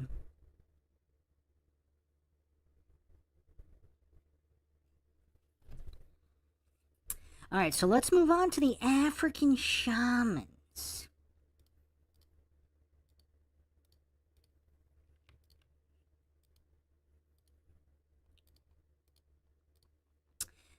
Let's see. So what's curious is David Icke tracked this guy down after hearing so many countless reports. I forget what he said. Did he say there were hundreds? David Icke received hundreds of accounts of people witnessing reptilian shapeshifting before he sought this guy out.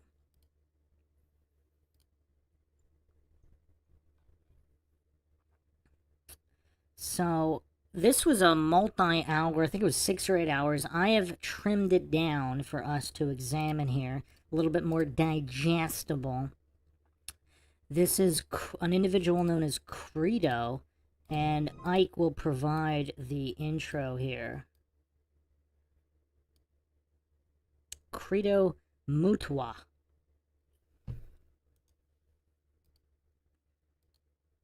Fair use, of course, always in play.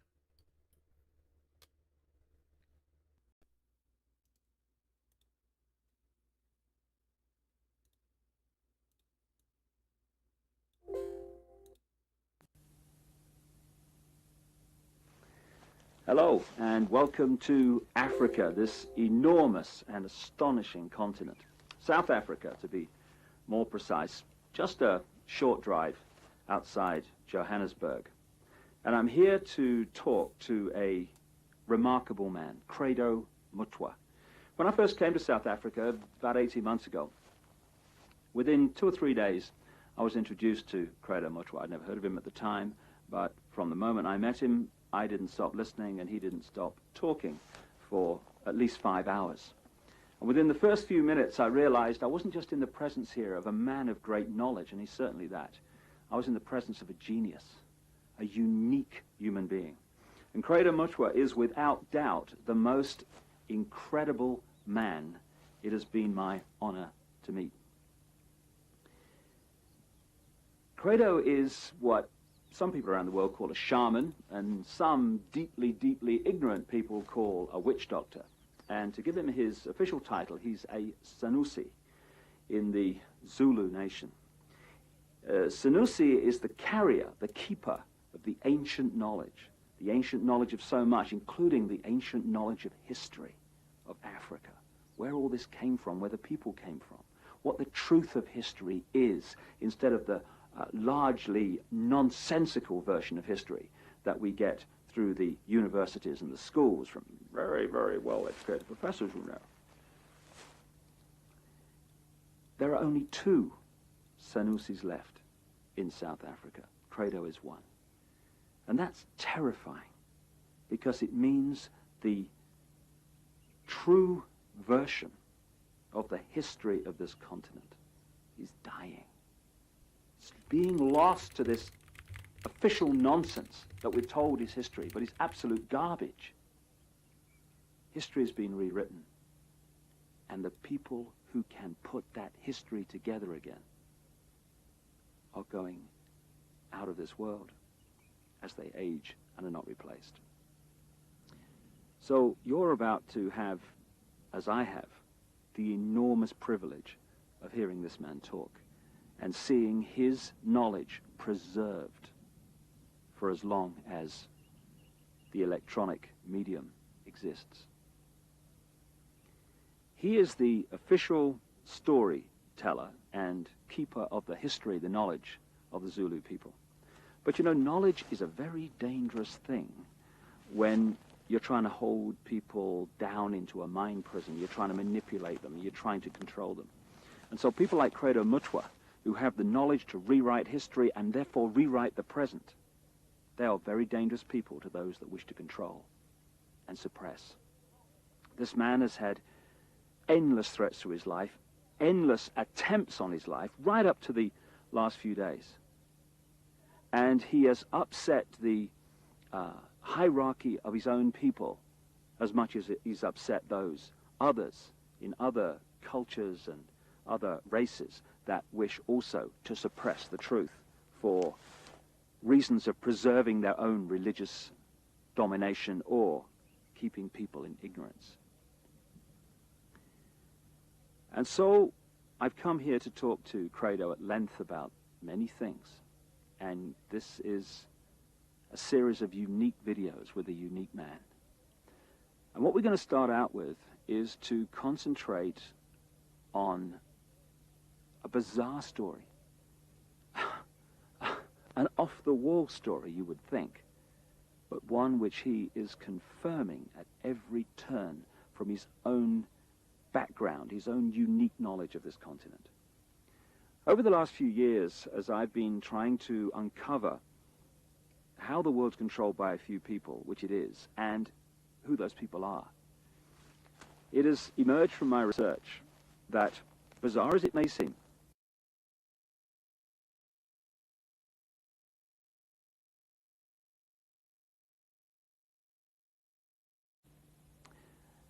a reptilian race from another world, interbred with humanity in the far ancient world, creating hybrid crossbreed bloodlines. You see references to these in the Old Testament and into endless of the ancient texts. In the Old Testament, it talks about the sons of God, which in the original is sons of the gods, plural, interbreeding with the daughters of men to create the hybrid race, the Nephilim.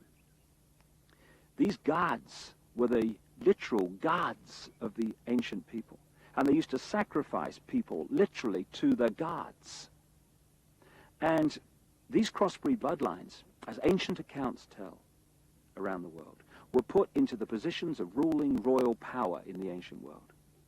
And then, as is happening today, when you do the genealogy of the ruling families and the ruling positions of power in the world, be they the 42 presidents of the United States up to Bill Clinton, be they the British royal family, be the aristocracy of Europe, any of these key ruling elites, the top of the banking system, the top of the global business system, you hit the family lines which go back to these same ruling lines of the ancient world, royal lines, that the ancient accounts say were the crossbreeds between humanity and these reptilian gods.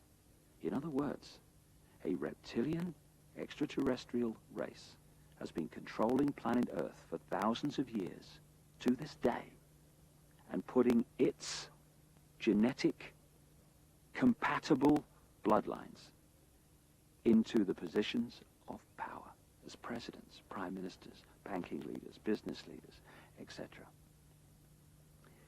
And this explains so many things. where we get the divine right of kings from, the divine.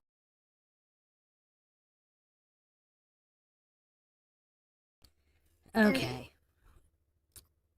So, at least one individual in the chat is calling Mutwa a fake and is hallucinating that there was a legitimate debunk, or, if I'm mistaken, claimed there was a debunk. Alien Big Cat 23 said, I've seen Credo Mutwa debunked before a decade ago. Debunked by whom and how? And have you seen the debunking of the debunking? Those are my questions to you, Alien Big Cat 23. But before we go any further, I do want to go over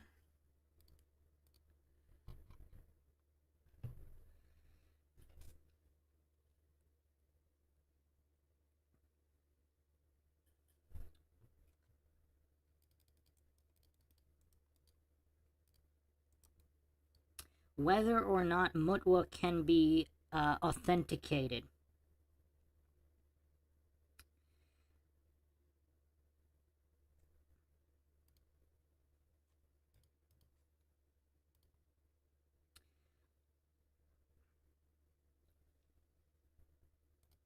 So let's go to the peer-reviewed journal, the Journal for the Study of Religion.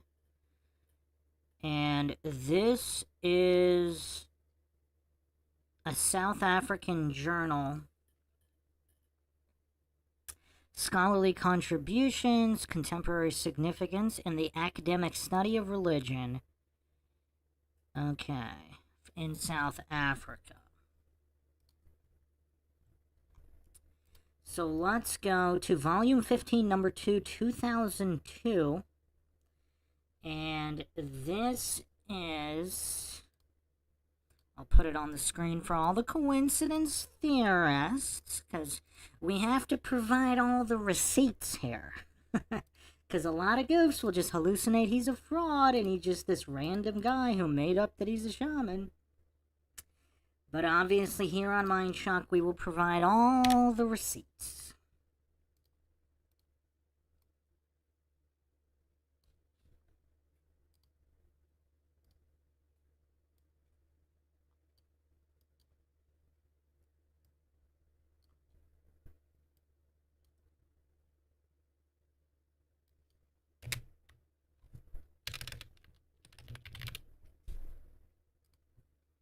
I'm going to put it on the screen right now. We should probably do this before going any further, because obviously there'll be no shortage of goofs claiming they know for sure that Credo Mutwa is a fraud. So here we go, direct from the Journal for the Study of Religion in South Africa. This is JSTOR.org. Credo Mutwa, Zulu Shaman, the invention and appropriation of indigenous authenticity in African folk religion. By David Chidester, University of Cape Town. How has Vusamuzulu Credo Mutwa emerged globally, if not locally, as the supreme bearer of South African indigenous authenticity? Retracing his long journey from Zulu witch doctor to New Age shaman, I have highlighted Credo Mutwa's ongoing reinvention of himself in relation to different appropriations of his authority. During the 50s, Mutwa was used to authenticate African artifacts for a curio shop in Johannesburg. Through his writings in the 60s, his tourist attraction in Soweto in the 70s, his cultural village in Bofu, Tatswana in the 80s, he was used to authenticate the racial, cultural, and religious separations of apartheid. During the 90s, he acquired the label shaman through the interventions of exponents of New Age spirituality. Credo Mutwa's authority was invoked to authenticate a diverse array of enterprises in saving the world from human exploitation, environmental degradation, epidemic illness, endemic ignorance, organized crime, or extraterrestrial conspiracy. In all of these projects, the indigenous authenticity of Credo Mutwa added value because he represented the pure voice, untainted by modernity, of an unmediated access to primordial truth. Although he has sometimes been accused of being a fake, Credo Mutwa, I argue, has been doing authentic religious work by reformulating enduring motifs of indigenous religion, even when his authenticity is certified by aliens. Okay. So what's curious, this story does seem to stretch credulity. Mutwa's, that is. But if this guy is legitimate, if David Chidester really did, if he really did verify that at least Mutwa was where he said he was, regardless of whether what he said is true, at least tracing the story of his life where he actually lived in the locations he said he lived and worked, then that opens the door, obviously, because if there's no verification of anything, then it would be suspect. So apparently this guy did his research and was able to verify that Mutwa was where he said he was at certain times. So at least he got that far. Now, obviously, that doesn't mean that what he says is true. But that's a step forward that if he was a complete fraud and was never anywhere and never worked with anyone at any time, then, you know, it would be hard to substantiate anything. I mean, this article goes on to saying that he actually attended an international conference on transpersonal psychology in Kyoto, Japan in 1985, introduced as the great Zulu shaman Credo Mutwa. So apparently, this guy, whether legit or not, he was used to authenticate all of these things in all of these different fields, as he was presented as an authentic voice by many different people in South Africa, and apparently other areas in Africa as well.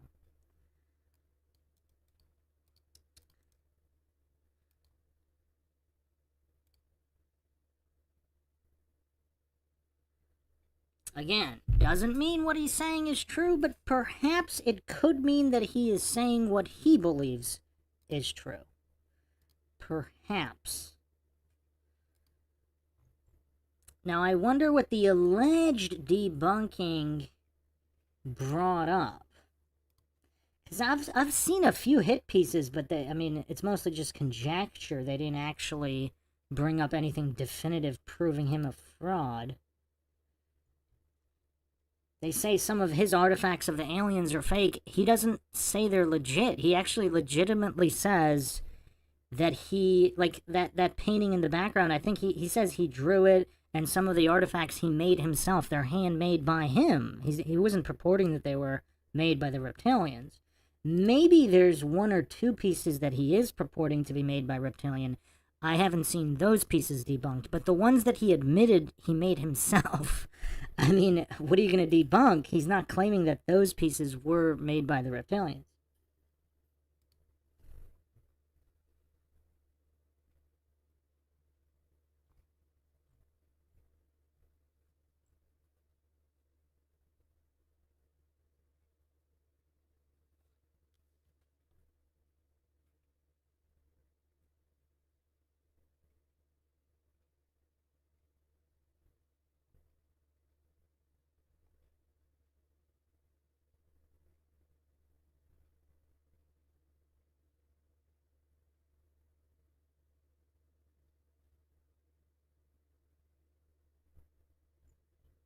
Now, there were a lot of hit pieces on him as well.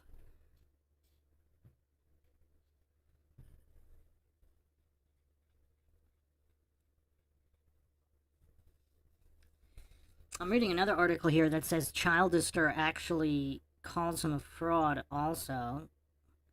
But I don't know. I mean, in the other article, it says that he did verify that he worked where he said he worked.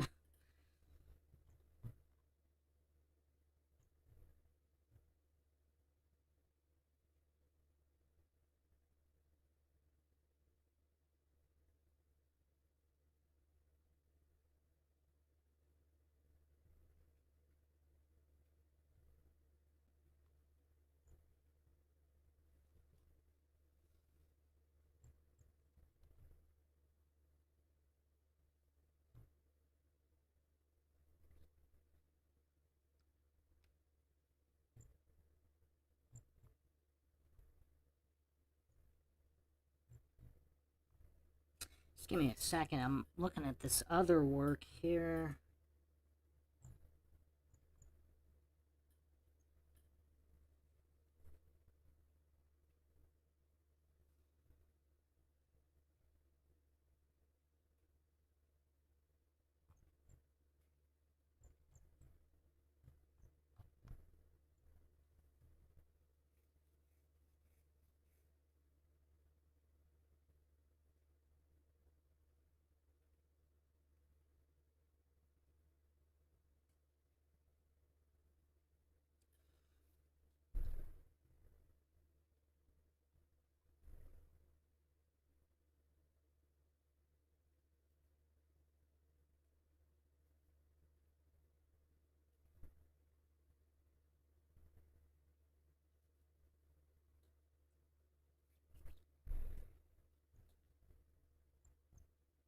What else is interesting by the coincidence, there's obviously, just like in the Western world, like even with Christianity, you have all these different sects and all these different interpretation of scripture, etc., branching off, all claiming to be the one true one. Obviously, the same is true in Africa.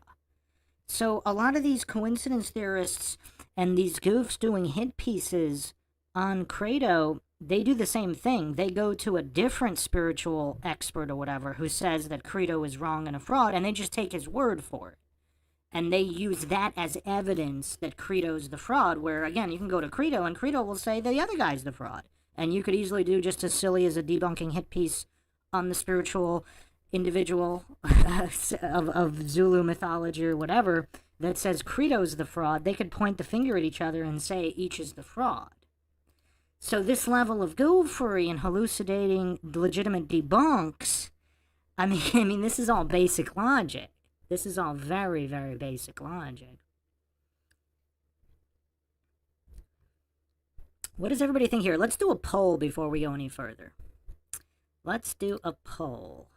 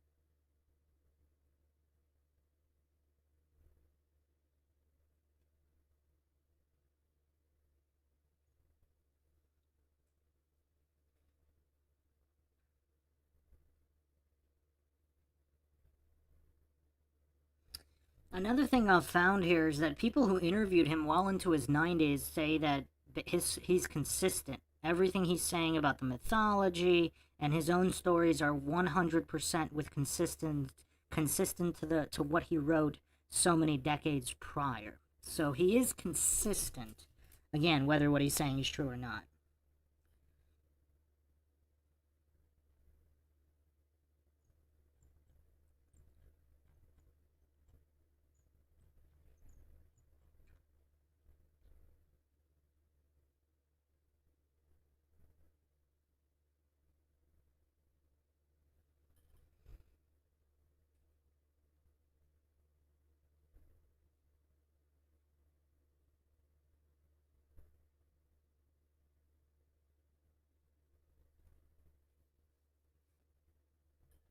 So here's perhaps one of the most interesting write-ups on Mutwa.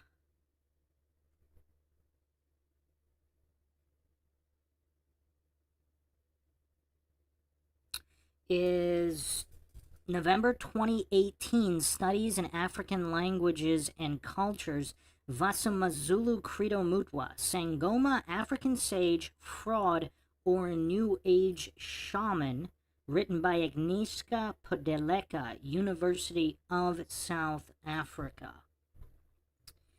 And let me, I'll do a screenshot of this as well for the coincidence theorists.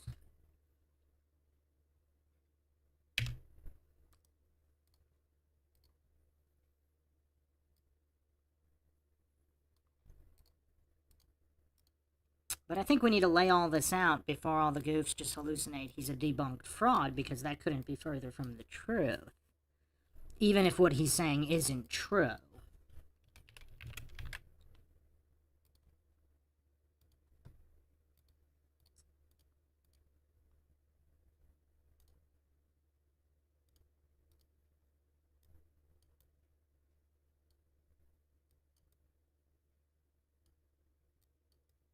I'll just read the abstract and the conclusion here. We can get more into this later if people are interested. Abstract: Vasumazulu Credo Mutwa is a South African Sangoma, a writer and an artist, and a controversial expert on UFO-related conspiracy theories. He considers himself an expert on South African, especially Zulu cultures and religions. He is rejected by academics, or quackademics, whatever you want to call them, and often considered a self-imposed expert and a fake whose version of Zulu religious beliefs has ventured so far from Zulu religion that they are hardly recognizable. I mean, not unlike any major religion with offset sects, etc. Mutwa himself claims to be misunderstood and falsely judged. He calls himself a shaman, a chosen one, a guardian of secret knowledge, and an expert on esoteric African wisdom.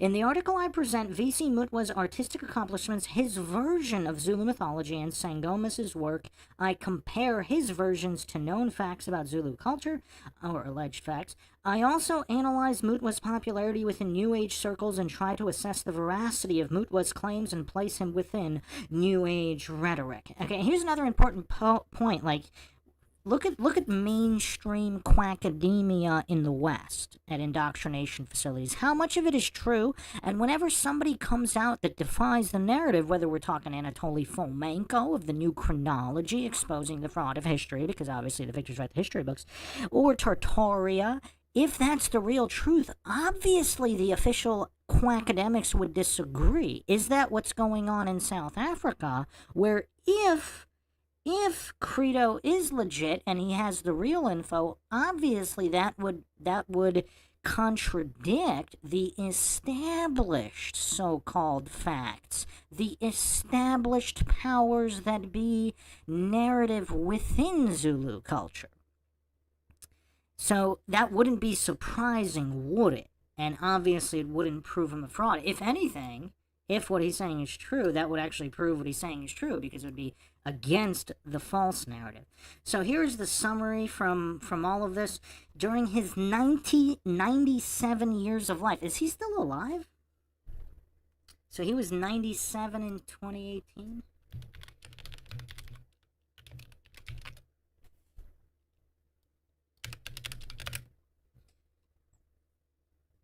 Oh, wow, he died March 25th, 2020, age 98.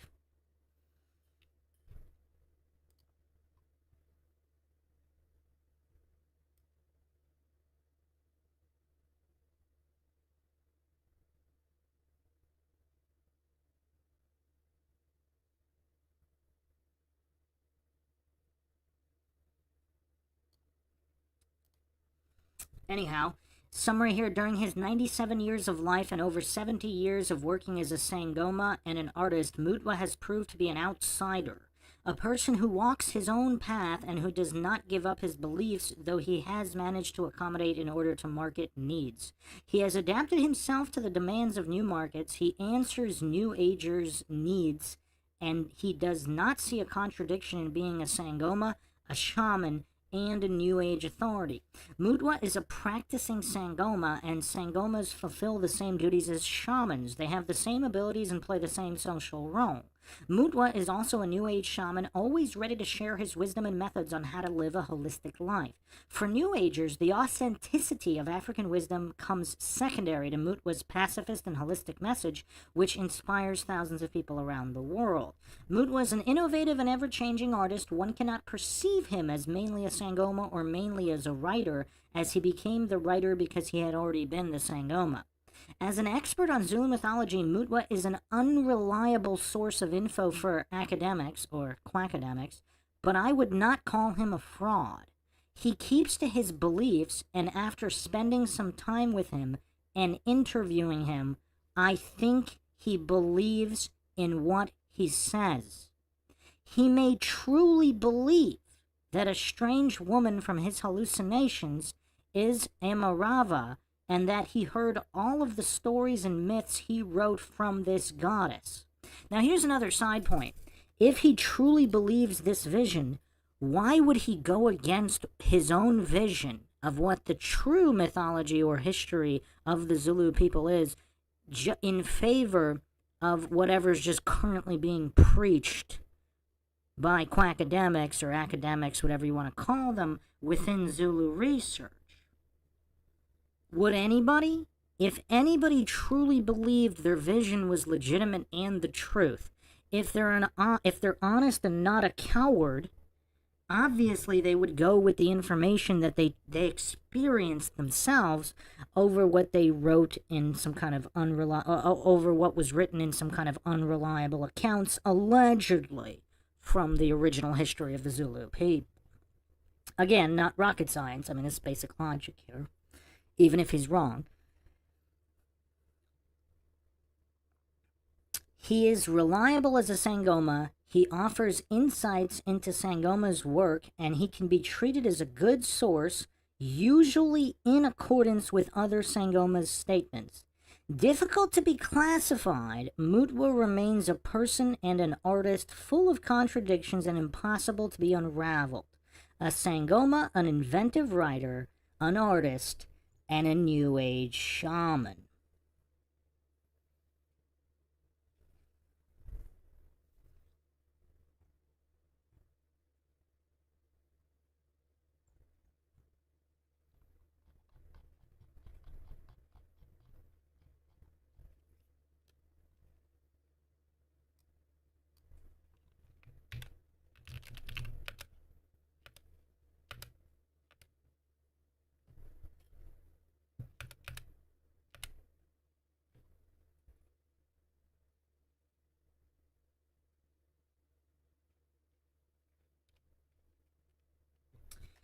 Some other interesting info from this paper here.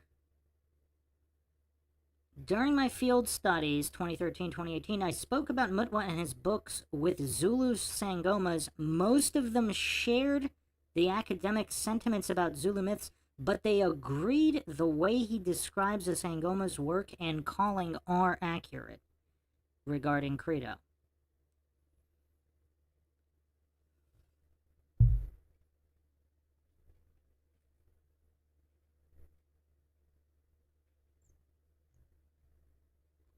Sangomas are diviners, clairvoyants, healers, exorcists, people who are believed to contact ancestral spirits in Nguni ethnic groups. They are believed to have abilities and perform duties similar to or identical to shamans from different cultures of the world.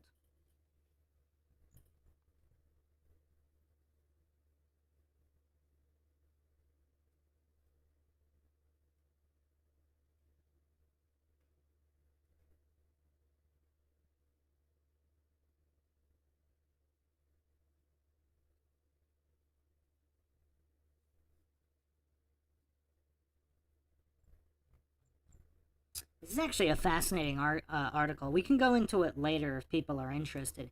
But I just wanted to go over that quick just for the goose that hallucinate that Mutwa was indeed legitimately debunked, because obviously that never happened.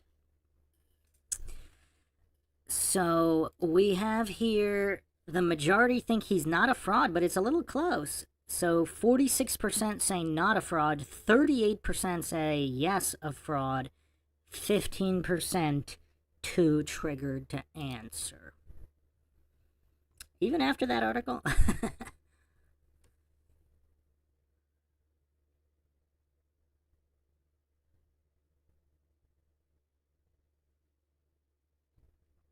Okay, so let's get into this interview now. I don't think... Did anybody reply? Did Alien... Was it Alien Big Cat? Did they reply onto the nature of this alleged debunking of Credo?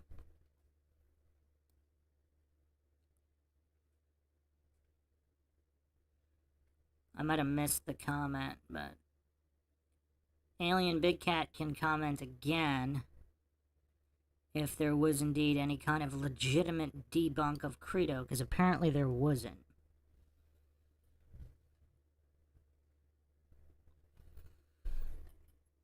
Well, again, Tsutsaka, burden of proof is on positive claims. If you're claiming that he was debunked, you have to provide the proof, you goof.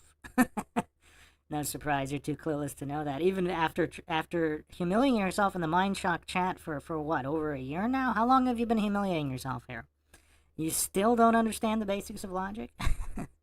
I'm not saying that what he's saying is true. But whoever claims he was legitimately debunked, the burden of proof is on the one making the claim.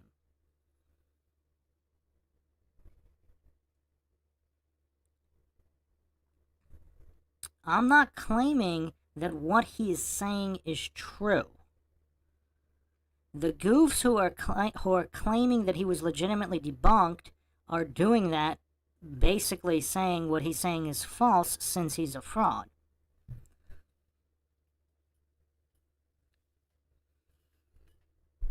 Well, Tsutsaka, I don't know exactly how brain dead you are, but for the millionth time here, I am not saying that what Credo is saying is true.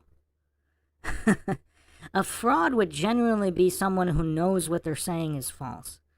If I had to guess, it seems like he believes what he's saying. That still doesn't make it true, though, obviously. Well, a goof is somebody who's silly, right? So if you claim somebody's been legitimately debunked and you can't provide that evidence, clearly you're a goof. Alien Big Cat 23 says, didn't say I believe the debunk. Okay, then. So I don't know what Tsutsaka's on about, but I guess, you know, the fetish for humiliating himself is just, it's such a strong compulsion, he just can't help himself. Yeah, I mean, the only alleged debunks I've seen are those saying that they strawmanned Credo, because Credo handmade certain artifacts that matched his vision in his dreams or whatever. And he literally states he made them with his own hands. And a lot of the debunks are saying, oh, these are obviously not alien artifacts. They were never purported to be. I think there might be one artifact that he says is extraterrestrial or whatever from the reptilian interdimensional entities. I haven't seen that one debunked. All the debunks, the alleged debunks I saw, were them saying that his own admitted handmade creations and carvings were not, were rudimentary and obviously made by humans, which he openly admitted. So, those are the only debunks I've seen.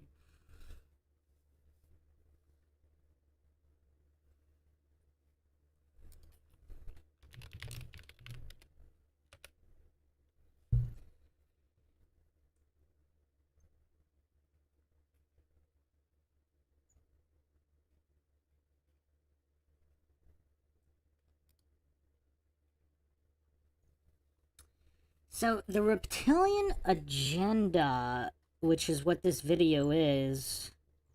See, the original release date... what's the original release date here? I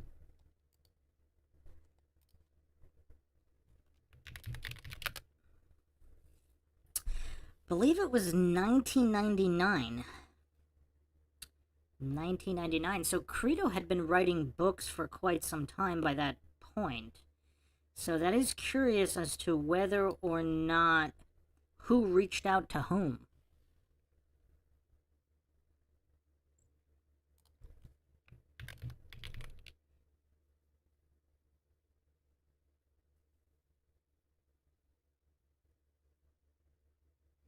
Well, also Zachariah Sitchin, who there's been a lot of alleged debunks of him as well. I don't know what to make of that. Did he write The 12th Planet? That was 1976.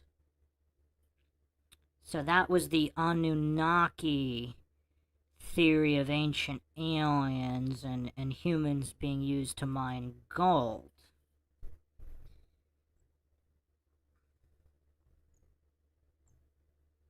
Yeah, I'm trying to find exactly how Ike came to know about Mutwa. That is a good question. But Mutwa he had been writing books for quite some time at that point. So I guess it wouldn't be surprising that they came to know of each other, possibly. Especially if Mutwa was giving speeches in Japan in the 80s. So,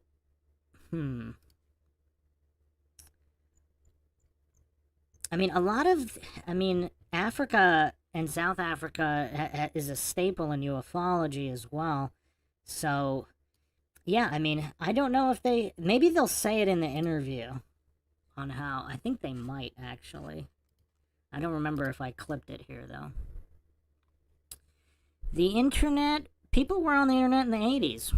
John Lear, actually, those BBS boards in the late 80s with John Lear. That actually gave rise to the popularity of ufology in the U.S. or the Western world.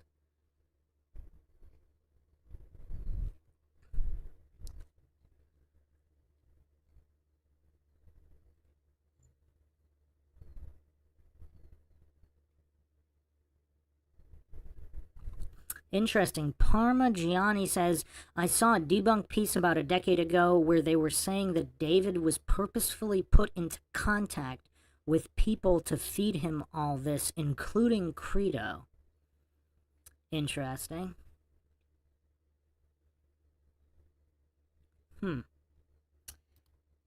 Yeah, that's possible too. Again, regardless of whether what anybody's saying is true or untrue.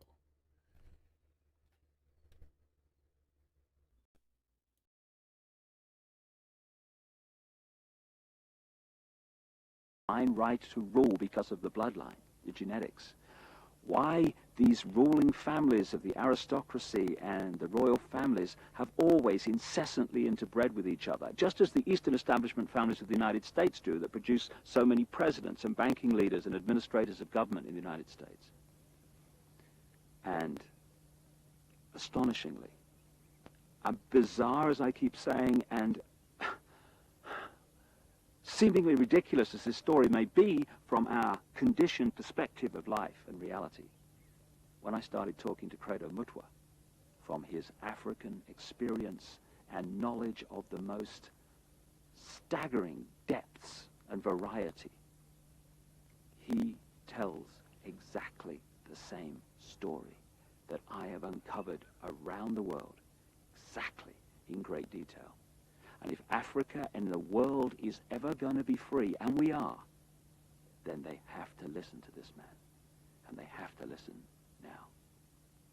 I started out by talking to Credo about the origin of the knowledge that he is about to share with us for the first time in so many cases.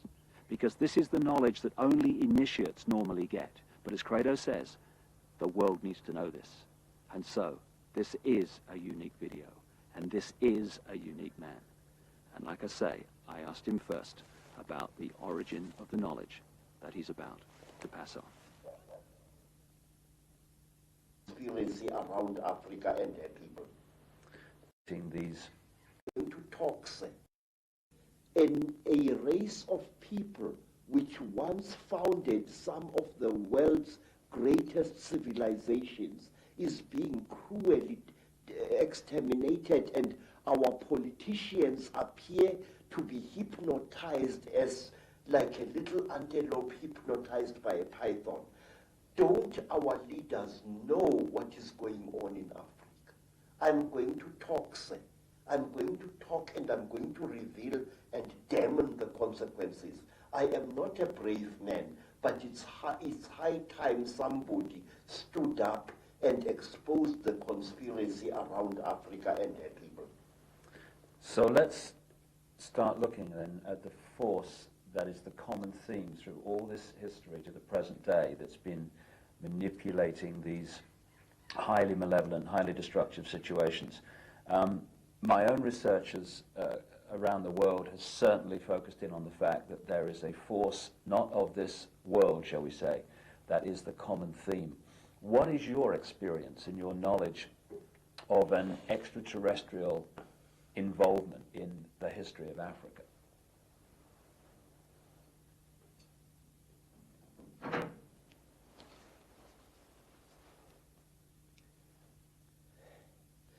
One of the most secret stories that was revealed to me, sir, is about these beings.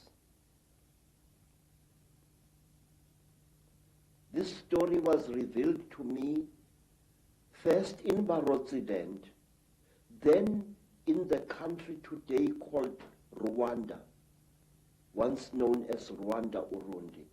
Then I learned about this story at that time on the foothills of Mount Kilimanjaro. This is the story, a story you find throughout Africa. There was once a time when the blue sky was invisible, when the whole world was covered with mist, when you could not see the sun as it is now, you only saw it as a splash of white light moving slowly across the sky. At that time, there was an eternal drizzle every day of the year. At that time, people could not see the stars. People only saw the trees growing.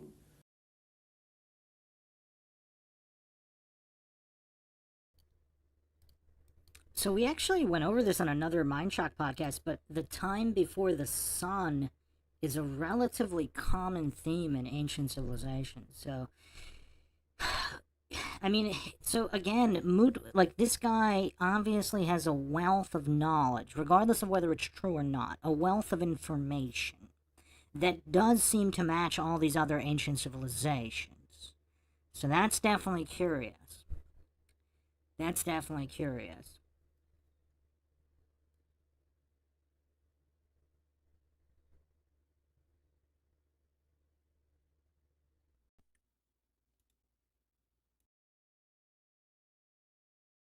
Trees which were very, very big.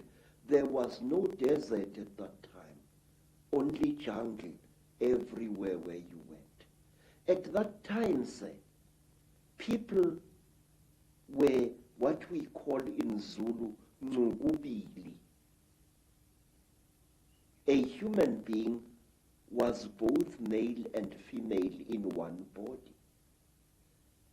And out of the sky, one day came terrible objects. They were like gigantic bows made of huge gleaming gold. They were shaped like bows without strings, and they were bigger than the biggest mountains. They came out of the sky bringing great noise, black smoke, and fire with them.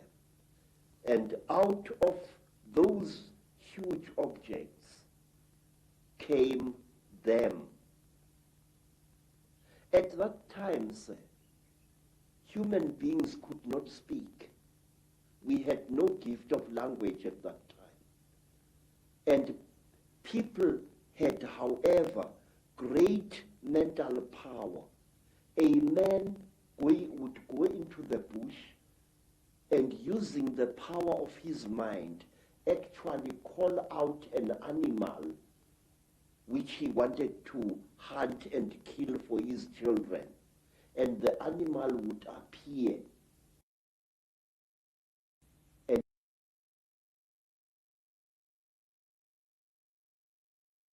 kneel down before the man, and the man would kill the animal and take it home. But when the Chitauri arrived in Africa,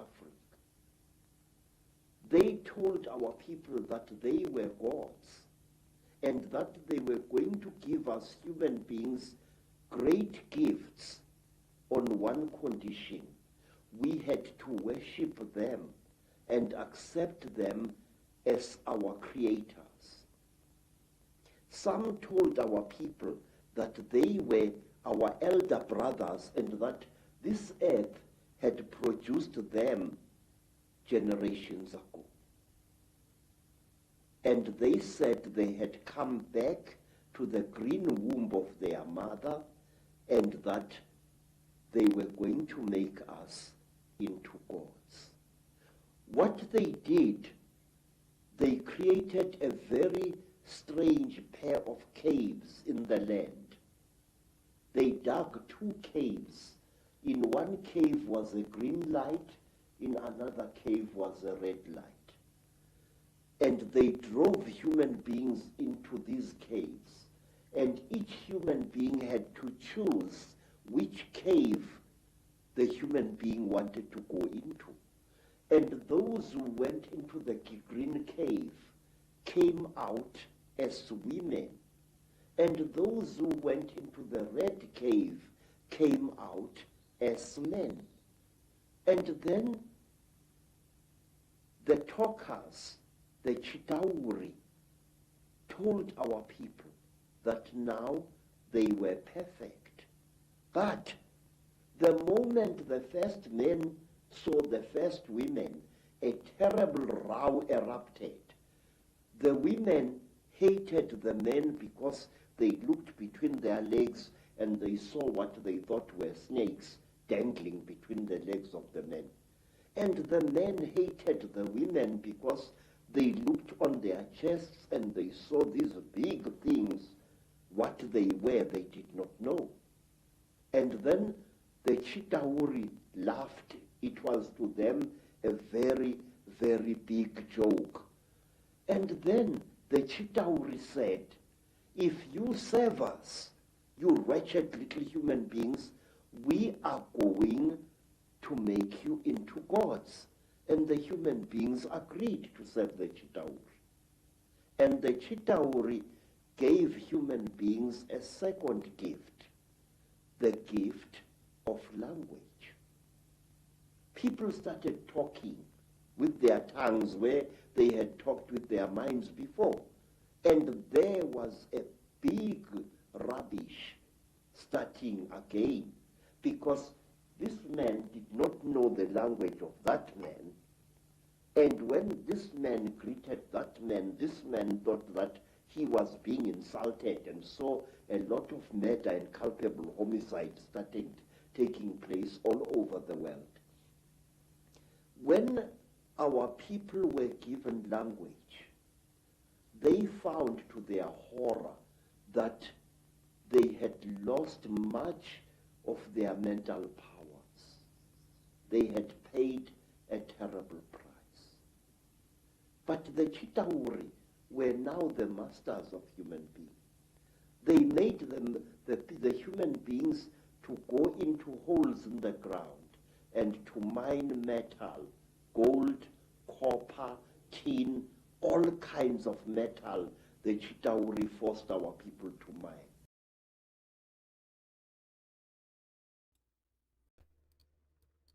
Very consistent with Zechariah Sitchin's work, although that's supposedly not his original work either. Perhaps we need to do a dedicated podcast on the Anunnaki and the slave species of the gods and all of that, because that's not his either. That's there's quite a few ancient civilizations that have stories similar to that he took.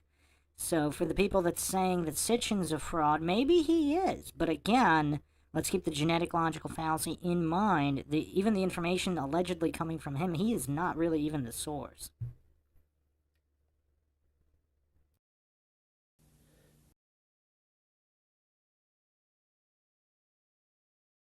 And the people were very unhappy because they couldn't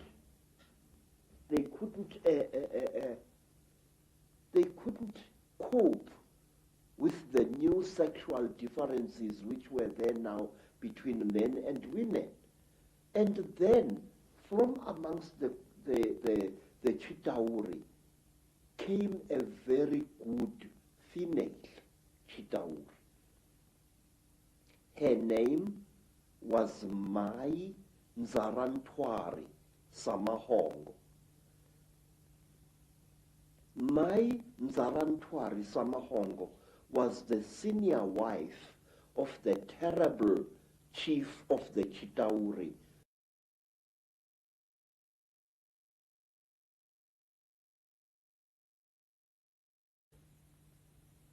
Umbaba Gorontwari Samahongo. She was sorry for human beings, this great reptile lady. She said to the poor people, "Ow, you are unhappy." And the people said, "Yes, great one. We go into the holes every day, we dig the stones and we bring it to the gods, but we are not happy."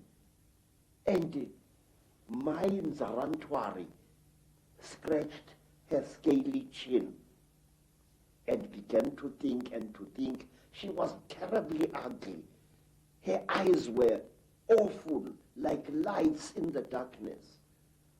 But she had mercy in her heart, and she taught the men and the women how to make love. And she said, "Look, we divided you into males and females. Now this action is going to bring you together." But it did not, because anyone who receives a gift from the Ntwari, the children of the python, is always in trouble. What happened was that when one guy slept with his wife, he didn't find her much, so he went to steal another guy's wife, and there was a big remorse, as we say in Afrikaans, starting. So men started stealing each other's wives and each other's girlfriends, and women started stealing each other's husbands, and there was a big nonsense in the land. And King Umbaba, the terrible lord of the Ntwari, the reptile people, said, "Look what you've done, you stupid old woman. Now these people, they are making such a noise. Listen to all that screaming in the bush. They are busy making love there, and our gold is not being dug, and you are responsible for this." Nzarantwari thought and thought and thought and thought, and then she got a plan, and she said, "I will make them stop. When they make love to each other, the female is going to get pregnant. And when she is pregnant, the male is going to leave her alone, and that noise in the bush will not be so disturbing to you, my lord." And Umbaba said, "You had better. There is no production here." And so all the women in the world was pregnant, and Umbaba was furious with his wife. And so it went on and on until one day Nzarantwari activated a black hero called Mweru. And Mweru challenged the great chief of the serpent people to a fight. And he cut off the royal penis of the king of the snake people. And that caused a big war. Mweru ran away. But Umbaba, the terrible chief of the people, caught him and arrested him and brought him to his village. And there, the great chief Gorontwari Umbaba said, "Look, you cut off my thing, and I have replaced it with one made of gold, and I can't make love to my wife anymore. You think too much, you wretched little human being. Now, Baba had a terrible nail in one of his hands, a claw. And with this claw, he drove the claw into poor Mweru's nostril, making a terrible hole into his brain, and he started drinking Mweru's brain, and then he threw away the corpse. To this day, sir, we believe that the people, the Chitauri people, they eat human brains. And strangely enough,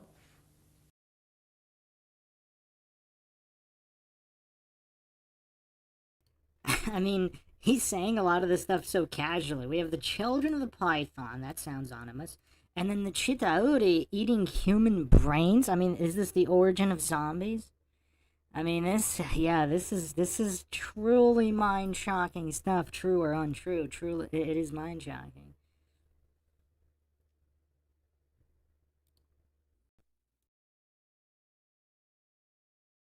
scientists have found skulls where the human brain has been removed and eaten by someone or something.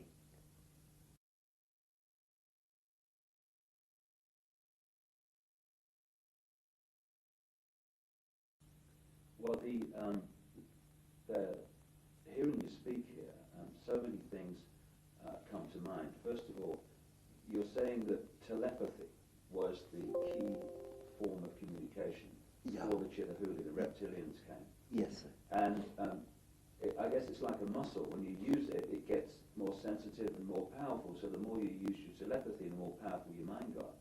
And then when language came, it almost brought us into this three-dimensional world and disconnected us from that mind power that we had before. Yes, sir. And it's also interesting that the story that you talk about, the language being given, and then the different languages being given. And of course, that turns up in the Old Testament, in the Bible. It turns up in stories all over the world about the fact that we were divided by language, so we couldn't communicate. And as someone who publishes books, I know today how difficult it is to communicate through books when you've got endless different languages. So yes. It's been a brilliant form of control for a long time. Yes, sir. Even now here in South Africa, today, sir, black people prefer to speak to each other in English if they belong to different tribes. And they have even, over the many decades, black youths have even created a lingua franca of their own, which we call Tsotsi language, which is a mixture of African words and Afrikaans words. They do this in order to bridge the incredible language gap which exists between black people in South Africa. Let me show you an amusing thing, how different languages are. The language of the Xhosa people of the Eastern Cape is very similar to Zulu, but certain important words in the Zulu language, good words, are viewed as obscenities by the Xhosa people. For example, in the language of the Zulus, an ancestral spirit is called Idlozi. So, to bridge this, English is the preferred language of communication. Some say we should learn French, also another language of communication in Africa. Some of the problems of language can be funny, but it is the same situation, the divide and rule, that is actually, in other expressions, created this tremendous turmoil in Africa and other places in the world. Yes. And we're looking, from my research, and staggeringly hearing you talk, you're saying exactly the same as I've come across. It's incredible confirmation that a reptilian race from another world has been behind the manipulation of humanity for a very, very long time. Now, what do these Chitahuli actually look like, the reptiles?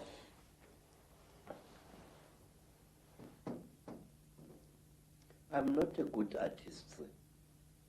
You're better than me, that's for sure. But this is how we believe the Chitahuli look like.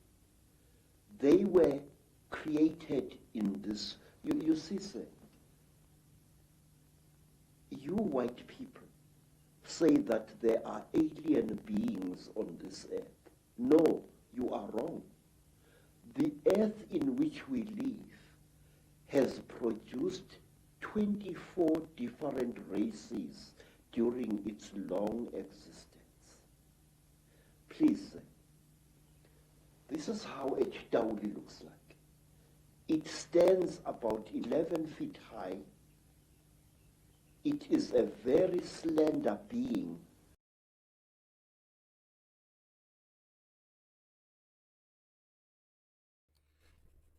So some interesting curiosities here. He's saying, did he say there were 24 different species of Chitahuri or something like that? 11 feet high and slender. So kind of like the classic gray alien, except 11 feet high. That's weird.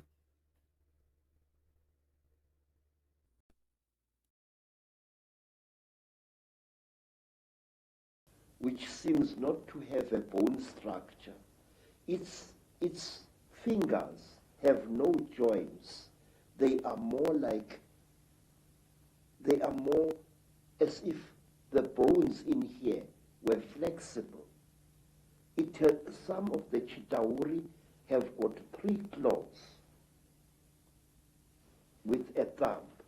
Some have got 6 claws with a thumb. And some of the Chitahuris have got horns on their heads. And what surprises me is this. Some film producers,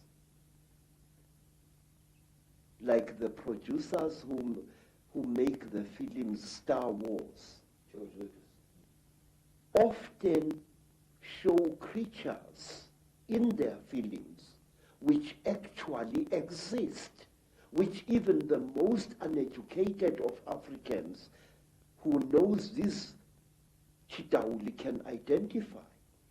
For example, in the new Star Wars film, what is it called? Star Wars or something like that. There is a creature who amazes me called Darth Maul. Darth Maul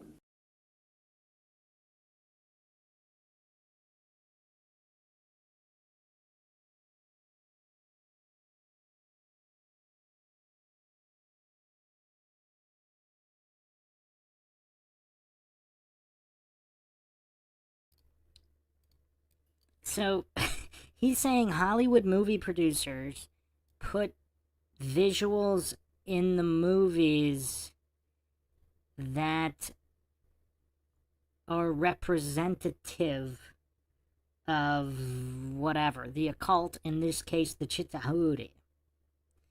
So here's an image of he's saying Darth Maul kind of looks like him. And Darth Maul does kind of look pretty satanic, so to speak.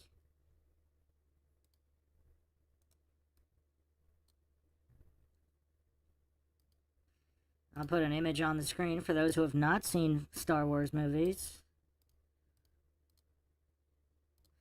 I mean, that's kind of an interesting thing to say for an African shaman in South Africa, saying that the Chitahuri, the reptilian alien interdimensional shapeshifters, look similar to Darth Maul. What does everybody think of this?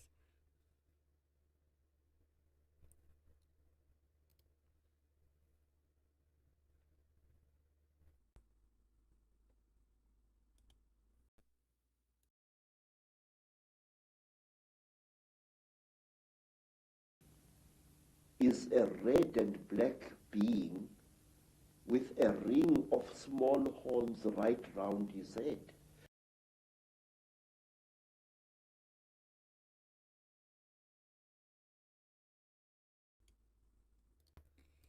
I forgot to include an image without the hood, because this is what he's talking about. He's talking about the ridges on the head. And that is kind of curious that they chose this design for Darth Maul. It does kind of look reptilian. I mean, the color scheme is quite different. Usually the reptilians are green, right? But he's black and red. But what Credo Mutwa is talking about here is the horns on the head. That's what he's talking about here.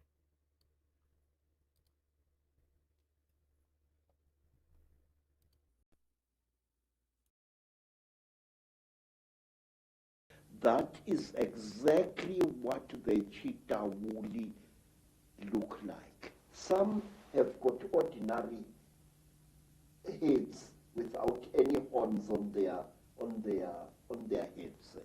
These are the lesser cheetah wool. But the royal cheetah wool have got a ring of sharp horns all around their heads. And the very high cheetah wool, like their king, Mubaba Samahongo, they have got very long horns which grow this way. Not that way like a bull, but this way like certain antelopes. Now, I wonder, heads without any horns on their heads. These are the lesser cheetah wool. But the royal cheetah wool have got a ring of sharp horns all around their heads. And the very high cheetah wool, like their king, Mubaba Samahongo, they have got very long horns which grow this way. Not that way like a bull, but this way like certain antelopes. Now, I wonder, I just wonder where these film producers get their information from. And in one strange films, which my student called me to come and watch, the thing called Stargate 2. Mm-hmm. And in that films, there was a creature, a very slimy, cream-colored creature with heavy wrinkles on its face. It was a spitting likeness of Mubaba Samahongo, the terrible emperor of the cheetah wool. Well, clearly there's a tremendous amount of knowledge of what's been going on and what is going on, which comes out symbolically through films and areas of communication like Hollywood. But the thing that I'm totally stunned the more I talk to you about this is because I've been all over the world having people give me descriptions of seeing reptilian type figures, particularly people in positions of power in the world, changing into a reptilian figure and coming back again. And what they describe seeing is exactly what the knowledge of ancient Africa talks about seeing. We're talking about the same people there, which is an astonishing confirmation. And the eyes is something that keeps coming up being described. Yes. Tell me about the eyes of the Chitahuli. Say, a warrior Chitahuri has got eyes like a snake. These eyes are yellowish with split pupils and they glow in darkness. So if a Chitahuri, a warrior Chitahuri, one of the lesser classes, is hiding in a cave, you can see its eyes burning. But a royal Chitahuri has got 3 eyes. It's got the yellow eyes, which glow in a strange, almost ice-like way, like jewels, like certain types of yellow jewel. And then they have got an eye in the center of their foreheads, an eye which doesn't close up down like a normal eye does, but which closes from side to side and which opens this way.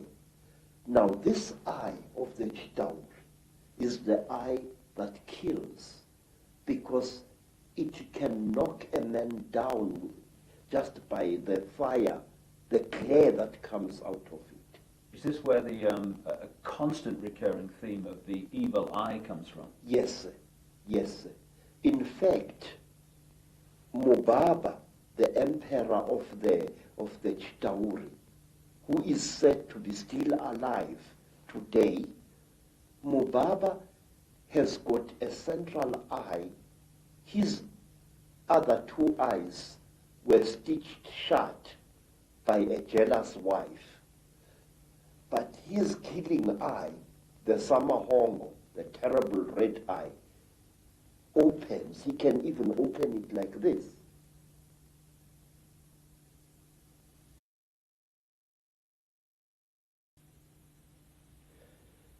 Mr. David, I would like to share a little thing with you. It is this: the best way to protect an evil thing is to deny its existence. And if you talk about things such as the Chitauri, if you talk about things such as the Mandinda, there are many people who say to you, rubbish, this thing does not exist. Now, in this way, this great evil is protected by being denied. One day in my long travels through the world, I was in New York, in that place called Harlem, and I saw a graffiti on a wall along a passage, and the graffiti was, "There is no such a thing as the mafia, and we will kill any asshole who says that there is."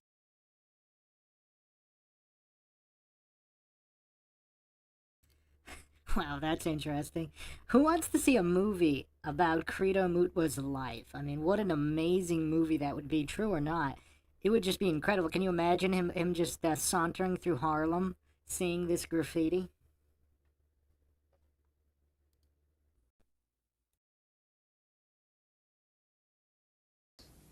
In this, again and again, in America, people deny the existence of the mafia, and by denying it, actually protect it wittingly or unwittingly. There are those who deny that a national and international conspiracy exists.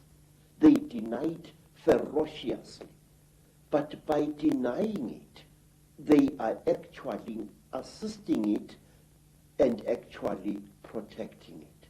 We must stop denying the existence of these things.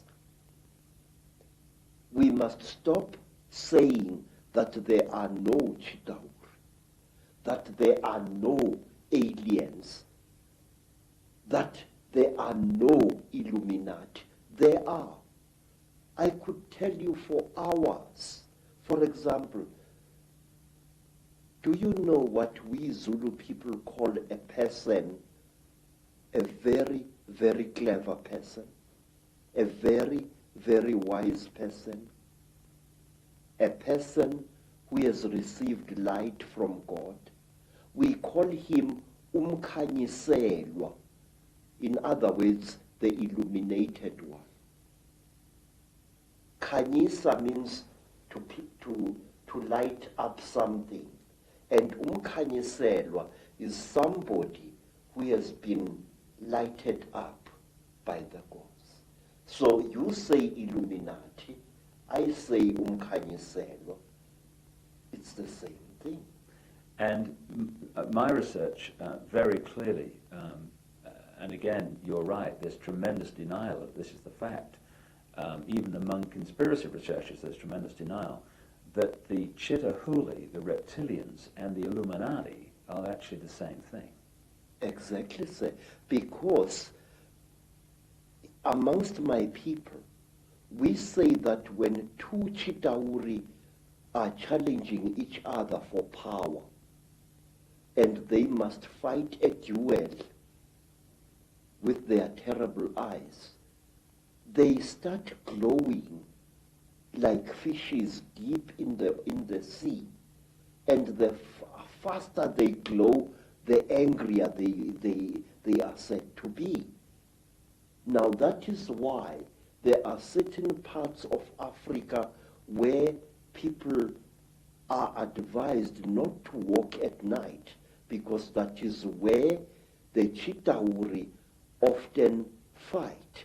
And one of these parts of Africa, sir, is a remarkable place called the Mountains of the Round Rocks. Matopo, wrongly pronounced Matopo, in Zimbabwe. These hills are really not remarkable in themselves. These hills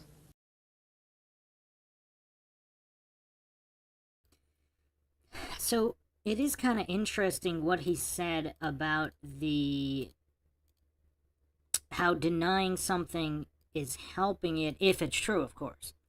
Now, I don't think the solution, again, if you're using logic and reason, you're not hallucinating to know that it's real, you're not hallucinating to know that it's not real, you're taking an objective, logical, neutral position without hallucinating and pretending to know, just to soothe your dissonance. I mean, this is the methodology of coincidence theorists, authority-worshipping cultists, scientism cultists, all these clueless goofs who are too mentally weak to even consider the possibility that these creatures could be real.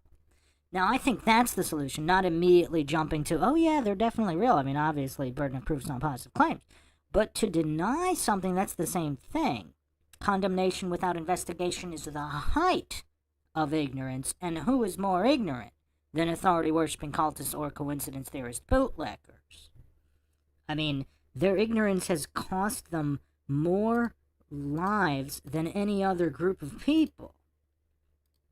I mean, look at the tally, just the recent tally in modern history of those that trusted their governments or the official narrative. If the world is a globe, and I'm not alleging it is, in the 20th century, governments murdered 262 million of their own citizens.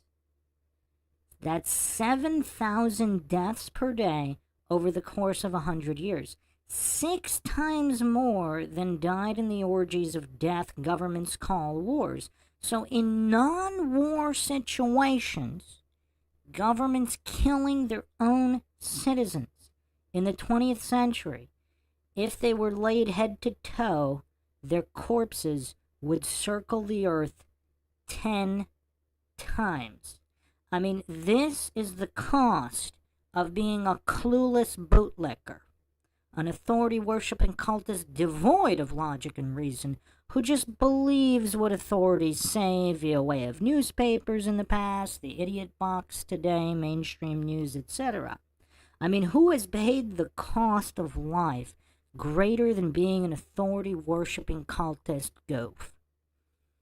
I mean, you would think their bloodlines would have been exterminated by now, but I guess the propaganda machine is just that powerful.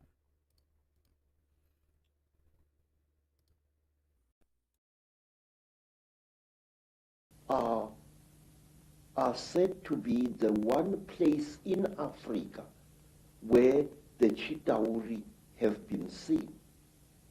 And these hills is where Cecil John Rhodes lies buried, but there is more. You must visit this place at one time. amongst the rocks on the Matopo Mountains, you find a species of lizard which you don't find anywhere in Africa or the world. A species of lizard which responds to the call of a human being. When I first arrived in 1958 in the land called Rhodesia, now known as Zimbabwe, I found an African there who was a tourist attraction. He was a game warden who made strange sounds calling out.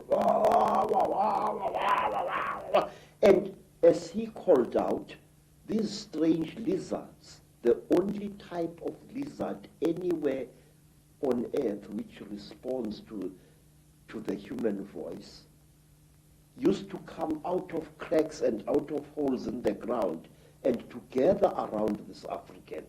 And it was this African game warden who told me that the sounds he is making are not just noise, they are the speech of the Chitauri star gods.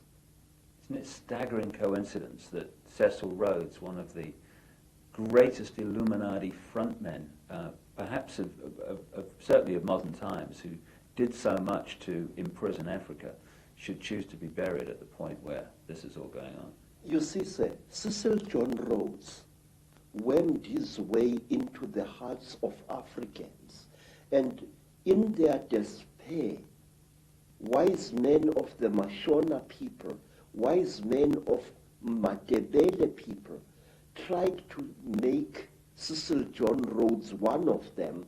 They told him about the secrets of the Matopo Mountains, that under the Matopo Mountains lies a city of great wisdom, which is the home of the last survivors of the Chitauri god beings in that part of Africa.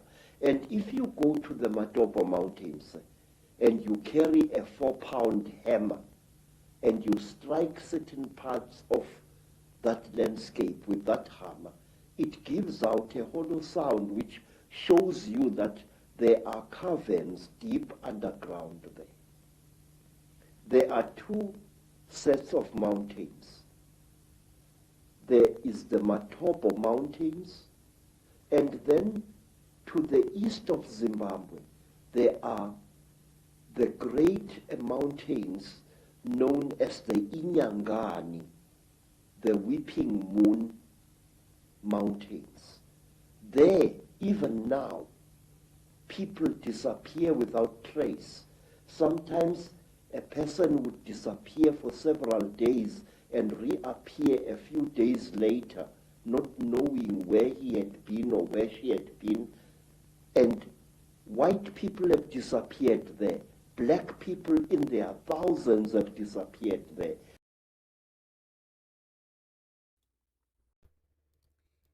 I couldn't find too many references to that, but is this a missing 411 type situation? Some disappear forever, some disappear, reappear with no recollection of what happened.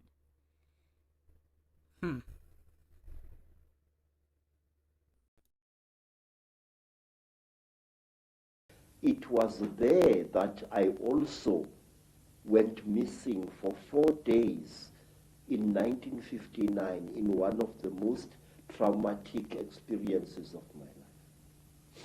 What happened?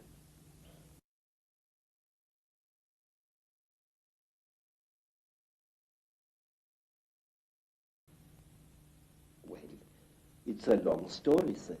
My teacher, Elizabeth Moyo, had sent me to get a special herb which grows only on the foothills of those mountains.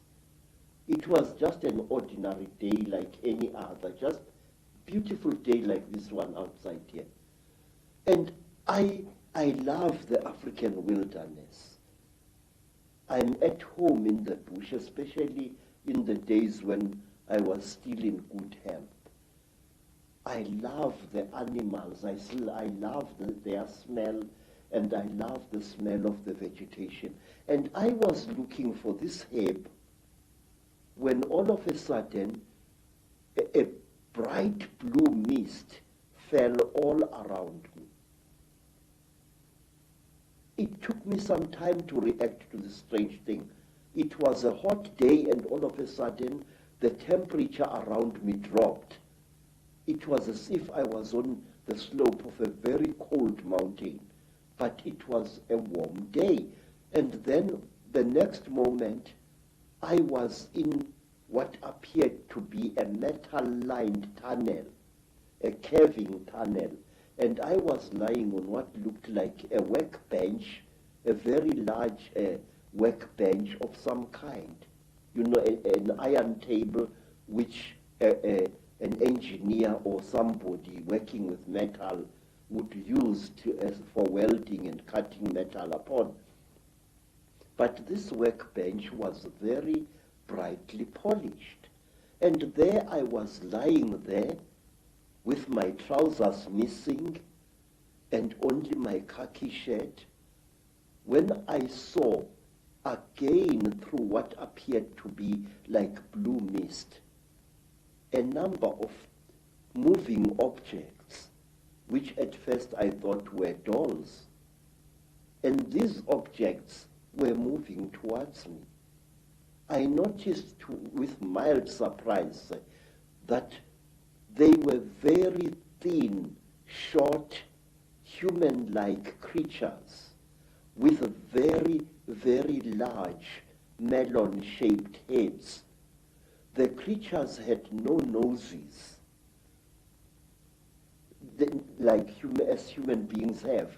They had only small little holes on either side of where the nose would be, and their mouths were like knife cuts at the bottom of their faces. And these creatures were coming towards me. In color, they were gray, like certain types of fish, and they wore silvery gray garments which reached up to their necks and up to their wrists. I couldn't see whether they were wearing boots or not at that time. And while I was looking at these creatures, I suddenly was aware that something was above me, standing there, and I looked up straight into the face of one of them, a much taller one than the others. And this creature was wearing a garment, like a tight-fitting overall, without any buttons or anything, which reached up to its neck, but its wrists were bare. I noticed that the creatures had very long fingers. Its fingers had extra, and each of its fingers had an extra joint, and it ended in a claw, a black claw like that of a chicken or a certain kind of bird, and that its thumb was not here, but here in the middle of the hand. And this thing was standing above my head and looking down at me, and I was looking at its eyes, which were very strange indeed.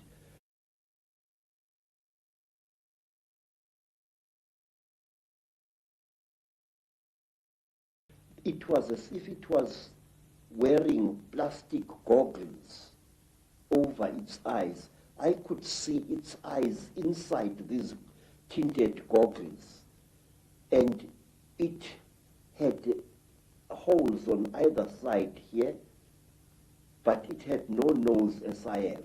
Its jaws were very small, and its mouth was a slit with tiny little scale-like things where its lips should be. And the creature carried a horrible smell on it. I can't describe that smell. It was a metallic, chemically smell which seemed to combine the smell you would smell when somebody is burning brass or copper, and a very ugly chemical smell, these two smells combined. And this creature was looking down at me. I was frightened, but I could not move. And the next thing I knew was a terrible pain on my left thigh. It was as if somebody had just stabbed me right to the bone. I screamed and I tried to jump away, but my body was inactive. I could not move. I was not tied to any chain. I was not chained to the top of this table. There was no belt tying me, but I could not move my body. And when I looked down at what was happening, I found that one of the shorter creatures had driven something very painful into my left thigh. And then, while I watched, horrified, the creature pulled out this thing, and I saw that it was like a pencil made of shining metal with what appeared to be a flexible cable at the back. And before I could do anything, sir, my head was seized by the creature above me. It caught me on either side of the head like this. And then a third creature drove something into my right nostril here. It was as if I had been shot.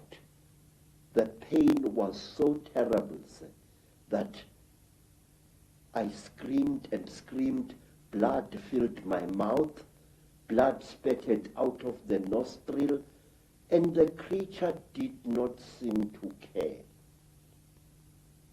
I was stupefied. The pain was so intense, so terrible. And then, quietly, brutally, the creature pulled out the thing that it had stabbed me in the nose with, and blood flowed into my mouth, out of my nostril, and I was choking. And then the big creature coldly turned my head this way, so that blood came out of the mouth, and which gave me some kind of relief.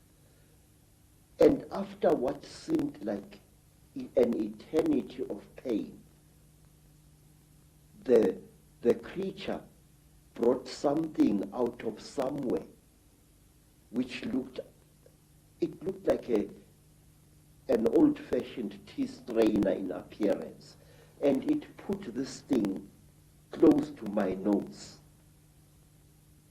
And then I seemed to drift away, and the pain subsided. You know, sir, it was torture so intense that even now I can't describe it.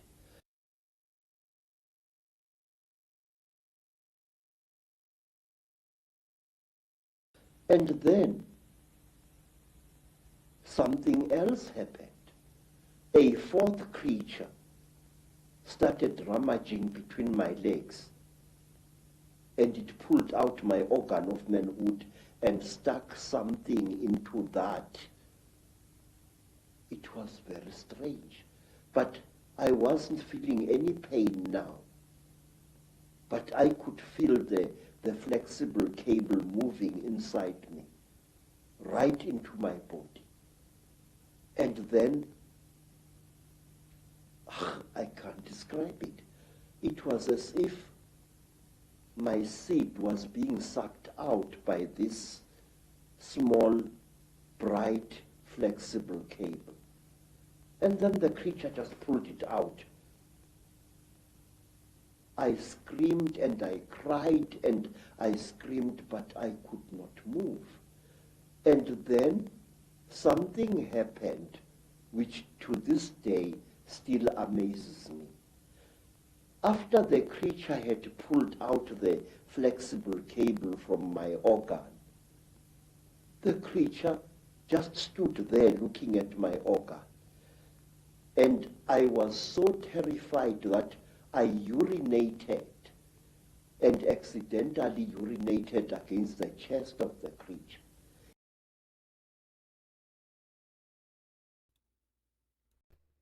A lot of interesting and unique details here from Credo. What does everybody make so far? I mean, this encounter, if true, quite daunting, and again, if he had some kind of hallucinogenic trip, and this didn't happen, but he believed it did, I mean, traumatic nonetheless.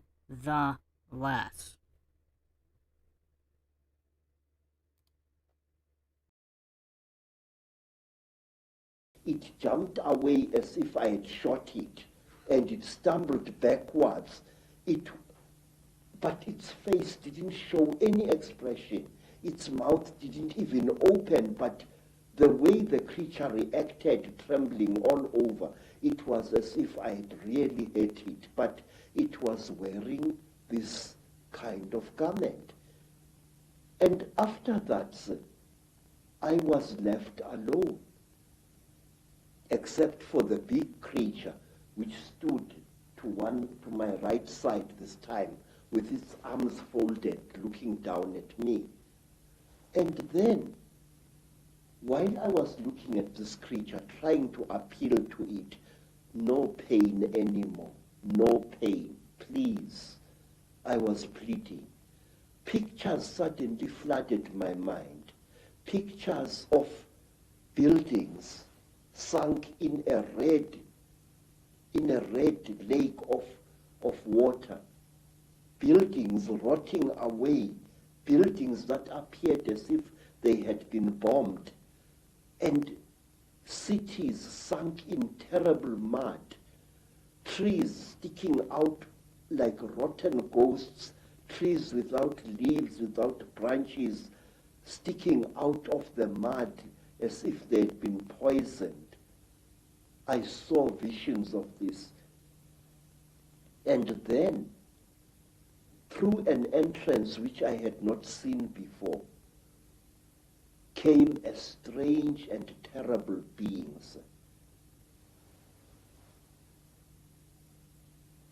It was exactly like this. It was tall, made entirely of metal, with burning eyes and a snout. It didn't do anything. It just moved and came to stand at my left side. It didn't touch me or anything like that. It just stood there, making a strange humming sound. Wow, wow, wow, wow, wow, wow, like that. And then, from behind this metal creature, there appeared another creature. It was so radically different from the gray creatures in that it looked exactly like an earthly human being. It had a pink skin like that of a white woman. It had golden hair, and its ears were definitely pointed like those of an animal.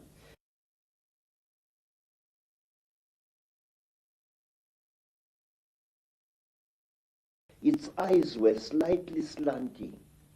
They were pale, pale blue, and never once did they blink. It was like this, nude, and there was a tail-like appendage at its back, which was very visible as it walked away after it had done to me what it did. What this thing did, it climbed over me and made love to me. And I noticed that unlike normal women, its breasts were set too high in its chest, and they were very, very hard in appearance.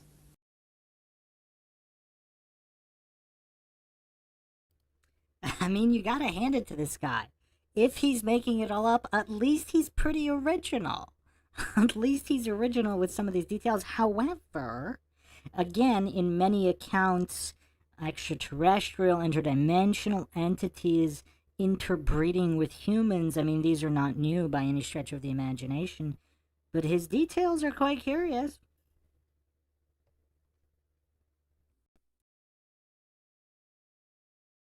And that hair, the pubic hair as well as the hair in the armpits, was a fiery red, as if it had been dyed. And this thing didn't even blink. Its eyes were just like this, looking at you as if there was no liquid in the eyes. Just an unblinking, terrible stare. And it was a small creature, about the size of a 16-year-old girl. But it was very, very heavy as it sat on top of me. And there was no emotion in that whole nonsense. There was no, I just...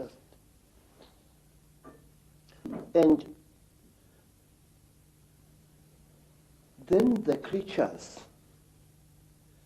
took me out of that room after the metal creature and this pink creature had gone.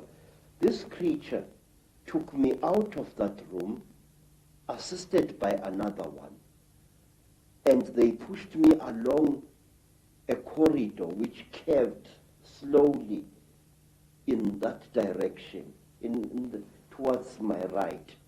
And there I was shown many things which even today I don't understand. I was shown little versions of this creature swimming in huge cylinders made out of what looked like glass, in a pinkish liquid, like ugly little frogs inside the liquid. They looked like aborted human fetuses. They were very, very terrible and disgusting. And then we came to another room, and there I saw a number of people undergoing the same torture that I had undergone.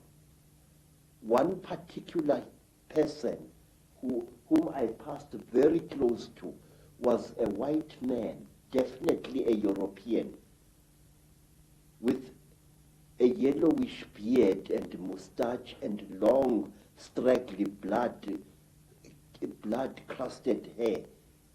This man looked into my eyes and I looked into his eyes, and we were so close we were as I went past him.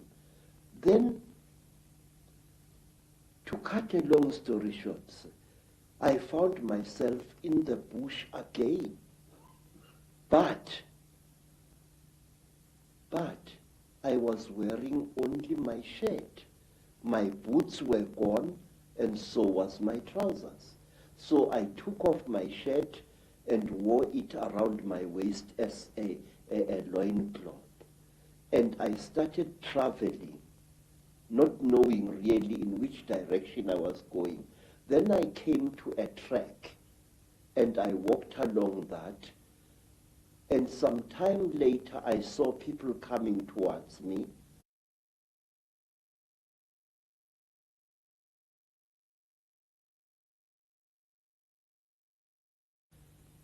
It was a group of young men and young women, Mashona people, and they were going to a trading store I later learned. I asked them where Elizabeth Moyo's homestead was, and they directed me to it, but they kept a safe distance away from me. And later I learned why. I was carrying a horrible non-human smell upon me. When at long last I came to Mrs. Moyo's village, all the dogs in that place went hysterical. They came at me in a pack, wanting to tear me to pieces, and only the villagers managed to save my life there. Mrs. Simoyo asked me where I had been, and I said I did not know. And then she said, I know you had been taken by the little ones. I said, yes. I cannot understand. She said, you must not try to understand. You were chosen by the gods as a living sacrifice. So don't even try to talk about this. But how could I not talk about it? I wanted to understand what had been done to me, by whom and why. Even now, sir, I still want to understand what it was all about. And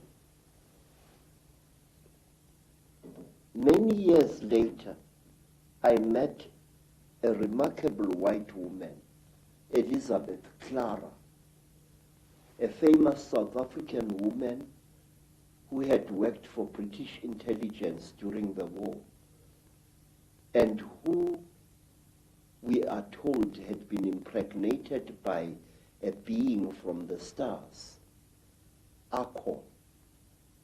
I asked Elizabeth what was the meaning of the strange thing which was done to me, because since that time I had come across many black people, well over 200, who had been through the same torture as I. I had come across many black as well as Cape-colored women who had been mysteriously impregnated by the same creatures that I had gone through the hands of. And let me tell you one other interesting thing, sir, before I forget. About a year after I had underwent this terrible experience, I was walking along Jeppe Street in Johannesburg delivering parcels when a white man shouted at me to stop. I stopped. I thought he was a policeman wanting to arrest me for some reason. And when I tried to produce my identity document, the white man said, listen, I don't want your nasty word, passbook kefa. I said, then sir, what do you want, Bas? He said, listen, where did I see you? Where did I see you? I said, I don't know, Bas. But he looked very familiar to me. And then he said, listen, don't bullshit me, man. Where did I see you? Where did you and I meet? Then I said to him, I saw you in Rhodesia, in a certain place. You were lying on a table. If I had hit that white man with a fist, he would not have reacted the way he did. He went pale, almost dirty gray in appearance, and he turned away with a terrible, dirty word, and he walked away.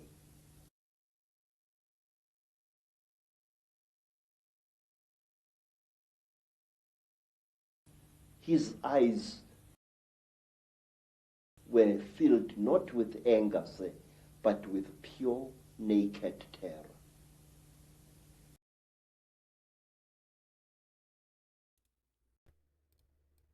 So what does everybody think about his account so far?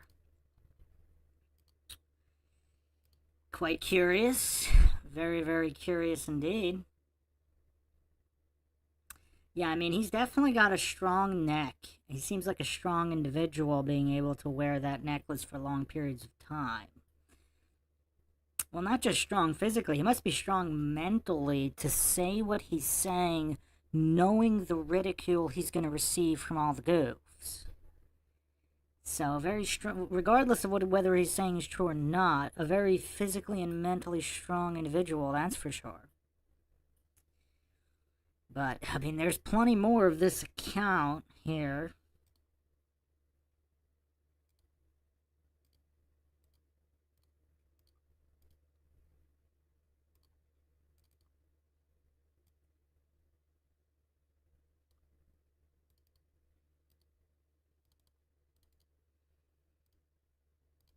Perspective.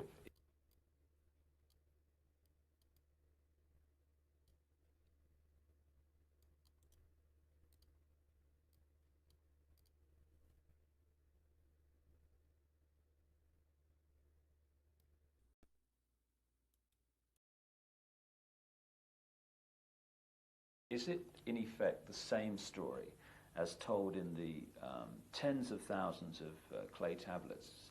Of a senior chief said to me, look, the gods want us to be like this. The story that you're telling, Credo, from the African perspective, is it, in effect, the same story as told in the tens of thousands of clay tablets found in what we now call Iraq, who've become known as the Sumerian tablets, that talk about a race of gods called the Anunnaki, who came in and brought knowledge, ruled the people, and interbred with them? Yes. Do you say, therefore, that the Anunnaki in those stories that have increasingly, of course, been translated in a number of books, they were reptilian, you say? Say, all I do know is this, that here in South Africa, amongst the Xhosa people, amongst the Zulu people, there are beings who are very revered even now, and they are called Amanuna or Amanono. Amanono is Zulu, Amanuna is Xhosa. Now these beings are godlike beings, we are told. They can change their faces. They can change their appearance. They can shapeshift. Yes, sir. They are shapeshifters. A manuna, now if a Xhosa man has married a very beautiful wife, a wife whose face seems to change every day, he teases that wife by calling her his inuna, linuna lam. In other words, a shape shifter. Say, it is said that the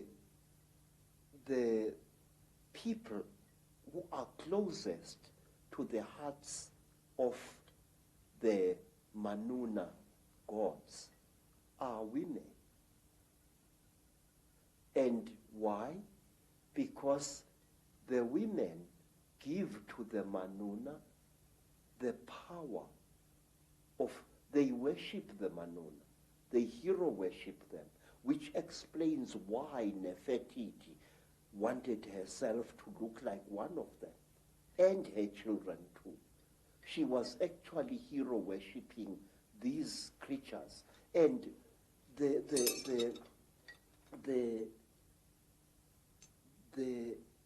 how you say, women say, are copycats, and I'm not being sexist when I say this. Women will copycat any being that they think is supreme. In Egypt also, you have the python-like headdresses, which are pretty obvious when you look at them, that the pharaohs were connected with. Yes, sir. And the reptile has played an unusually strange part in the culture of all African tribes. For example, it is my suspicion, sir, that we black people of Southern Africa are going to be deprived of our nationhood in the very near future, and that we are going to be ruled by people of Uganda. But wait, what is the real meaning of the word Baganda? Baganda. And what is the creature that you see depicted on the walls of houses and on the roofs of houses of some of the greatest empires in Africa? It is the python. There was a golden python which was used as a decoration on the roof of the house in which the king of Benin, the Oba, lived. Zulu people revere the mamba, a very terrible snake. Reptile gods cold-bloodedly slaughtered one of their number and shed out its flesh. The human beings could not come before the gods in order to be taught. So what the gods did, and this is a story that you also find amongst the Dogoni people in West Africa, because the human beings were afraid of approaching these reptile gods. The reptile gods cold-bloodedly slaughtered one of their number and shed out its flesh with a specially gathered crowd of human beings. And these human beings then became the ancestors of our first great kings. Now say, African kings jealously guarded their blood. If the royal lines of Africa claim descendants from the same source, basically, have those lines interbred as obsessively as the European aristocracy and royal family, and not bred outside of those lines? Yes, sir. Royalty had to marry royalty. That was one of the strictest laws in ancient times. Which is obviously where we get the term the divine right of kings from. It's not actually God, it's actually the gods. Yes, sir, yes, yes. Royalty intermarried with royalty. You were not allowed to take a commoner as your senior wife if you were a king. You could take commoners after your senior wife. Once the genetics has been achieved. Yes, sir. Now, another thing, it is like the Sangomas.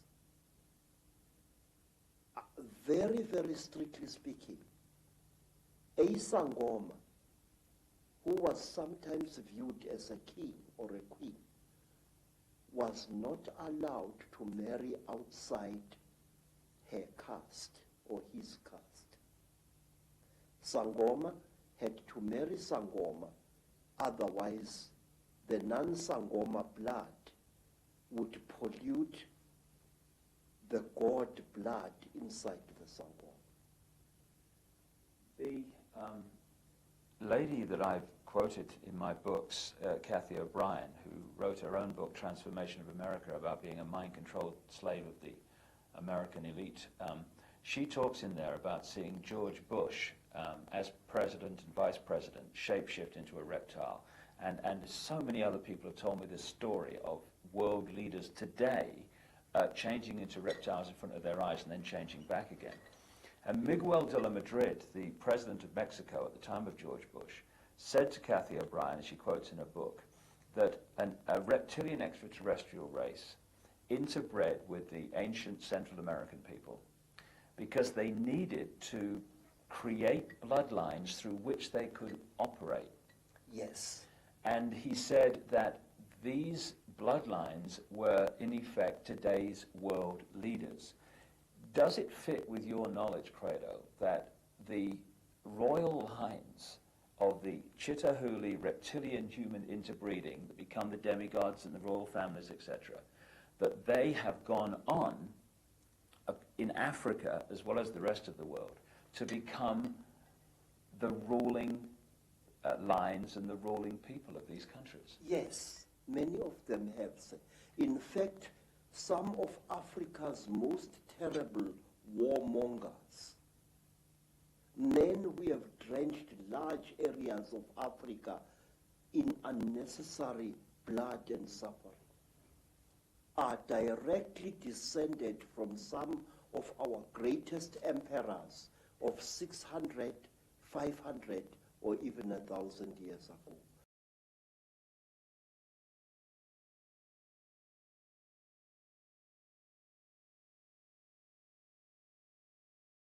So Ike brought up Kathy O'Brien, Transformation of America, and apparently her account of George Bush shape-shifting into a reptilian, and all these other people that have allegedly witnessed all these world leaders shape-shifting.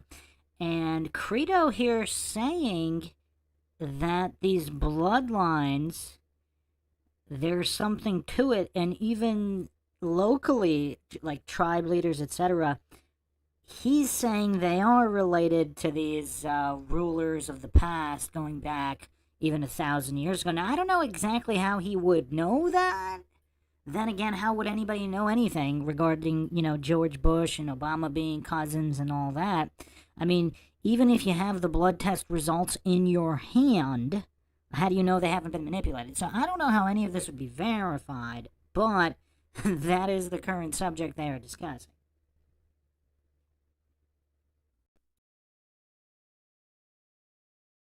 Just as the American presidents are. Say, I would like to tell you about a man called Jonas Savimbi. Jonas Savimbi is a descendant of some of the greatest Angola kings.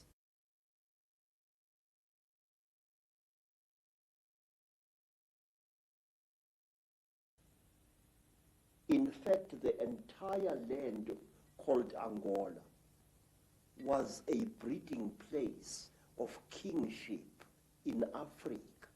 The word Ngola means a king, and Angola means land of many kings. I must say, the way that the evidence that I'm uncovering is going, and it's going there very fast, and it syncs so much with what you're saying, is that a race from the stars, a reptilian race, interbred with humanity, they created crossbreed bloodlines, which became the middlemen, the demigods, the royal kings and lines and ruling power in the ancient world. And through interbreeding have become the presidents, the ruling people at the top of the power structures of banking, of politics, of the military, of all areas of our lives, of business, all of it. Is that the way that you have seen it yourself? Yes, sir. You know, Mr. Ike, I wish for one moment I could contradict you. But for the last 40 years, I have observed an extremely disconcerting phenomenon in South Africa and in other parts of Africa as well. And this is the phenomenon. You find a rising black leader, a real leader amongst men, a ferocious activist for the rights of his people. This man starts something, whether it's a revolution or whatever, he starts it. And you look at his ancestry, because in Africa we look very closely at a man's ancestry. And you find that this man is nothing. Although he is doing such great deeds, he is actually a descendant of very peasant people. And you are worried. And all of a sudden, this black man will come to a sudden violent end, and a person who is totally new will take his place. And when you look at the ancestors of these people, this man, you find that he, or even she, is a person of very, very ancient African royalty. Now, let me show you. There was this war in Rhodesia, and many people got killed there. And there was a very fierce and dedicated general. His name was Tongogara. And Tongogara fought in Rhodesia. And just when victory was won, Tongogara was killed in a terrific explosion. Somebody put a bomb thing in his car and killed him very badly. But wait, Tongogara had been a descendant of a blacksmith. His surname, Tongo Gara, means powerful hammer. Now, who replaced Tongogara? A man called Robert Mugabe. Now, you can't get more royal than that. Mugabe is descended from ancient Mashona kings, and what is more, he knows it. Always, a leader is removed, and when the power really comes, a new leader descended from some faraway monarch or tribal chieftain 2 centuries or 3 centuries ago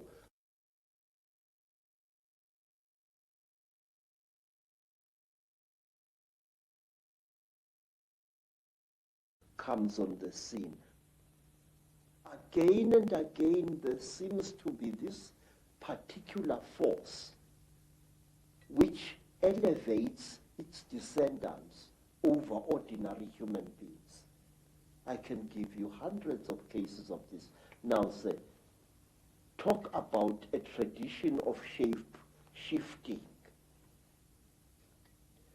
African kings, even now, and even ordinary tribal chieftains, especially in times of crisis, often spread the story through the land that they are able to change shape at will.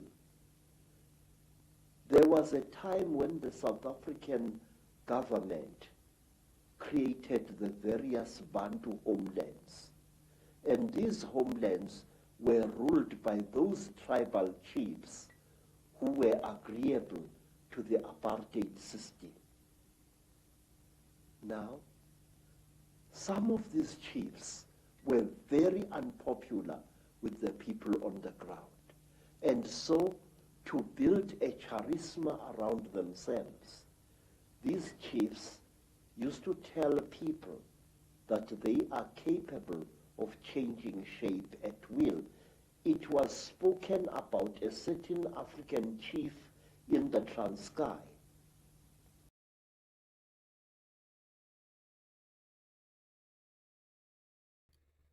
And what's very curious, again, with all these shapeshifters, I mean, you see this in so many different ancient civilizations and mythologies, or what is deemed mythology, but was recorded as history by these civilizations. The scientism cultists, the quackademics, post hoc claimed that it was all mythology and retrofit it to soothe their own dissonance and mental weakness and not being able to process the possibility of these so-called mythologies actually being true. For example, minotaurs and all of these crossbred species and genetically engineered species of the ancient Greeks, if they had some kind of advanced technology to do this, same way they're making all these hybrid humans today. I mean, if it's admitted that they're making these pig-human hybrids now, I mean, who knows what kind of tech they had in previous civilizations. So the whole shape-shifting angle is quite curious, not just between human and reptilian, if that's their original form, which it may or may not be, but with Native American legends or werewolves just shape-shifting into various beings, possibly. I mean, even vampires have lore, that shapeshift into bats, and depending on some of these vampiric stories, some of them can actually shapeshift into different humans and other animals, not just bats. So the whole shape-shifting angle is quite curious because it's so prevalent in so many areas of the world.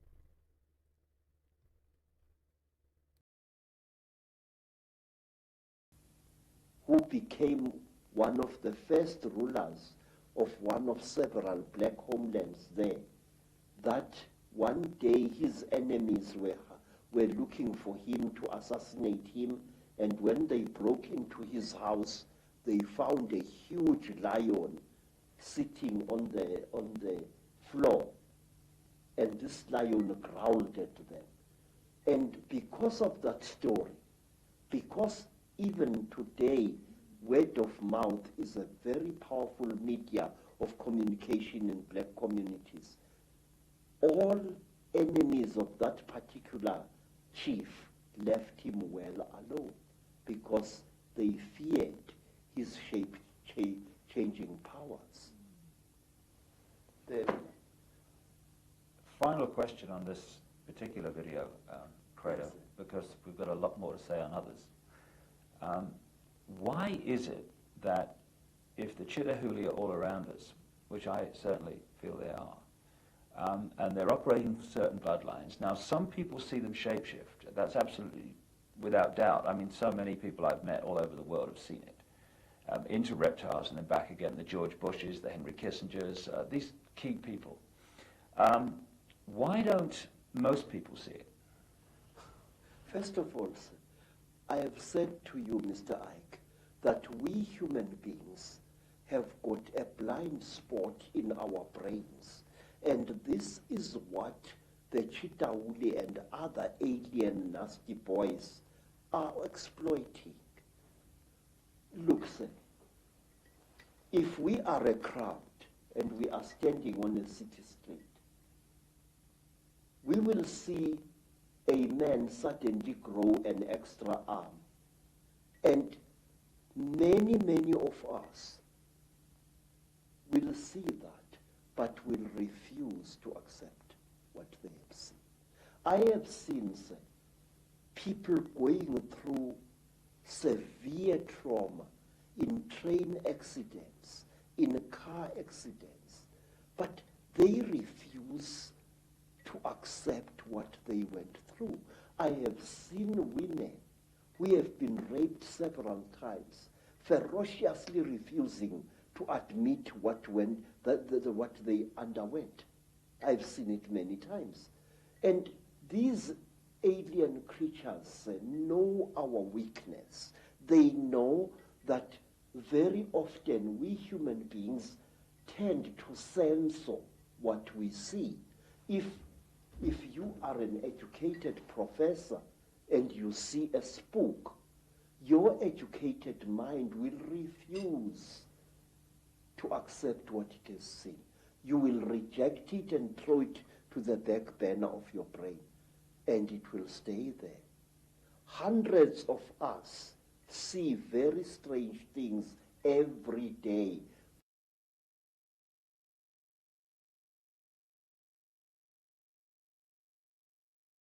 But we refuse to accept what we see. Say, one of the things that a trainee Sangoma has got to learn, it is the ability to see.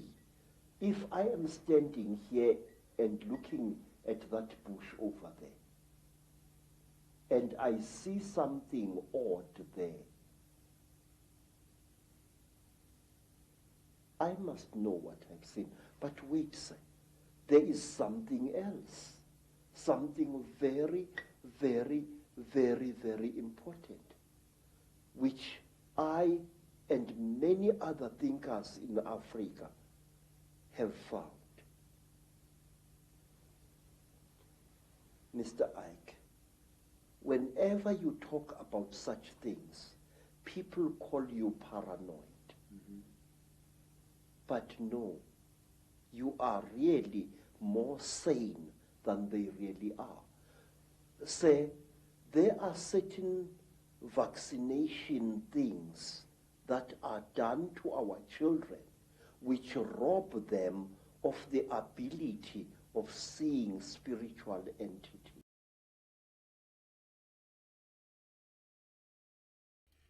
Okay, wow, a lot to unpack there. So basically, he calls out quackademia because these so-called academics, quackademics, let's say they themselves witness something, and if they're too mentally weak, they're going to pretend it didn't really happen. They're going to convince themselves, and this is a type of fight or flight response of the brain to preserve their own sanity. And I actually spoke on why this is a good thing, because if people weren't mentally weak, like a lot of these coincidence theorist goofs, they would go insane. So their brain, the only way their brain can protect their own fragile mind is by pretending stuff like this couldn't be true, like Tsutsaka in the chat here.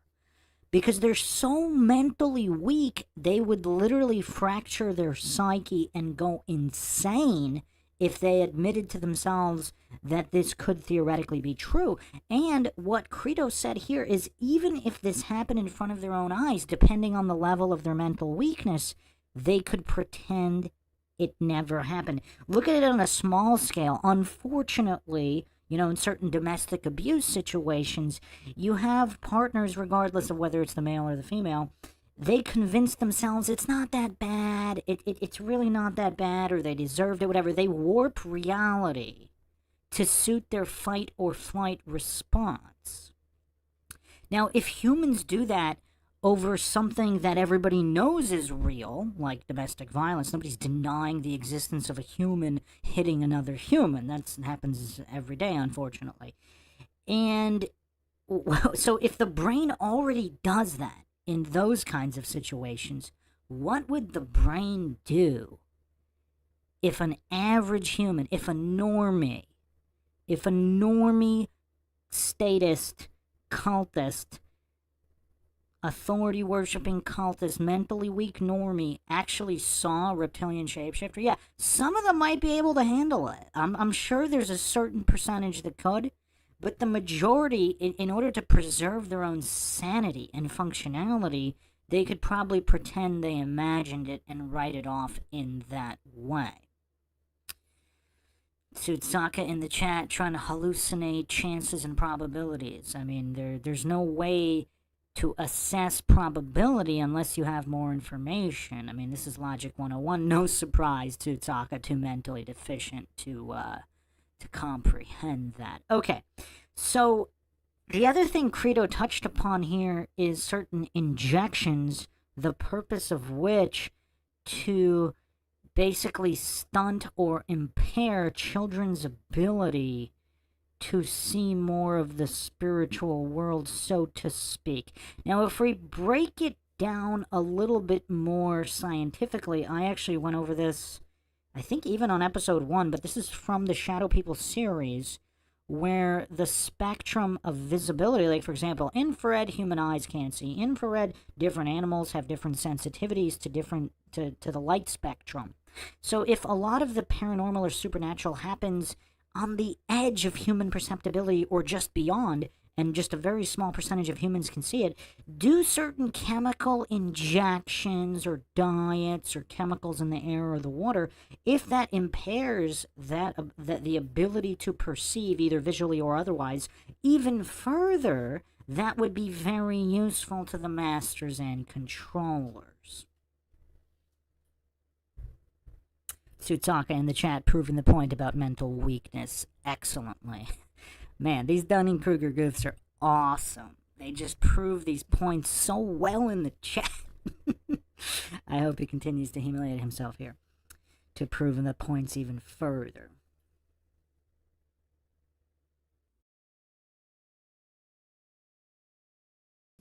believe me, I can prove this. In Zululand, we were sometimes called before our chiefs, our Inkos, and we were told that there is a great smallpox coming to the land and that all children must be vaccinated. Do you know that my mother's father, my grandfather, used to dodge that? He said that the white man's mjovo, the white man's vaccination, makes you blind.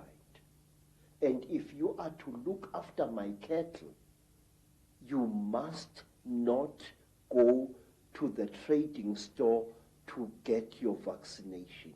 But wait, the school inspectors used to come into the land and check each child for signs of vaccination or lack of it. Now, do you know what we used to do, Mr. David Icke? Our grandmothers used to give us great pain in order to save our spiritual eyes.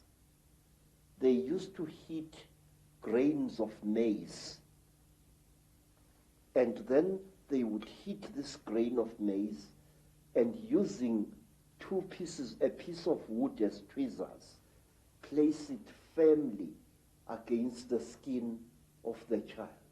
So when the school inspector came, he saw these blisters and assumed that the child had been vaccinated, but in fact it had not. And this was done to us many, many times. And I noticed that school children in mission schools who had been vaccinated for smallpox or for measles could not see spiritual entities at all. A ndondo, that is a flying saucer, a spuputeg, would fly through the sky at great speed and be seen by many men and women. But the child who had been vaccinated would see nothing. And I noticed this hundreds of times. Well, what you just said about vaccines and their effect and shutting us down spiritually and multidimensionally is fantastic, given that no matter what your background, creed, culture, parents on every inch of the planet almost are being pressurized to have their children vaccinated more and more and more. And to summarize what you've been saying, and indeed it's so much in line with what I've come to the conclusion about as well, an extraterrestrial race, reptilian race, disconnected us from our true magnificent senses in a long, long ancient world. They've been manipulating us ever since, and the more that time has passed, the less we've realized this is going on. And now we're at a point where we are in a prison without bars, a massive prison, and we don't even know we're in prison. We don't even know the jailers are. Indeed, when the jailers are exposed, people just laugh and ridicule and all that stuff.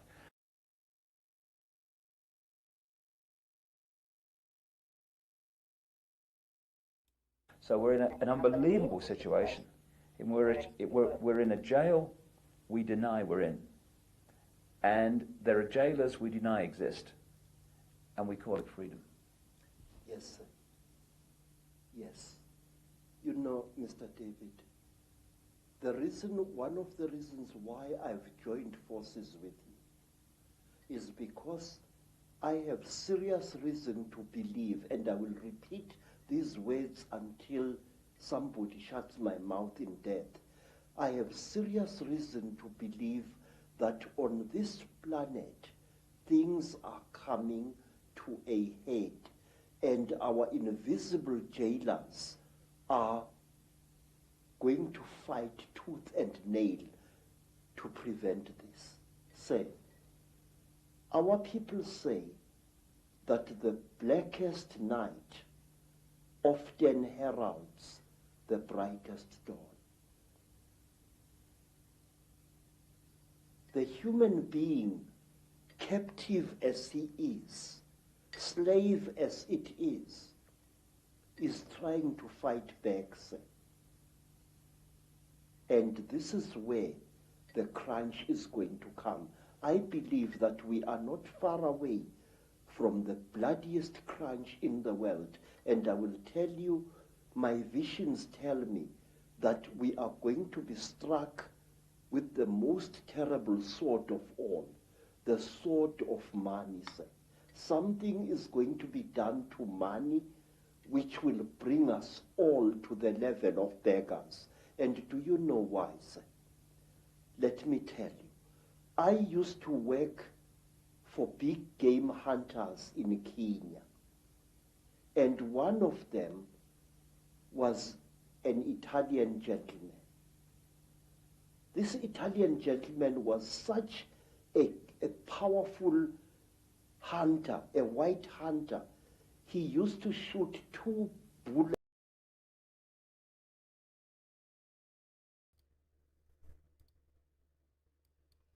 I'm going to stop it here. I mean, he goes into a lot of other stories with other people that he met that had similar experiences. Some of them denied them, some of them didn't.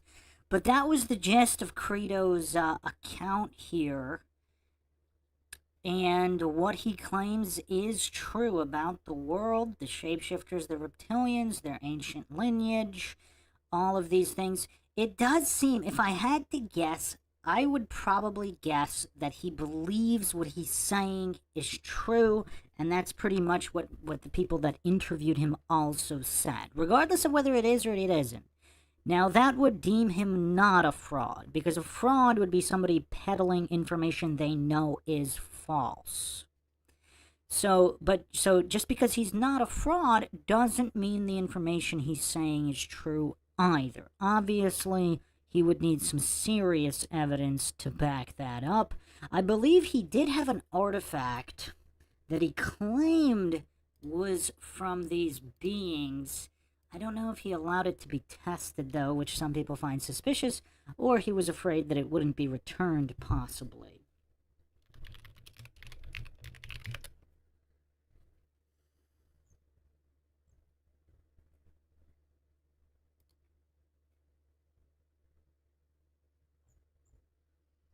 So, I don't know, I couldn't find too much on that right now. I know there were people that were desperate to prove him a fraud, which is interesting. Because if he's really that silly, and all of this, is just silly nonsense, like, what is with the desperation of these scientism cultists, authority-worshipping bootlickers? What is with their desperation to prove to whom that these people are frauds? I mean, are they going around to every, person screaming things from the street corner and saying, oh, you're a fraud? Like, they could accidentally be screaming accurate things as well. I mean, who knows? But obviously, coincidence theorists, scientism cultists, very predictable bunch operating on their mental weakness, just anything and everything to soothe their cognitive dissonance. Tsutsaka demonstrating in the chat he doesn't comprehend what the scientific method is. No surprise there. Spamming credential logical fallacies that aren't even true. Oh, man. Okay, so Lord Zed in the chat is 50-50 on Credo. Now that we've heard Credo's testimony, let's do a poll now. Let's do a new poll.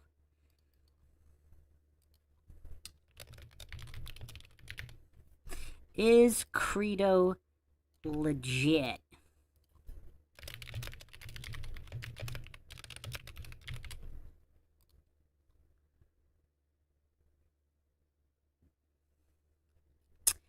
Tsutsaka thinks that frauds like James Randi were saints. Yeah, James Randi was actually demonstrably, empirically debunked.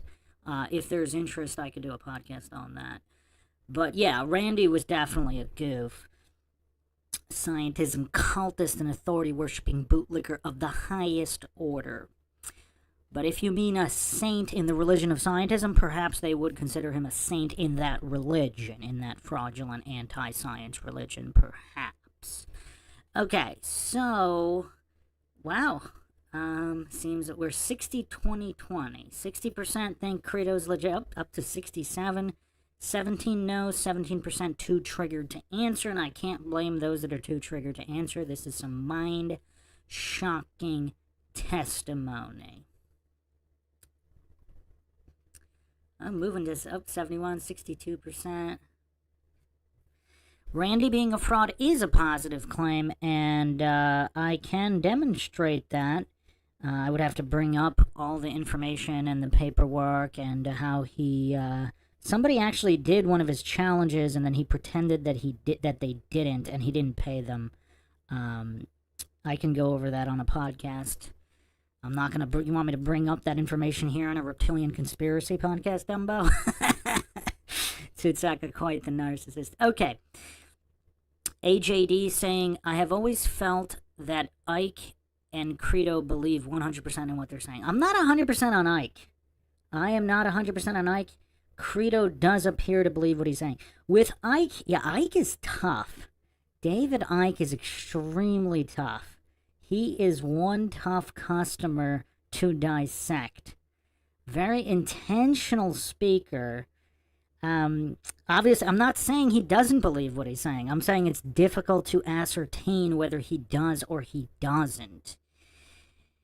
It's really tough. If he's legit, then it is commendable that he just basically went wherever the evidence went without being mentally weak, if he's legit. Because a lot of people like Tsutsaka, they would be too cowardly and mentally weak if they even had the mental capacity to do research, with obviously Tsutsaka doesn't. But if he did, or the people that do, like a lot of conspiracists, they won't touch reptilian shapeshifters. They think it's silly. Like, even Alex Jones wouldn't go there. Although, it would be kind of curious to see his re-examinations since he started talking about the machine elves and all this interdimensional demons. Because Ike was on his show a long time ago, and Alex Jones basically disavowed everything he said about reptilian shapeshifters. Alex Jones backed everything Ike said about everything other than the reptilian shapeshifters. Dopeman in the chat says Ike an MK Ultra subject, maybe. Maybe. That could explain a lot as well. You know what's interesting though?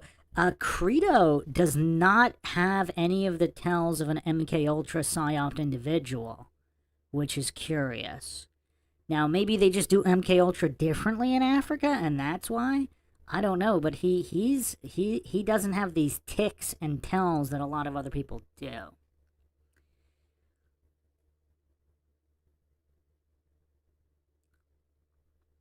Okay, so 56% think Credo is legit, 33% too triggered to answer, 11% think he's not legit. That might have been the highest too triggered to answer poll so far, which again, I cannot blame those answering the poll.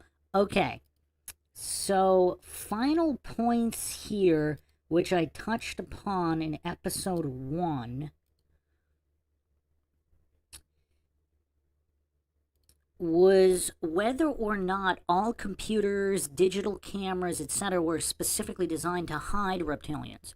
Similar to, again, if you haven't seen or listened to the podcast, Analog versus Digital here on MindShock, I actually talk about that. For example, the Patterson-Gimlin footage being some of the best footage of Bigfoot. And now, seemingly, there's so many digital cameras and phones, they capture a lot less. I mean, you know, there's some things captured, not as clear. I mean, with Patty, you can actually see the ripples in the muscles on the analog film. Same thing with ghosts. It seems like a lot of ghosts were captured on film, and with digital, they still capture something, but it doesn't seem as clear. It could be faked easier. Whereas with film, there seems to have been some quite solid evidence back when film was the main medium, and then digital kind of ruined everything in the realm of the paranormal, so to speak.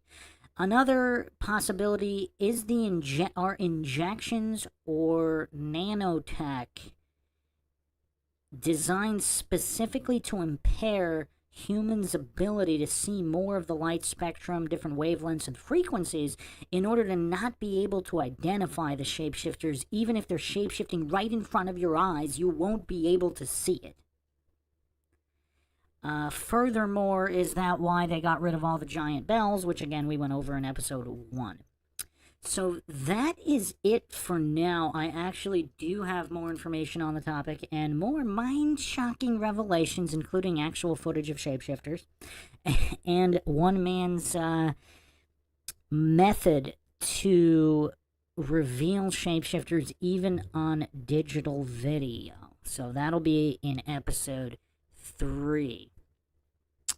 So, hope everybody found another edition of the MindShock podcast interesting and informative. If you want to help support the podcast, you can donate to our PayPal. Just check the link in the description. Make sure to subscribe, like, and share Twitter, Facebook, Reddit, Patreon. You can also become a YouTube member right here on YouTube. Help support the channel that way. Questions, comments, theories, thoughts, suggestions, rebuttals, debunkings of any kind, leave them in the comment section. This is Bruce McGuire signing off. Catch you guys next time.